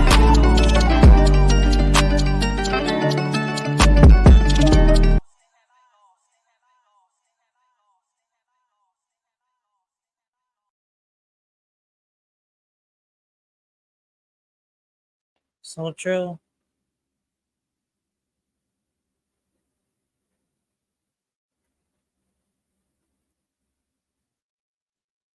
All right, y'all. So the rest of that video, if y'all wish, y'all can go check out Novity. I hope I'm saying it right. It could be Novity or Novity. But I'm gonna surf through this video right here. It's called Sonya Massey's Revenge. He posted it 2 days ago. As y'all can see, he broke down the Sonya Massey case, and I'm not sure if he's breaking it more down. A lot of us is waiting for the updates to try to figure out what's happening in the court. Ladies and gentlemen, welcome to another podcast. My name is Noah. Welcome to University. We are streaming both live on Facebook and YouTube. We're going to be talking about Sonya Massey for the last time this week. You know, I have been talking about this case with Sonya Massey this beautiful, beautiful woman who lives out of May she rest in Illinois, peace. and May she have was a paradise. mother, May she have peace a in daughter. paradise. And what happened to her, we have covered for a while now, is tragic. Shot and killed, murdered in her home by an officer, a deputy, who did not have the proper training. You know, today what I have for you is I have documents of certificates from this man. I have a lot of things to show you, from videos to photos to pictures to people we are trying to connect to this and about this. You know, this is covering this for a week. You know, it hurts. You know, this doesn't have to be my child. This doesn't have to be my sister, my best friend, my mom. You know, I really do put myself in the other victim's position. And, you know, today, doing my research of what I did today, I'm going to tell you something. I am confident enough to tell you that this man is going to lose this case. Yes, he is. This man is not going to win this. No way, no how. And if he does, which I really don't believe so, but if he does, I think that there's going to be more than some heavy protesters in the street. I'll tell you that. I think if this man wins the case, if he wins this case, a lot of people is going to start searching for some street justice for him. He's going to have to hide under the furthest rock. He's going to have to dig a hole underground where he can't be found, because they're going to try to give him street justice. People don't get it. There's going to be people rioting. There's going to be people, you know, protesting. A lot of shit's going to pop off if this man goes free. There's already people protesting as it is. They've been doing it every day. They've been doing it every week. They are trying to fight the right to be like, hey, you know, this doesn't have to be somebody I know, but this isn't right. People know this isn't right. People know that what this man did is not right. They know. So I want to watch a video with you guys right now from CNN talking about this case. Watch it with me. Who was killed by a sheriff's deputy earlier this month. Sonya Massey was gunned down in her own home after calling 911. I noticed that. I've seen a lot of videos of people protesting, and it's crazy. Once again, I have a feeling that if they riot in one place, I mean, if no justice is served, right, on the day that justice is supposed to be served, they're not just going to be protesting there. I think there's going to be people protesting in different cities, and there's going to be people rioting. The riots will start from there, and they will go from city to city until something is done. But the crazy thing is, people riot, but it's like, man, I'm with the protesting. I'm against the rioting, because people that riot end up rioting in their own communities. On about a potential prowler. The body cam footage shows an exchange between Massey and the now former deputy Sean Grayson, which ended with Grayson shooting Massey and failing to render aid. The incident has once again renewed calls for police reform. Sonya Massey called the police to deal with the potential intruder. And the irony, she was safer with the potential intruder than the police. She was murdered in her home by those she called for protection. Simply charging this officer with murder is insufficient without further action. We need systemic change, or the system will continue to tear Black lives from our communities and families. She called for help, and instead she was gunned down in her home. And I felt that. There's so many people here, I think, who looked at it and said, that should not be happening in 2024. Well, Grayson was fired and charged with murder. He has pled not guilty. The Massey family attorney is questioning why Grayson was even allowed to join the sheriff's department. Records show he was discharged from the army years ago for serious misconduct and had a history of driving under the influence. Now, the reason why I showed you this video is because not only people have been relentlessly protesting about this every day, and mind you, the grandmother said, why are you protesting? You heard me correctly. Scott Butterfield, Isabel Butterfield's grandmother, is telling people, why are you protesting? Why? Because he shot her? It's kind of like so what if he shot her?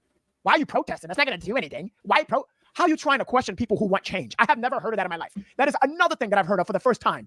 I mean, I've seen people protest and other people questioning it, but to this degree, to this extent, now I don't see what happened with George Floyd, now with Sonya Massey. What happened to George Floyd is sad. Murder. This is like we are witnessing it through the body cam footage, raw, and just as if like we are witnessing a devil who was just on a killing spree. You understand what I'm saying to you? So it's like, listen, what happened that day was a spiritual war.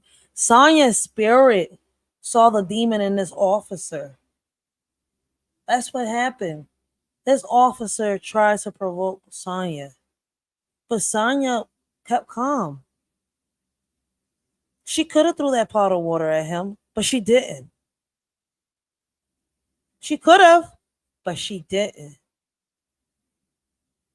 She said when that officer was at that door talking to her, when he asked her about her mental, she said she was doing fine. She had just took her medication.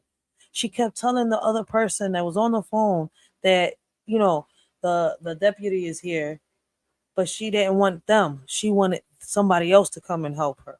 She feared. She was scared of this cop. For some reason, she feared this cop. The reason why is what we don't know. What happened in this hospital is what we don't know. So we do have to wait for more updates because this investigation has to go further. Question is, will they let us know? Or is it that the public is going to have to do the investigation themselves like they doing? So shout out to everybody that's out here actually, you know, doing their thing. They out here. It's like a combination of Olivia Benson and Inspector Gadget, yo, for real, for real. I don't want to say that we need to put more pressure, but I'm saying you are the grandmother of your daughter's fiance. And you're going to tell people, forget about Sonya. It's about us, this family, this side of the family. I know you watched that body cam footage, just like the rest of us. Absolutely, you have. Yep. But there are clear as day indicators that this man was out for blood. Now, I want to talk to you about a few things about this video. And I'm not trying to say that I found more stuff. I think I covered. I said the same thing. I said that this man went into this house that night with premeditated murder. This man had murder in his mind. 90% of the video. There is a couple of things that I'm missing from the blurred, unedited video of Sean Grayson's body cam footage and what he did to Sonya Massey. But what I'm trying to say is this man knew that she was not mentally okay. And I'm going to get to that part because rumor has it, this is new information that I'm sharing with you. Rumor, though, has it that the neighbor stated, she said that actually that officer that did this came and knew Sonya Massey. She claimed that he actually came a couple days before this. That specific officer, the neighbor, quote, quote, allegedly said this. Huh. And I'm thinking to myself, that's what the family was saying. So many signs to say that this man knew this. You got your dispatcher is telling you things. You got histories you could pull up. Facts. The son said a deputy came. He was at either him or his partner came, and a neighbor is saying the same thing. Yep. And even if all of this, let's say all of this didn't happen, which is bullcrap. It's bullcrap. He knew. You have people on which she called 911, and mind you, she hung up the phone. Sonya Massey hung up the phone, ladies and gentlemen. Yes. Did you know that? Sonya was scared. And I have the audio recording. I'm going to show you that. Sonya Massey was scared. We knew that, but hold on. She was scared to even call to ask for help. I have the audio. It's just 23 seconds. I'm going to share it with you. So you have to find the number to call her back to say, you called us. You had the history. You see she went to the hospital. You know all this stuff. They have enough information. Yeah. The guy, Sean Grayson, at the beginning says, are you okay? Are you mentally okay? You asked her that. So, like I said, why would he put her in that situation instead of calling in and saying, well, she seems like she's a little off right now. Like she said she took her medication, but I don't think she did. I feel as though like something's happening. I suggest y'all send an ambulance because they will do that. Like I said, everything this officer did was wrong. He didn't turn that camera on until he pulled his weapon out. He could have de-escalated the so-called situation that he said another way if it did happen. You're not going to win this case by far. And that's going to be the only way Sonya's going to get her revenge. Facts. And I know this is going to sound so evil, but listen, man, and good. The right side, that's Isabel. This is Isabel. Isabel. The right side, that's have any balls. Like you couldn't, like these people couldn't have, and this is the family, by the way. This is the family. This is so this is his next family. So not his own family, but the right side, that's Isabel. This is Isabel. Isabel Butterfield, whatever these people are called. And this is Scott Butterfield, the guy that wrote that beautiful reference to get him hired. Okay. Next to Scott, I do believe that's his wife, which is Isabel's mother. I can't claim that for sure. Okay. I don't want to give you any wrong information. And Isabel's sister's on the far left. So, that being said, hold on, guys. Okay, never mind. So that being said, the parents of Scott Butterfield, or the mother specifically, the grandmother who wrote that letter, it really shows this family. It does show. She would have never wrote that letter if they didn't know about it. Of course they're gonna know about it. She wrote the letter. The grandmother wrote the letter. Of course they know. He was a deputy. He could have easily swayed his mother to say, "Hey, ma, don't do that. Don't write that letter." But she did. And we're gonna go. I got the letter for the people that missed it. I'm gonna show that letter. But I don't want to repeat some of the stuff that I've said in previous podcasts. You can go back to the previous podcast and watch some of the stuff that I already mentioned. I don't want to repeat myself too much, but I'm gonna show some of the stuff that I already showed. So it just, these people could have done better. Now, Isabel, I want to talk about you for a second. I read the documents, Isabel. He put you as what's the name? I'm so sorry. Forgive me, chat. When you die, the beneficiary, right? Is that correct? Like if he deceased, all things go to her. You guys were getting married for sure. I saw shout out to Cole, one of my moms. She looked, I can't say nothing, but I saw your Pinterest. You have all this marriage stuff. You was gonna marry this man. It took Sonya, that beautiful, beautiful lady, to take her life away for you to lose someone who was a monster. Damn. Even in death, may Sonya rest in peace. She saved your life, Isabel. Where's anything towards the family? Isabel, he was your husband. You're the closest thing to this man. You have not said nothing publicly, nor to the family or anything. This shows. Sometimes. That's why, I don't think she's going to say anything because I think she has parts in it. I think she is the reason why Sonya Massey is dead. Something happened in this hospital. By you not doing nothing or saying nothing is a response. And it shows. Nobody can force you, but man, if Sangamon County active sheriff could come out and says, "Listen, I messed up. This is wrong, and I apologize," which he ain't off the hook either. If he can do that, why can't you? I am very disappointed in this family. I am disgusted. It's so distasteful. Please, I want you to comment. I want you to comment for me, please, because he pleaded not guilty. He thinks they wronged him. He thinks, and I read some laws for Illinois state, and I want to share this with you, but I want to see your comments right now. Comment to me right now. Do you think this man has a chance in today's law enforcement? He has a chance to, I'm going to make it simple, to be free, he's not guilty. I'm going to say it so plain for you. During my one-on-one interview with Sangamon County Sheriff Jack Campbell, we discussed topics ranging from the history of Sean Grayson to whether Campbell will stay on as sheriff. But when they snap the way Grayson did, it's almost hard to predict. Before becoming a Sangamon County deputy, Grayson had worked for 5 other departments, including the Logan County Sheriff's Office. We obtained his disciplinary file from Logan County, but Sheriff Campbell says his department never received those documents. Why wouldn't that be something that you would always require? We did. I was told by Jeff that those documents, what came out from Logan County, you guys are not aware of those situations. Correct. We did request them. When we call, we didn't ask for documents. We call it there. We didn't file a FOIA request. So we usually, it's an informal process when you contact another police agency to send us what you have. So if you didn't have his full background and stuff like that, why would you hire them as a sheriff? Like that's what I'm trying to figure out. On them, is there anything over the phone verbally you can tell us about him? I'm going to show you why I'm showing you this, because this is so I showed a little bit of this. I think it was 1 minute and 53 seconds. This is 8 minutes of this new video, and guess what? Sean Grayson lied on his application. He did say he did do a little check that was proof of something he did do correct. But so that's what we was talking about yesterday. All right, so that's the video that I showed everybody yesterday, but hey, fuck it, let's listen to it again. He lied, and I found something. He lied on his application to become an officer. I'm going to show you. You're going to be like, no way. I found something. Yes way. Watch. To those documents during a police chase that he was told to end. Grayson drove 110 miles per hour before striking a deer and damaging a squad car. Audio recordings reveal that Grayson's report was inaccurate as he didn't check body cam video. A Logan County chief deputy said that while Grayson worked for the Auburn Police Department, multiple of Grayson's cases were not prosecuted. He added he thinks it's because of Grayson's history with inaccurate reports. Logan County wrote that Grayson needed more training. Are these concerning traits from what we know now? Since I didn't have that information, I cannot speculate on that. I know, but now that you do have the information, when we look back 2020 hindsight, it'd be speculation if I tried to. It'd be speculation. You can't answer the question? You can't answer the question because you know you are wrong. Oh my God. You're such a coward. You're such a coward. You're a fool. I try to go back with hindsight. I didn't have them. I made the choice I had based on the information I had, and that's what we have to live with. You know, Sonya called for help, and Grayson failed her. That was his job to give her the help that she called for. And I will never understand why he snapped the way he did. There was nothing in his background that would have led us to believe this would happen. He failed Sonya. He failed Sonya, and you failed Sonya. You failed Sonya by hiring this officer. You say you didn't know about his background, but that's impossible. Why would you hire him if you didn't know about his background?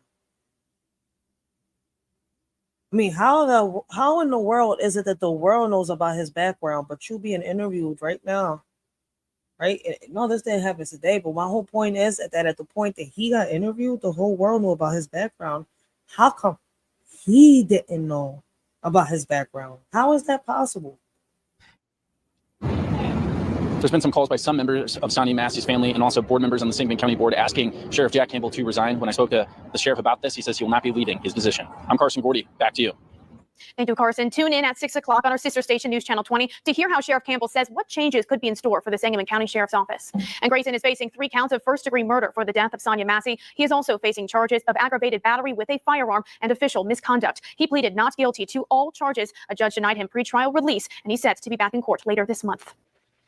Do me a favor, guys. I'm getting ready to show you the document, and then we're gonna listen to Sonya's the return of the call. We're gonna listen to that. Do me a favor, hit the like button on YouTube. That would mean so much to me. Please, Facebook, hit the share button and hit the like. Okay, you guys have my permission to screen record. You can share it. You can do whatever you want. Okay, Nicole with the 2. Nicole says hit the like button, guys. Nicole on the row is absolutely correct. Yeah, listen to Nicole now. Thank you, Nicole. Appreciate that very much. Let's continue the video. Okay. Remember what that sheriff says. He said this. He said, I didn't have the information about the other county he was in. You didn't? Okay. Watch what I'm going to show y'all. And attorney Ben Crump speaking out tonight after Sangamon County released 911 calls involving Sonya Massey. Dispatch received 5 911 calls in the days leading up to her death, both from Sonya and her mother. I don't want you guys to hurt her, please. And please don't send no combative policemen that are prejudiced, please. Okay, well, let them be done. They just do their job, okay? No, they're all fucked up. They're scary. I'm scared of the police. In a statement, Crump said, quote, the failure to provide the appropriate response to a mental health crisis has resulted in an irreversible loss for the Massey family and underscores a systemic issue that must be addressed, end quote. And make sure you stay up to date with all the latest updates in this story and others. Just head over to our website, foxillinois.com. And it has been nearly a month since a Springfield mother was shot and killed by a Sangamon County Sheriff's deputy. Sonya Massey was shot in the head by then Sangamon County Deputy Sean Grayson after she called 911 for help. The community has since held multiple rallies and protests and walks demanding accountability and change from the Sheriff's Department. And tonight, Sheriff Jack Campbell answering what changes need to be made to make sure this never happens again. Fox Illinois' Carson Gordy joins us now with the latest. Carson? But when they snap the way Grayson did, it's almost hard to predict. Before becoming a Sangamon County deputy, Grayson had worked for 5 other departments, including the Logan County Sheriff's Office. Keep this in mind. I'm about to show you something. They had enough proof. They had enough proof. I had to go through all these documents, and I'm trying to find something. I'm trying to be like, what? I'm trying to find something from Isabel to Scott to Logan County themselves. I found something from Logan County that I know that people can actually sue the hell out of Logan County and make this guy resign. I get it. What would that do to make him resign, Nove? He hired him. He did it. It goes through the process. It goes through him, not some other third-party company or nothing. No. I'm going to show you this document. That if you was to read his document, you're going to be like, how the hell did you hire this guy? Because he's saying that the other sheriff's office didn't give him enough information. Bullcrap. Watch this. Because Sean gave you enough of his own information for you not to hire him, you barnacle. We obtained his disciplinary file from Logan County, but Sheriff Campbell says his department never received those documents. So why wouldn't that be something that you would always require? We did. I was told by Jeff that those documents, what came out from Logan County, you guys are not aware of those situations. Correct. We did request them. When we call, we didn't ask for documents. We called it there. We didn't file a FOIA request. So you should have. You're hiring someone who is going to be able to pew pew. Make it make sense. That's a fact. Like, yo, I have the same problem with the schools. I ask the same question about certain teachers. How do y'all miss certain things about certain people's backgrounds when you're about to hire them for a specific reason? Y'all knew that y'all had to hire an officer, right? They had to be on the field. They had to take calls, probably pull his weapon out, know when to not shoot, when to shoot.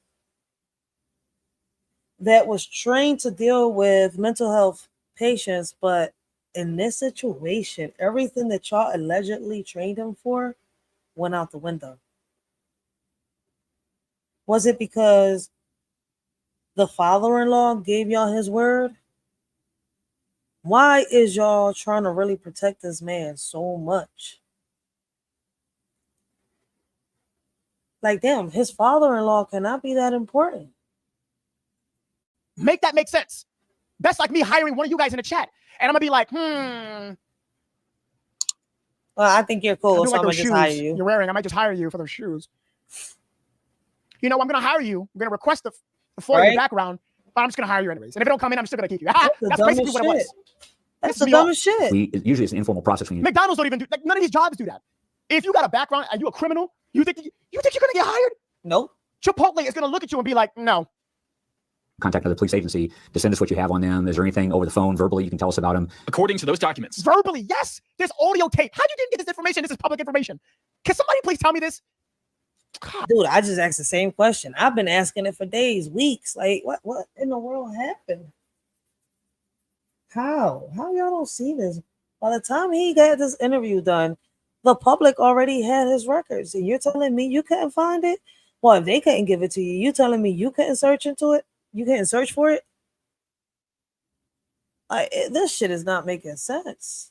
During a police chase that he was told to end, Grayson drove 110 miles per hour before striking a deer and damaging a squad car. Oh, yeah, if you didn't know, if you missed it, my man drove 110 miles per hour. I'm talking about this barnacle you hit on the left. He drove at 110 miles per hour, disobeyed his superiors' input on during the traffic chase, in which it shouldn't have been. He struck the deer. He violated policy. He broke the law. He turned off his sirens. He wanted to do a John Wick. He wanted to be on some secret. He think he's playing Call of Duty, the new Black Ops 6. He think he's some super agent going super fast. And he's stop it, bro. You're not a superhero. You a super man. Yo, you forgot all of you mentioned all of them but one. This nigga's trying to be the next James Bond. Zero. So let's be serious. And now you in jail, about to get butt rammed by some BBC. Get out of my face. Video recordings reveal that Grayson's report was inaccurate, as he didn't check body cam video. A Logan County chief deputy said that while Grayson worked for the Auburn Police Department, multiple of Grayson's cases were not prosecuted. He added he thinks it's because of Grayson's history with inaccurate reports. So he learned this time from the last mistake. See, the last time he didn't check the video, the body cam video, before talking. So I guess this time he didn't want, to make another mistake, I guess.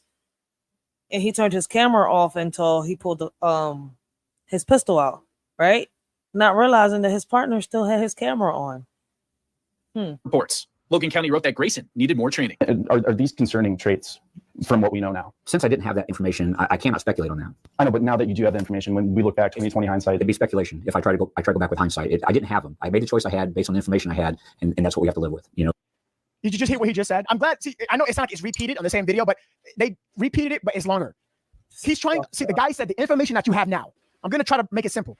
The information you have now would have been different. It's speculation, nigga. So you're telling me now with the documents you got from the other sheriff's office, it's still gonna be speculation? Be a man. Be a man and say, of course I wouldn't hire him. Now that I know this stuff, you can't. What's happening? It's 2024. Accountability doesn't exist. You're a super grown man, and you have the title. You're a sheriff. Oh, I'm just a guy living in New York City, and I'll be like, yes, you know what? I messed up, ladies and gentlemen. I messed up. I take accountability. I would have never hired him if I would have knew what I've known. But I'm going to show you guys what they did know. Sonya called for help, and Grayson failed her. That was his job, to give her the help that she called for. And I will never understand why he snapped the way he did. There was nothing in his background that would have led us to believe this would happen. There's nothing in his background, right? Did you guys hear that? Watch what I'm going to show you. Thank you, Carson. We also asked Campbell for an update on the second deputy. How's he doing? Oh, yeah, the second. Oh, okay. Here's my problem. We're going to talk about the second deputy. My problem with the second deputy. People saying, no, he didn't do it. No, he didn't. You're right. He wanted to get the med kit. All right, so he goes into documentation here. So I fast forwarded a little bit so that we can hear about the documentation that he has. He worked where? Where did you work? Hold on. I want to go too crazy and put something that I'm not supposed to. So hold on. Where did you work? St. John's Hospital. You worked. Oh, shit. He was working at St. John's Hospital. What? As a security guard? At St. John's Hospital. What was he working as? A nurse? Wait, or a security guard? Chat, that sounds familiar.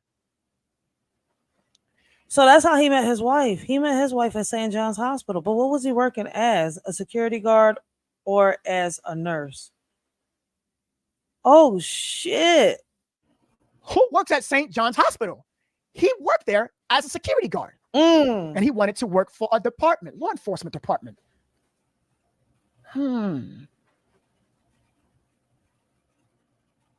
Chat, I wonder who works there. His wife. He did. He worked there, ladies and gentlemen. This is his handwriting. This is I'm not, you know who works there, ladies and gentlemen. I don't have to spell it out for you. Oh, I thought he was talking about his. So basically, he worked in the same place his wife did. She worked as a nurse. He worked as a security guard. I mean, he could have also worked as a nurse, but he worked as a security guard. I was like, it's one of the two, a nurse or security guard. Like, shit. But watch this. Pawnee Police Department. Reasons for leaving. He gave people a reason for leaving. His history. His history. His history. Remember, he worked at other departments, but he kept on getting let go. He didn't do good in any of them. Look at his reason for leaving. What was his reason for leaving? Looking for full time. Looking for full time. You lied on an application. You didn't tell people you would let go, did you? Another police department. Reasons for leaving. Wanted to work for Sangamon County Sheriff Deputy. Reason for leaving. Sean, you lied. And that's not, I mean, you're a grown man. That's your reason for leaving. I wanted to work for this police. That's not a proper, that's not a reason. You lied. You lied. So he said that he wanted to work for somebody else when in reality he got fired. Yo, how in the world that this sheriff didn't see all the red flags? I'm a little confused. So if they didn't send the file over, he just wanted to keep waiting for them to send the file over. I would have went and got the file myself before I hired anybody. You lied on your application. You lied. You lied. You lied. You lied. You didn't. You messed up. Charge anything. Convicted. Misdemeanor. Felony offense. He put yes. Yes. So it was a misdemeanor offense that he had. I thought it was a felony. He had a misdemeanor offense and he has 2 DUIs. What was that misdemeanor offense that he had?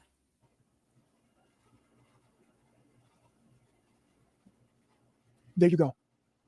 This is why Sonya Massey is not with us today. He put yes. 2 things that could have happened right here. 1, they didn't give a shit. And they took this bozo's mouth. His word of mouth. They took his advice. Hired him. Hire him. Hire him. I used to work here. That's what I'm saying. Like, I don't understand what was so special about Butterfield's word that they just took it and hired this bull without looking at his background. Okay. From one office to another office and to another one. I mean, you overlooked it. You really did. Now, I want you to take a look at this. I'm not too sure if I can show. Look at all these certificates. Certificate. Law enforcement. Certificate. Look at this. Certificate. Sangamon County Sheriff's Office. What the hell did you certify to me? And what? And what did you do? You know what you did? I'll tell you what you did. You certified a murderer. Yep. This certification seals the deal of the integrity of your office. So now it goes to show that he is a representation of your office. That means all your officers are null. They don't matter. That means that all of them needs to, because any one of them could be next because they're under your office. You are certified. Yeah, so I wonder how many officers they sat here and certified knowing that they're not certified in reality, that they need more training or they need more help or they just shouldn't be in the field at all. I wonder, that right there gets you to think on some real shit. Find these guys. How do I know who's next coming out there? Disgrace. Listen to this. Well,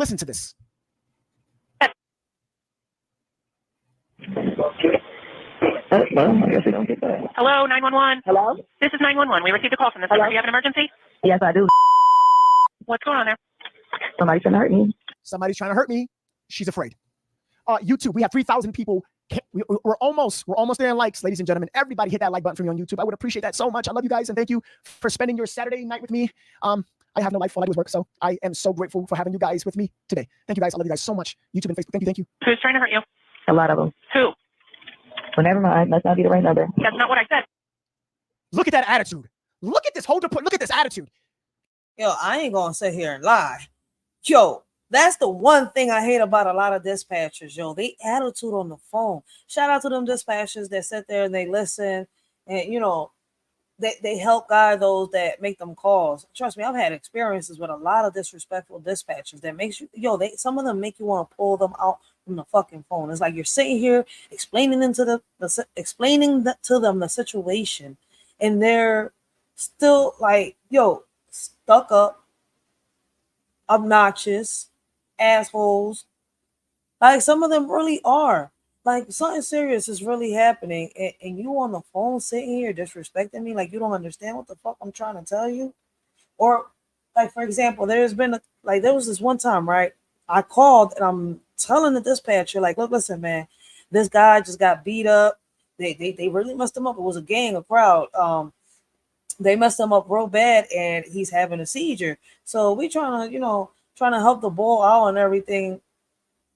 Lady on the whole phone. Attitude. Well, you gotta do this. What I tell you, I'm like, like what the fuck? I hung right back up, dial 911, until I got a dispatcher that I could sit here and really talk to that didn't have a fucking attitude. How the fuck am I gonna sit here and answer your questions if I don't know what's going on?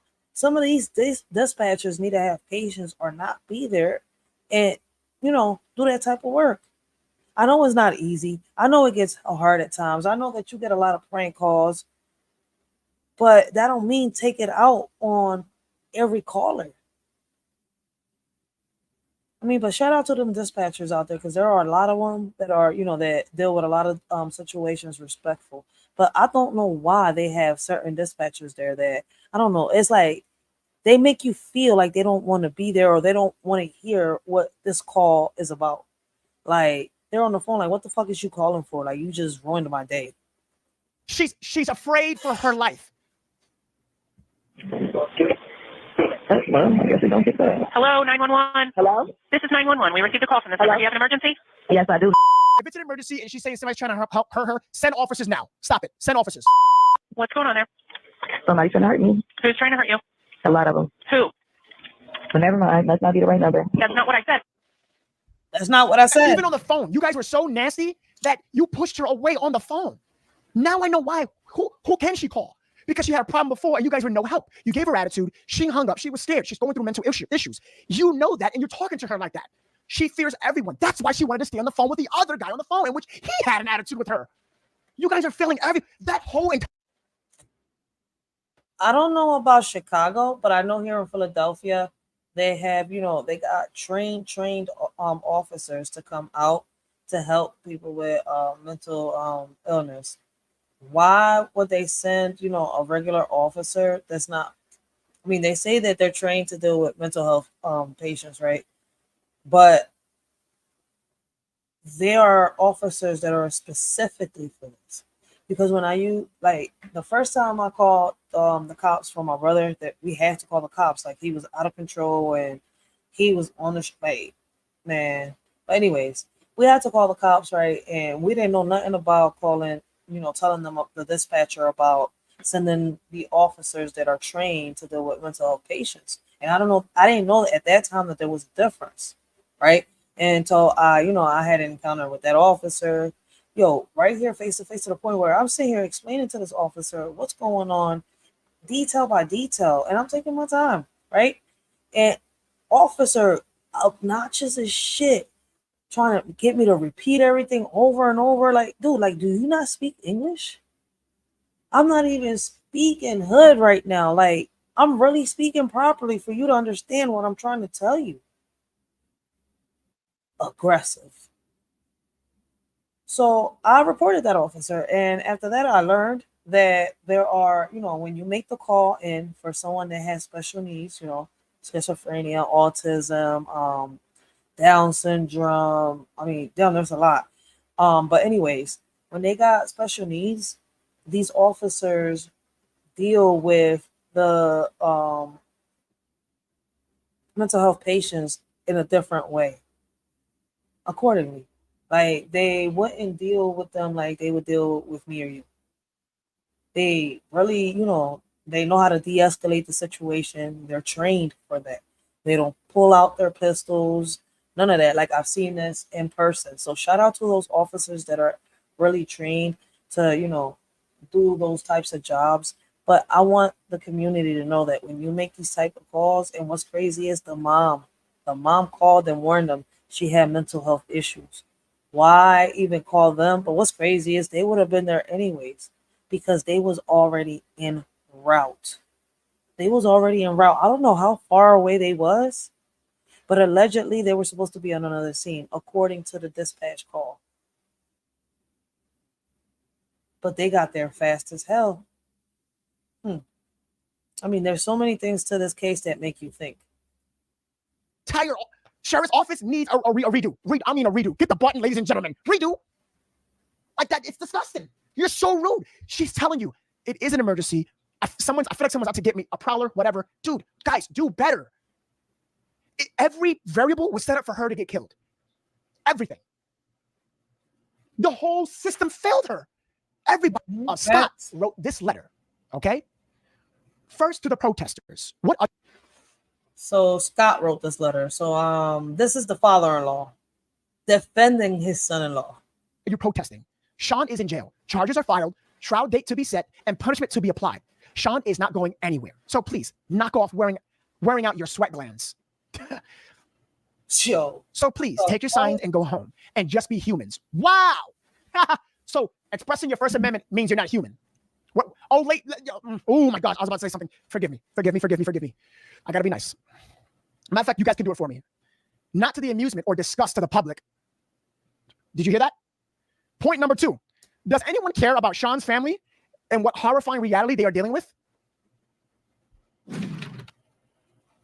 What horrifying reality is his family dealing with? Like, is you serious? This man shot a defenseless woman. One that wasn't trying to hurt him at all. She didn't have that pot of water when he told her to put it down. He shouldn't have gotten that close with the pistol pointing at her.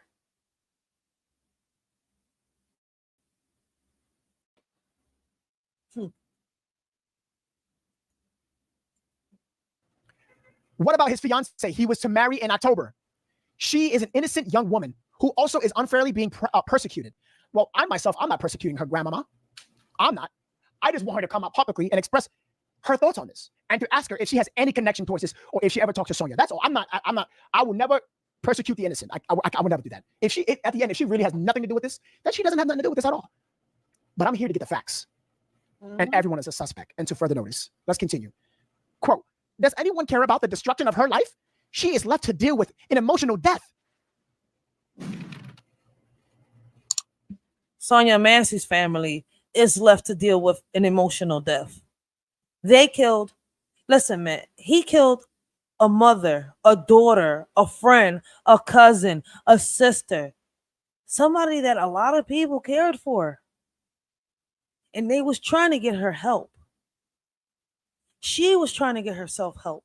And instead of getting her help, this man takes her life. Petty for him? Bitch, please. What are you talking about? She is left to deal with an emotional death? You better not be talking about Sean because he's in jail. Are you talking about Sonya? Because you're gaslighting us to think that she's not okay over Sonya? She doesn't even know Sonya, but if she does, why would you say she's left to deal with the death?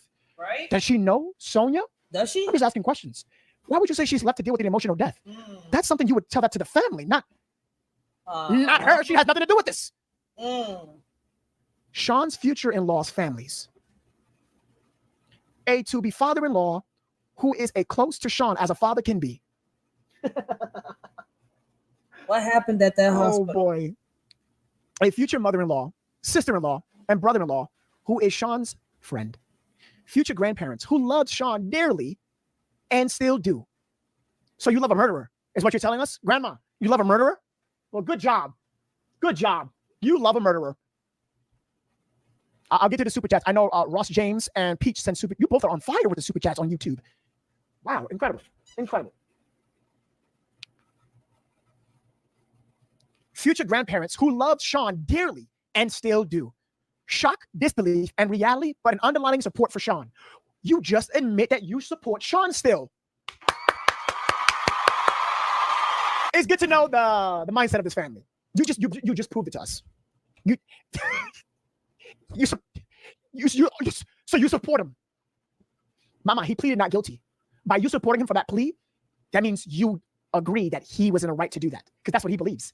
He believes he was wrongfully terminated. Yeah. I mean, in a way, I understand why his family is defending him, but he was still in the wrong. Like, regardless of anything, like, shit. I wouldn't have done this. I wouldn't have, made a fool of myself knowing that my child was guilty or something like this. Nah, my child is guilty. My child is guilty. Wrongfully terminated, in which the union pulled back and said, we're not going to support you, buddy. It's not happening. And even when the union pulled back, you still support him. We're talking about the union, ladies and gentlemen, pulled back. I was like, nah, you're guilty, bro. It ain't happening. You're done. But you still support him? You guys, you're crazy. You're crazy. You're crazy. The past cannot be relived. The future is unknown. We only have each day to pray without ceasing. That's corny as fuck. You sound dramatic. Please go away. Ill. The Sean everyone desires to hate and persecute is not the Sean we have all known and loved. Well, sweetheart, get to know him. We will always support Sean. Judge not, lest ye be judged. No man, woman is without sin. What? She pulled out Bible quotes from someone, Sonya Massey, who's a Christian herself. There is no final judgment for all. There is a final judgment for all. Proud grandmother to be of Sean Grayson. What do you mean to be? He's in jail. He's done. What do you mean to be? What do you mean to be? Grandma, stop it. Stop it. You're pulling Bible quotes as if like we're going to be on your side. As if Team Sean was justified for shooting a woman with hot water. Yeah. We're on your side, Grandma. Yeah. Because you wrote that. Yeah. You didn't write a letter to the family. You wrote a letter to the public, to the editor. You should have wrote it to the family first. Yeah, Grandma. Yeah. We're on your side. That's what you want to hear? Yeah. You forgot to sin? Thou shalt not kill. You forgot about that, Grandma. Right? You can write. You can have your little Drake Twitter fingers. You can do all this stuff that you want. At the end of the day, you can write this letter all you want. But number one, it's not bringing back Sonya Massey, which you should reach out to the family. And number two, it ain't going to take Sean Grayson out of jail. You wasted your time writing this letter. You really did. You wasted your time. You should have done. Well, and listen, man, I feel as though like the grandma thought she was going to get somewhere by writing this letter. She was going to get people to feel sympathy, compassion for her grandson. I mean, her grandson-in-law. Yeah, because that's the grandma. Her grandson-in-law, like, damn. But no. It's not going to work like that, especially like those that have seen the video, that have slowed the video down all the way to the point where we seen that Sonya Massey didn't have that pot. She surrendered.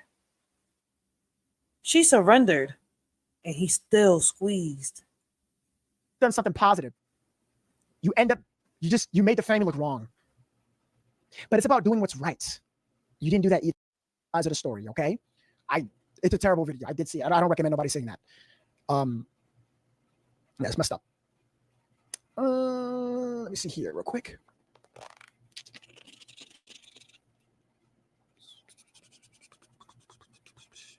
Update on a case we've been following out of Illinois. The 911 calls that led to the fatal police shooting in the Sonya Massey's home were released. That came along with the deputy's personnel file. ABC's Alex Perez has details on both. Newly released. All right, so I'm gonna end it here with the 911 calls, y'all. Like, this is crazy. I want y'all to hear the calls. For those of y'all that haven't heard it, you can also play, part one of this live and hear the calls. But, for those of y'all that are watching right now, didn't hear it and can't catch part one, so that y'all can hear it, because he does have it here. 911 and dispatch audio shedding more light on the police shooting of Sonya Massey.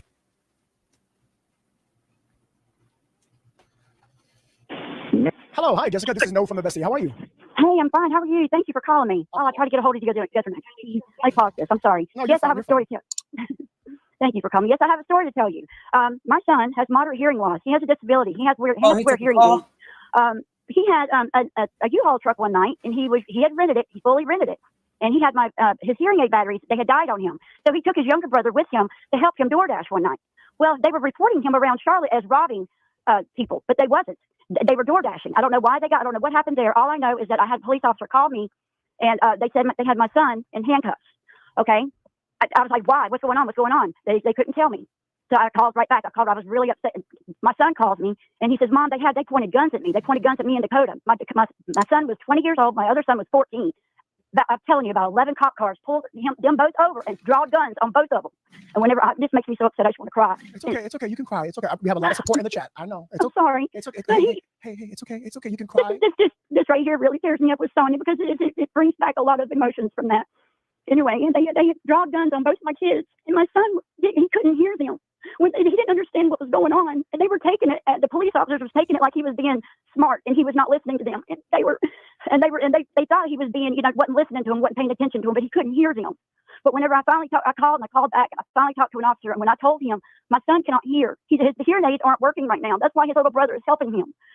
When I told them that, immediately. It still doesn't register the fact of what they've done, but they immediately went to my son, took the handcuffs off of him, and it's just.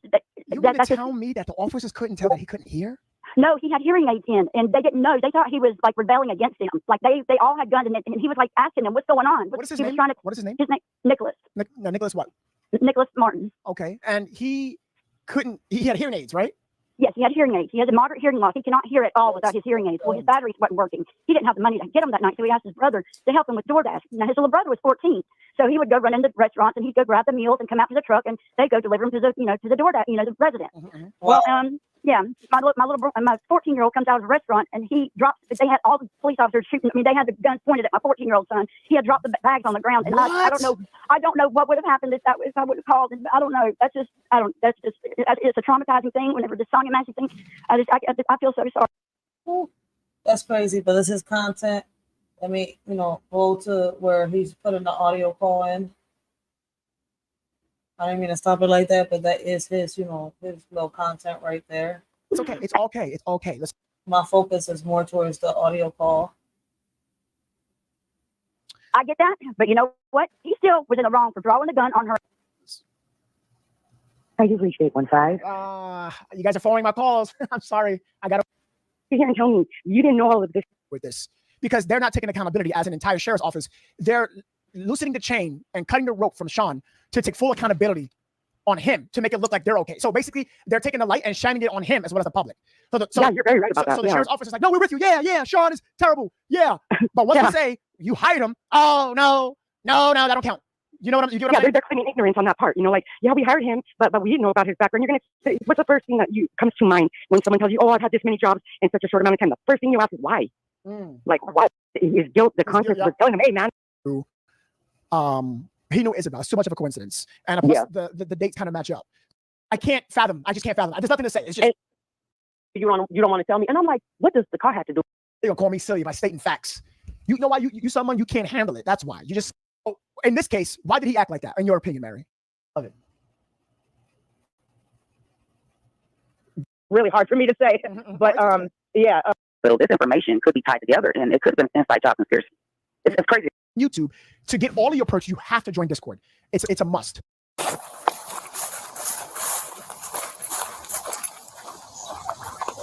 Sheriff's office, one you called.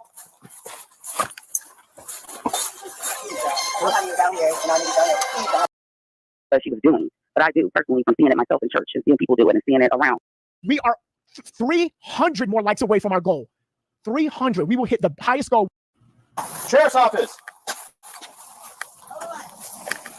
All right, my bad. I'm fast forwarding it because, that was his personal content right there. I guess I'm not sure if he was having like a little interview, a little, open panel. But my focus is more on the Sonya Massey. I'm trying to see where he gets to the audio because he said he was going to play it unless he got thrown off. So let's see. 2 houses down. So for those of y'all that missed the clip, y'all can watch it now. Okay. One second.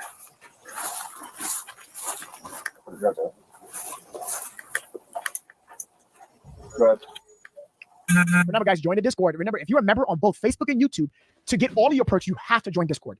It's a must. It's a 100% a must. Join Discord. That is when you get any current live updates. I still post on Facebook supporters group and YouTube supporters group. Don't worry about it. That's your main perk. But join Discord so I can give you your color badge on Discord. I get to put you red for YouTube, or if you came from Facebook, I put you color blue. Okay.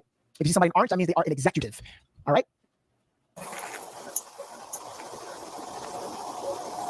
Jungle Life, welcome to the family. I should be on inside. Just hold on. You coming to the door or not? I cannot stand his attitude, chat. I don't know what you guys. Hurry up. He didn't want to be there that day. That's the problem. They're gonna treat you nice in jail. They're gonna treat you nice in jail.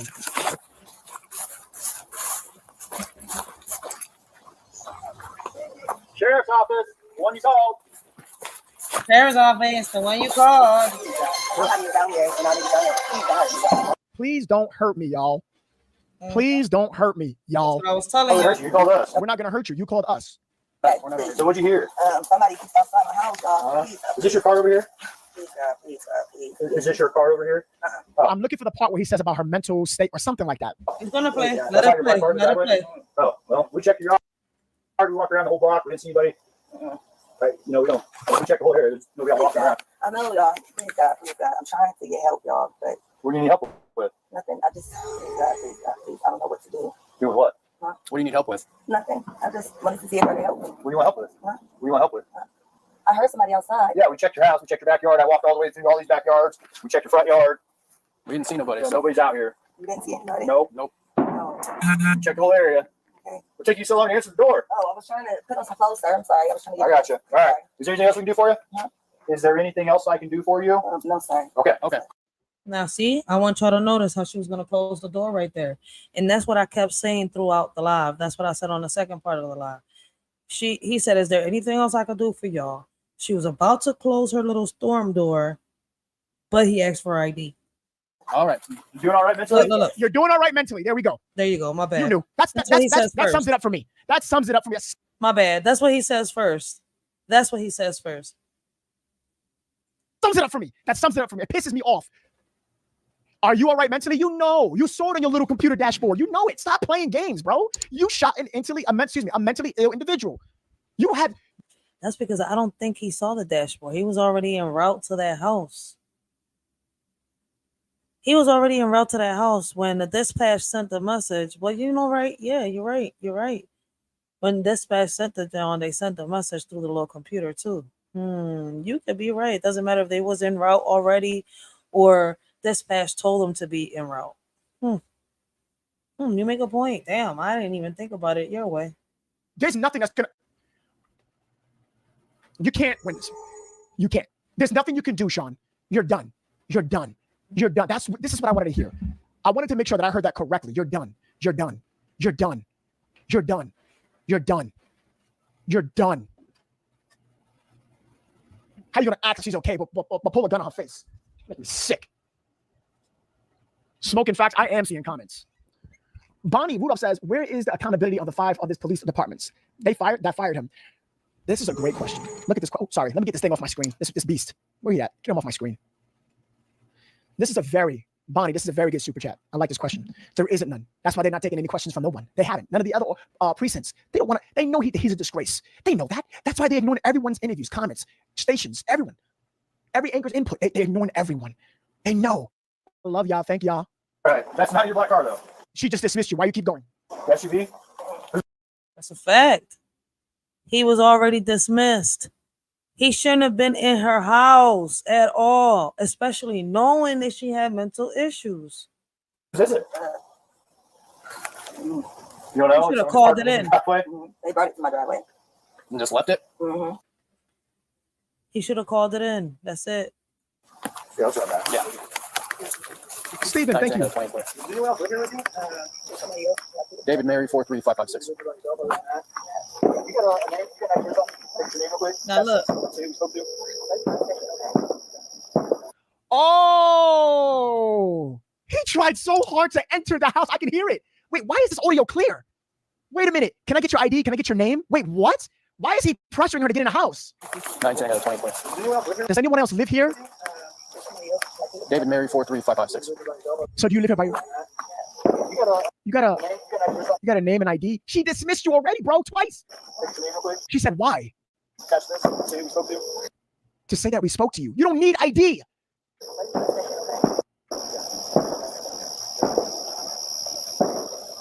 And he did all that when the other officer stepped away.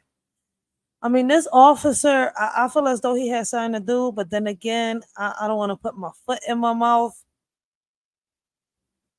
He probably didn't know what was going on and then caught on, but he shouldn't have been in the house. He's been dismissed. Bye.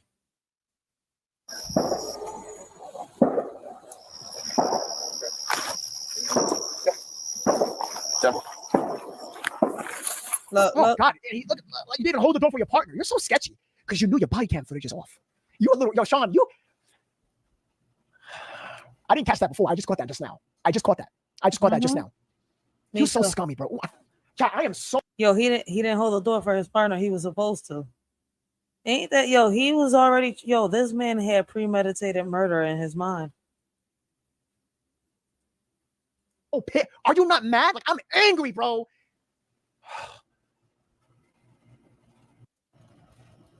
Hold on, ladies and gentlemen. Give me one quick second, real quick. Here is that part. Where's the part where the guns were drawn? There we go. Okay.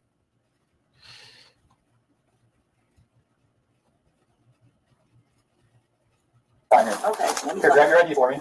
Okay. Your ID. One task at a time. So let's do an ID, and then you can dig around for your paperwork. I don't know where my ID is. She doesn't need. She doesn't need to give you. You're pestering her. No crime has been committed. That right there, maybe. She asks you for help. 1 second. Check on her. I need this. No, we don't need a fire while we're here. All right. Let me see. Hey, where are you going? Y'all see how she wasn't laughing? He was laughing. He was the one laughing. That's why I said that officer Tanton that was talking in Indisputable earlier when I showed y'all the video, that man tripping. He don't know what the fuck he talking about. Water. Away from my in the water? Yeah. Oh, I rebuke you in the name of Jesus. And what was the point of drawing your weapon? Now, I'm not going to continue the video because, I don't want to show nothing that's going to get me demonetized or anything graphic. But the officer, what a professional, decided to the second one. I will never understand that. And you repeated him. You sound just as stupid. I'm not on his side, ladies and gentlemen. I know people are going to say, but he didn't do it. You got stop. It's double threat. She's looking at this, guys. She's looking at both of them. But am I doing something wrong? And I'm mentally not okay. But for him to add more pressure to her as a threat, she didn't pose. She didn't do anything. Yep, that's a fact. All right, y'all. If y'all haven't checked him out, Novacity, check him out. This is Sonya's Revenge, and as y'all can see, he has broken down this case his way. I'm not gonna where am I? Okay, I'm over here. I'm back on StreamYard. All right, I'm not gonna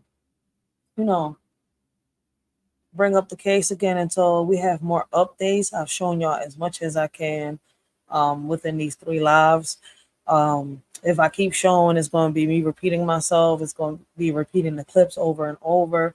So I'm waiting to get more updates. When I get more updates, then I'll do another live. This is an open panel. I mean, this been an open panel, but nobody has come up. So till next time, y'all, let us surely know what y'all think. Like, this is crazy. Like I gave y'all my opinions. Like, y'all know how I feel. I've been 5 hours on this bro. Like, justice for Sonya Massey, yo. Make sure y'all say her name loud and clear.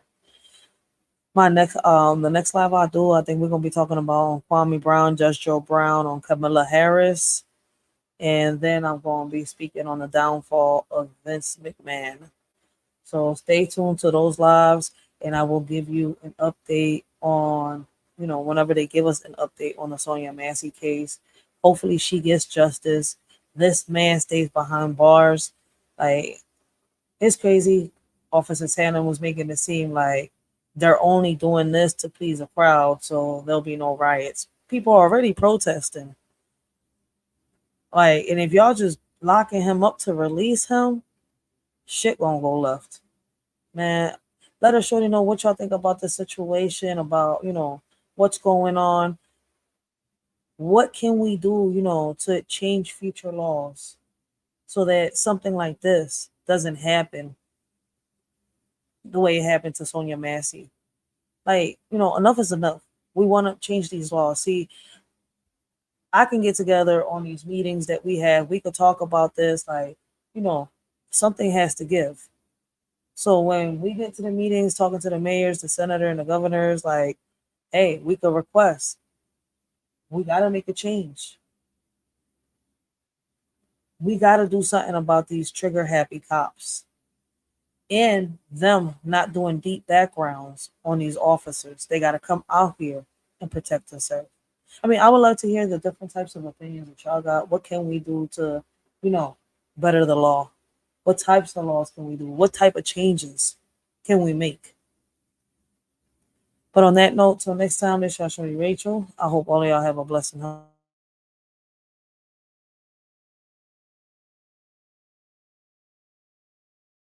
And I'll see you on the next live. Say her name, loud and clear, so they'll never forget it. Sonya Massey. Anywhere where fear runs deep, happy trigger cops don't think, they just leap over a pot of boiling water. Such a shame, a coward in blue playing a deadly game. Sonya Massey pleaded on her knees. I'm sorry, she cried, but he still squeezed. No heart in his chest, just cold and bitter. This feels like a setup by the trigger happy hitter. A life taken too soon for what crime?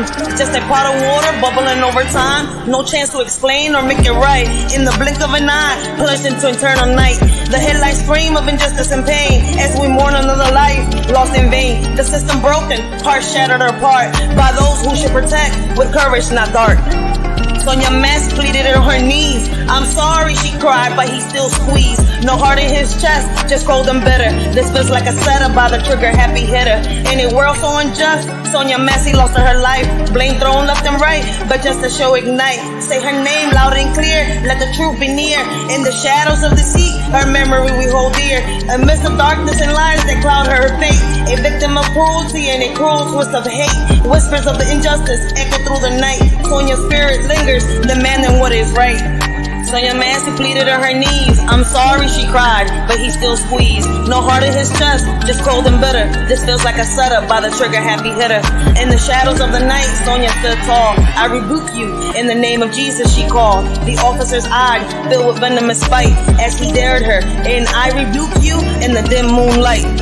Sonya pleaded for mercy on bended knees. I'm sorry, she whispered, her voice filled with plea. But the officer's words cut through like a knife. A crazy bitch, she spat with hatred and strife. With courage in her heart, Sonya spoke clear and bold. Her name echoed loud as the story unfolds. Sonya Massey pleaded on her knees. I'm sorry, she cried, but he still squeezed. No heart in his chest, just cold and bitter. This feels like a setup by the happy trigger hitter. In the darkness of despair, a cry for help was in the air. Sonya Massey, just 36, her mental health in need of fix. But a heartless cop's cruel hand ended her life without a care. Say her name loud and clear, let it echo far and near. Justice must be served for Sonya's unfairly taken. May her story be a beacon, shining light on lives forsaken. Sonya Massey pleaded on her knees. I'm sorry, she cried, but he still squeezed. No heart in his chest, just cold and bitter. This feels like a setup by the happy trigger hitter. We lift our voices high to honor Sonya's name in the sky. Let it hover over their heads as a reminder of the cost of neglecting those in need and the lives that have been lost.